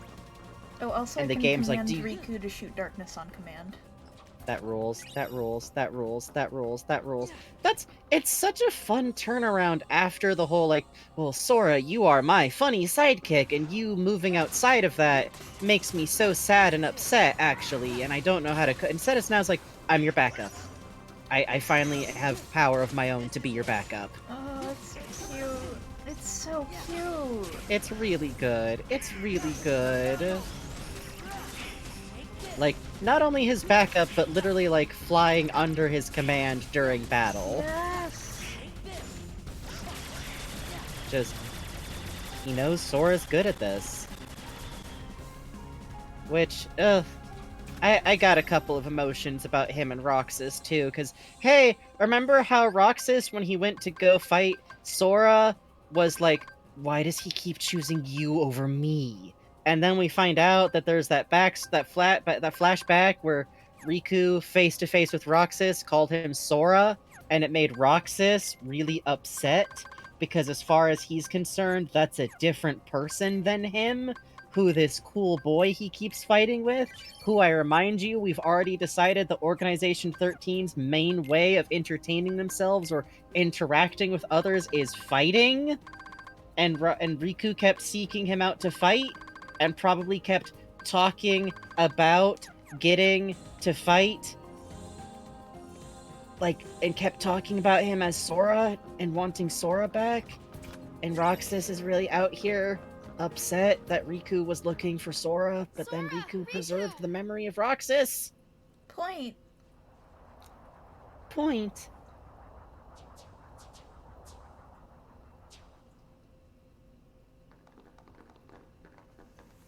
There's gonna be no end to this. Thanks, Ansem. Thanks, Ansem. Be gone from here. Leave these creatures. That's right, your gay aunt and uncle are here. No way we could take them all. I will be sending them after Xemnas. Yeah! You would rather fight them yourself.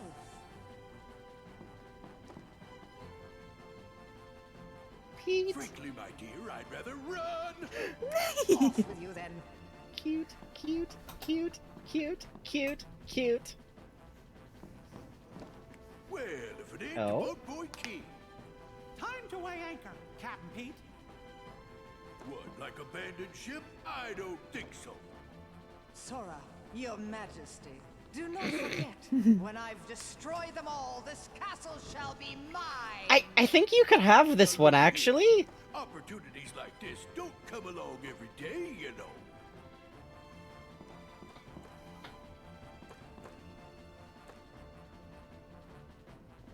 Bring 'em on! Cute. We gotta hurry. I want to see them fight. But they're doing what their hearts command. We can't. This is such a bad credo, and it's such Japanese writing. It isn't great. It's this close to a warrior's honor. Yeah. Like some Goemon Ishikawa ass. The altar of Naught. Oh. Male wife says it's not translating right. You bet it's not, because it's an untranslatable thing that crops up. I'm not kidding when I say I've seen this before. Oh, my kingdom hearts. Ruined. Oh. Yeah. My kingdom seems hearts. kinda... My candy. I'll have to start My all candy. over again. Warriors of the Keyblade, go forth and bring me more hearts. Love this. Love just telling them to do that. He's such a dumbass. Why Please. do you hate the darkness? I don't think you represent the darkness, dude. It's just kind of scary. Shut up. Shut up! Get out of here! You can't have one without the other, because darkness is half of everything. Sort of makes you wonder why we are scared of the dark. It's because of who's lurking inside it. Allow me another Meaningful question. pan up. You accept darkness, yet choose to live in the light. Very curious. I see you live in a society. on the edge of nothing. I see you tweet this from your iPhone. by both light and dark. Then how is light or dark the problem for you? This seems valid. It's because you mess up our worlds. That's actually a pretty succinct answer. However, what other choice might we have had? That's also worthwhile. Give it a rest. You're nobody. You don't even exist. I am going to fucking hit you with a pill. Very good. You don't miss a thing. So close! I cannot feel sorrow. I'm so sad about my Kingdom Hearts, but actually I feel nothing. No matter what you think, what you feel, or how you exist.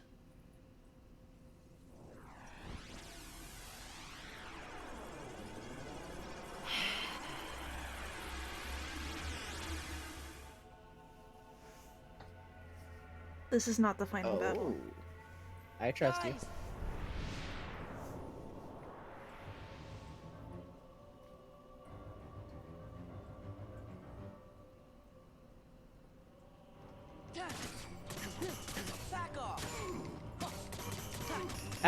Okay, here's the thing though.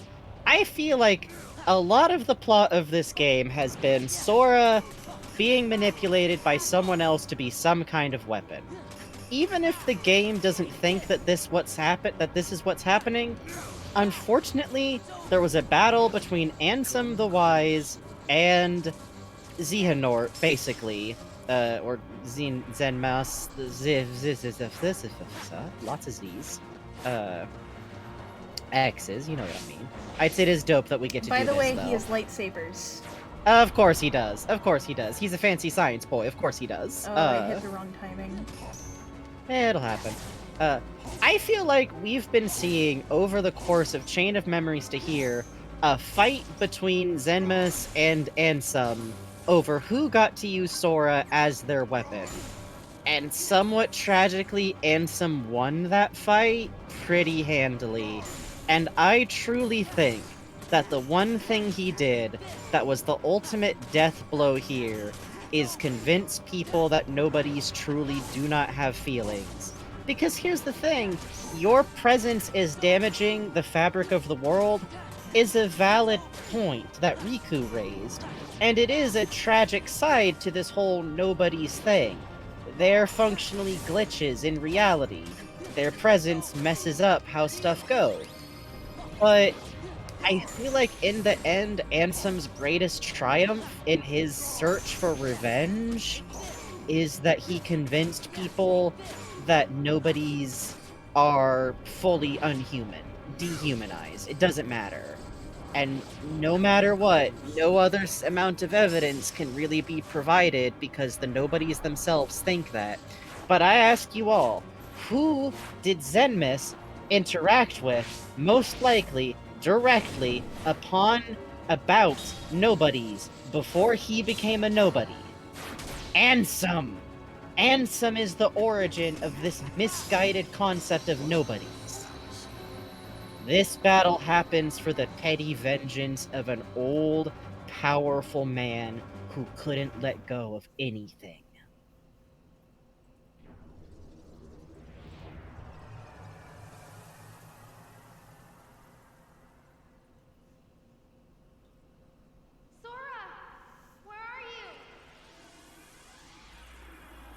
I never really know the answer to that question ever. Sora, answer me! No, Jesus! Yeah. You're okay. Where's Xemnas? Hear me, Kingdom Hearts. He's right in there. It seems we must begin anew. I honestly don't know if it's a... What would Kingdom Hearts being made have done that was bad? I will give to you as many hearts as it takes. Mark my words. I think Ansem just... You can no more be complete without me than I without you. Heed me, Kingdom Hearts. Lend me your power so that we may be complete. Oh dear. The power to erase the fools that hinder us. Goodness, no! Hearts I actually feel really bad for this guy. Zemnis, don't! Hearts burning with rage. At the end, he was just some assistant Hearts scarred by who was told he was incomplete and became incomplete. That fool Ansem said the heart's true nature was beyond his understanding. But it's not beyond mine. Hearts are the source of all power. All he really wanted was someplace he could feel like he belonged in again, literally. There are things As I know an that entity. are making this so fucking sad. Zemnis, It's already pretty sad, honestly. Yeah. We're not gonna let him get away now. Look at that! Point! I get to point at things. Yay! Oh. What's going on? A new door, huh? Kingdom Hearts. Yeah, Adrian. Let's go. Zemnis must be inside. Welcome to the door where the world's final gave us boss this is. doorway. They want us to be the guardians of their destiny. Mickey, you just say shit. Once we go through, there's no turning back. It's victory or oblivion. So, Sora, are you ready? Maybe we should hug first, just in case. Hooray! The perfect way to end the night. Oh boy. One more for the road. Yay! One more for the road. Hooray! And one more for the. They don't have more of these in the games after this, right? They don't have more Ansem's notes in Kingy Heart 3. I hate that you're being quiet. I hate that you're being quiet because of but I can't Here's the thing, audience. You may think, well, surely Bugs would say if the answer is no. No, they wouldn't. No, they wouldn't. You don't understand. No, they wouldn't. No, they wouldn't. No, they wouldn't. It really could go either way. It really could go either way. It could go either. Okay. Dear Diary, tomorrow Sora awakens. My long and drawn-out revenge is nearing its end. Xehanort, who took everything from me, and I definitely had nothing to do with the chain of events that caused him to do this, by the way. Though as a Heartless he is no more, as the leader of Organization 13, his ambition once again is to capture Kingdom Hearts, the most colossal heart of all. That's not what his motivation is! He's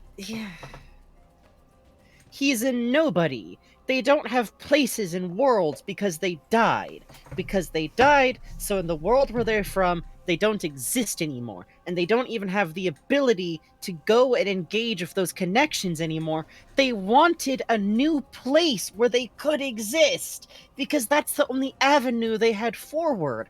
And copying out heart data clearly leads to a glitchy-ass incomplete situation that requires a ton of computational power. So the only way you could do it is use hearts to make a new place. His Heartless had attempted to draw out the great darkness of Kingdom Hearts, created from the heart of all worlds. His Nobody, however, is now almost finished gathering human hearts to be assimilated into Kingdom Hearts as well. The Fool. Only one mystery remains. How did Xehanort manage to open the door that appeared in the basement of my castle? No, any theory posited now, when everything is nearing completion, would be meaningless. Roxas, Ansem, Naminé, all people much, much younger than me, who I kind of just have dicked around with and done nothing helpful for. They defy all logic, yet there they are, singular exceptions to the rule, Though I guess since they're literally all exceptions to these rules, you could say they are multiple exceptions to the rule? No. It is the children who are wrong. The theories proposed by me and by Organization 13 have been blown to pieces by a handful of strong-hearted individuals. Sora, Kairi, Riku. Ah, yes, Riku. Though his heart had its weaknesses, making it prone to darkness, he found support in the hope he discovered beyond suffering.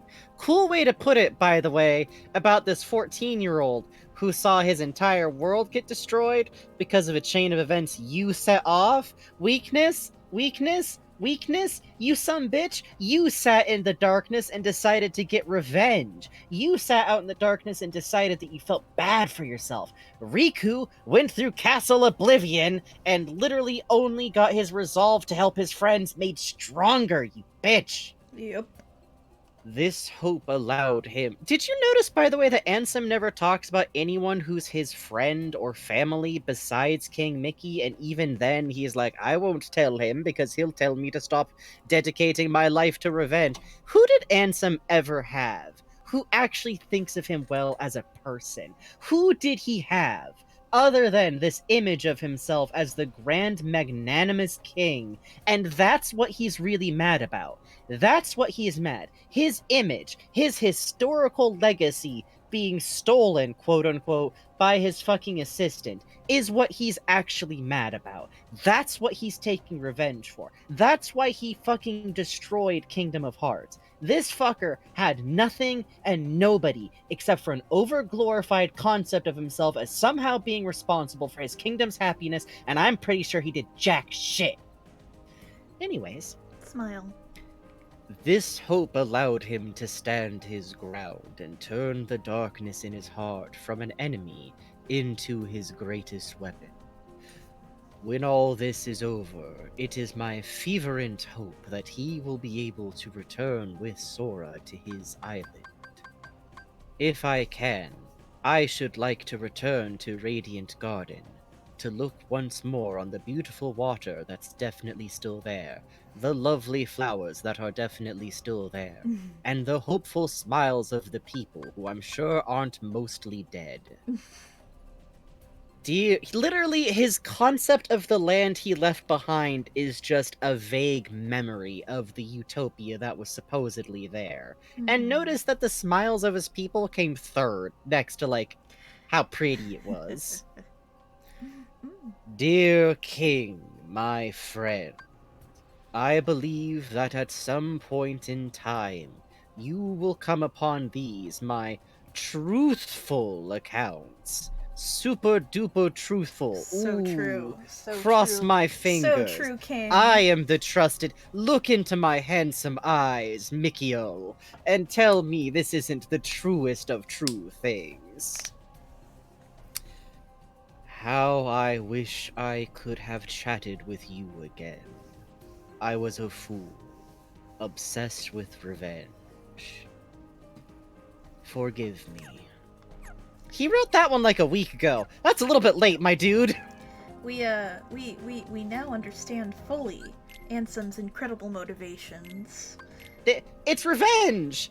I don't understand.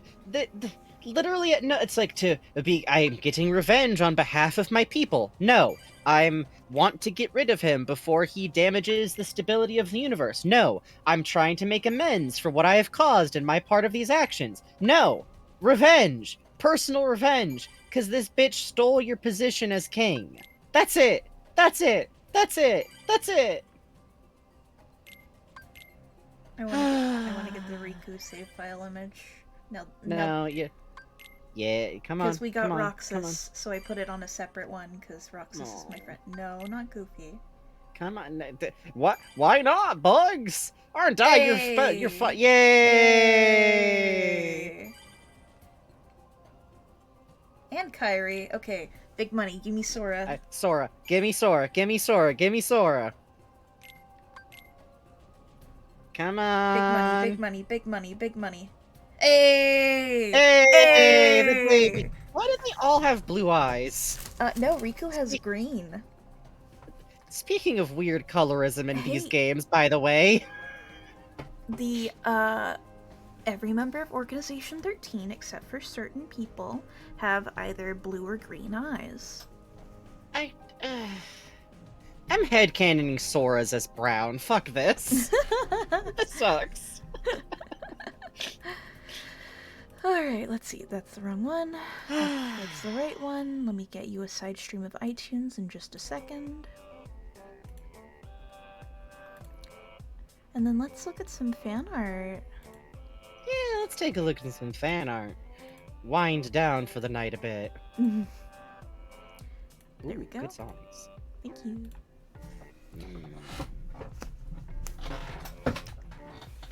You're still drawing, put rotating Pete on screen, please. Okay, beat the game. Got it. Let's see. Where's the plug I'm looking for? There it is. Where's that other plug I'm looking for? What if I had that? What if I could see things on my computer? Could be. I almost didn't hear that because I'm kind of just jamming out to the music. It's a good song, right? Listen, Lisa is a rough game. It requires a lot of content warnings, and some stuff in it's a bit rough, and even the creator's been like, yeah, some of this kind of sucks, sorry. But, the jams. Ooh, the jams. Oh, the jams. Also, this song's always funny because it's one of the best ones, but the presence of the horn in it always makes me very... Let's see. Move this over here. Swap this to over here. Punk Cherries has a good point. Brown Eyes Riku would be very cute. Yeah, literally because of the bullshit with Ansem Zihanor, I think Riku should be dark-skinned so that it's not such a weird... It should just be horrifying that he's taking the appearance of the dude who destroyed, like, his whole life. Everything else going on there sucks. Speaking of Punk Cherries drew these really cute little pictures of us as our villagers, as little villagers from Animal Crossing last stream. These are adorable. If you missed last stream, we were doing a chill Animal Crossing stream where we also showed off my village, which, by the way, now has the dream code available in the podium if you want to check it out sometime. I'll confess to you all here, since it's very late. It would make me very happy if anyone ever streamed exploring my dream code, I'll be honest. Someone explore my ghost town. But thank you, these are so wonderful. I really like what you've done with the eye shines here, having them highlighted in yellow. That's very interesting. Yeah, that's Makes a them nice seem touch. Very light. The textured brush used on the hair is very nice too. I also like how the stubble got worked into the very odd proportions of an Animal Crossing. I wish there was an Animal Crossing item that was just like stubble. Is this a belly button? That's very scary, thank you. That's frightening. You drew that on there yourself, I think. Oh, that's cool. Yeah, I love also, the joints on the bug legs too, and the gradient is wonderful. I really like the detail that you said Villager Bug doesn't wear a shirt, you can't make them, because it really made me imagine, like, you give Bug as a villager a shirt, and they go, thanks! And it either replaces a good piece of furniture in their home, or you just never see it again. Smile. Thank you, Punk Cherries. This is super cute. Thank you so much! Yeah, I really love these. The color is really nice on these, too. Oh, Mega Flygon. Can't get your stream tonight, but here's a redraw of a meme that makes me think of their friendship. Oh, great rendering. Wow. This is perfect. This is perfect. Exactly right. This is beautiful. This is exactly the feeling. He's gonna eat the baby. Rendering. Also, I just really appreciate the way you, like, rendered out Axel's fucking, like, chest here, too. It looks really cute. Yeah, there's top scars. It's Transaxle. Fuck yes. Oh, shit! Oh, I love that. I love that. Good. You understand. This is fucking dope. Yeah, this is a great Axel, just in general. I really appreciate people who lean into the fact that he's got, like, curves to him for an anime Org 13 dude, and it looks so good. It looks really good. It looks really good. Thank you so much. Also, Jay says he's gonna yeet the baby and Roxas is gonna yell and then run back to eat it again. Yes, that's the relationship exactly. Yes. That is exactly it. Let me I love it. Thank you. Thank you so much, Mega Flygon. Yeah. Let's see. Ah. Nisura, still trying to learn to draw Riku and Kairi. Oh, this is fuck cute. Fuck these two. Yeah. Yeah. Fuck that. That's a perfect these drawing. Expressions are so cute. The mini Mickey and mini Ansem is kind of cracking me up. The longing. It's adorable. And Kairi knows. She knows. The Kyrie's expression here feels perfect somehow. Just gremlin scrunkly. See, she was Please such draw a gremlin Kyrie as scrunklies. in the beginning of Kingdom Hearts 1. Why did they walk her back to being like, playing? Cause she girl. Cause she girl to love from afar. Cause she no, she is gremlin. She should get to be fucking gremlin. Yes, agree. They're not gonna characterize her, so we might as well characterize her ourselves. Thank you, Nisura. And this is lovely. I really love Riku's pose, and I love that it's very like slouchy teen who's undergone a growth spurt kind of feeling. Like he's not used to being this tall, not really. Yeah, it's so cute. If you're still trying to learn, then you're fucking coming along at a fucking hot clip. Let me put it that way. Yes, for real. Thank you. Thank you. God. Zemnis, this is totally according to plan. I'm not owned. Wait, what are you eating? Xehanort's nobody, not understanding how he's losing to me. Me, who's been feeding the pieces to my nobody Roxas when he's not looking. The fucking Mickey Mouse heart chest pieces, too. God. The earring is a really good touch, because those are Roxas ass earrings. Yes. And I love that you included darker Sora and Roxas here. That's really that makes me really happy. Cute touch. I like that a lot. Oh, like kids that are out in the sun all day. You wind up real freckly. The roots on Roxas, like he dyes his hair. That's cute. God, that's a good touch. I like that. You know what? Actually, that does make me think, if nobody's remember who they are, maybe they purposefully change their own hair to stop having emotional crises every time they check a mirror. I know that's probably not how it works, but it should be how it works. Thank you so much, Jay. Yes, this is wonderful. The fucking expression work in this, and also the fact that Roxas like visibly has his mouth full of something. I love that a lot. City. Yes. God. Yes. Contents You're of right. his teenage pockets. GBA 1000 cool rocks he found and picked up. Juice box. Cheese snacks. You're right. You're right. You're right. You're right. You're right. You're You're right. right. He's got them You're right. big aughts era, big ol' pants pockets. He could fit Chip and or Dale in one of these. God, I really do love the posture here. That's great. Yes! Truly capturing his edgy teenager slouch. Yes. Like, I know I joked about a binders, but it really is kind of that kind of slouch. Yeah, it is. It is Chris Dreamer Axel's energies, got that. Axel's got that either wears a binder comfortably or has had top surgery, fucking chest like pooched out fucking posture sometimes, and it cracks me up. Oh. But I love this like scowl. Adrian? Oh? I'll read it since it's a... If two people share one, their destinies become intertwined. They'll remain a part of each other's lives, no matter what.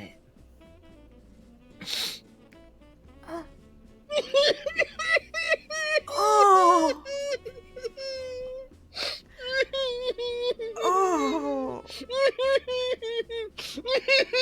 Don't laugh, don't laugh, don't laugh, don't laugh.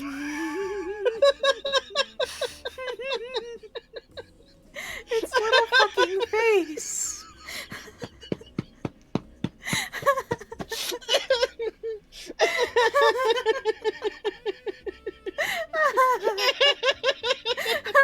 I love playing Drifter in chat. Just what is he?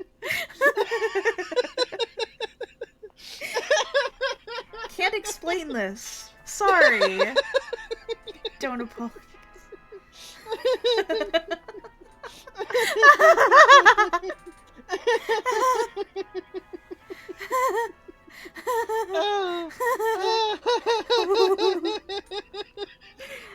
Oh, God. I'm fucking crying. This is very good, Adrian. This was a Adrian, you've gifted us the most beautiful way to fucking close out this stream. with all of its fucking hot and some garbage. Explanation, I got this as an ad midstream on, and you were visited by the gods. This being visited you. Punk Cherries in chat says Sora then proceeds to try and share it with Riku, and Riku's like trying not to explode. Well, Riku, maybe we could share it together? Yeah, I think... Thank you, Sora. And then Riku later is like, I still remember that day. It looked as if he was holding back tears. Cut to Riku just like, I think I ruptured my spleen trying not to laugh. If you split that papa fruit and start screaming.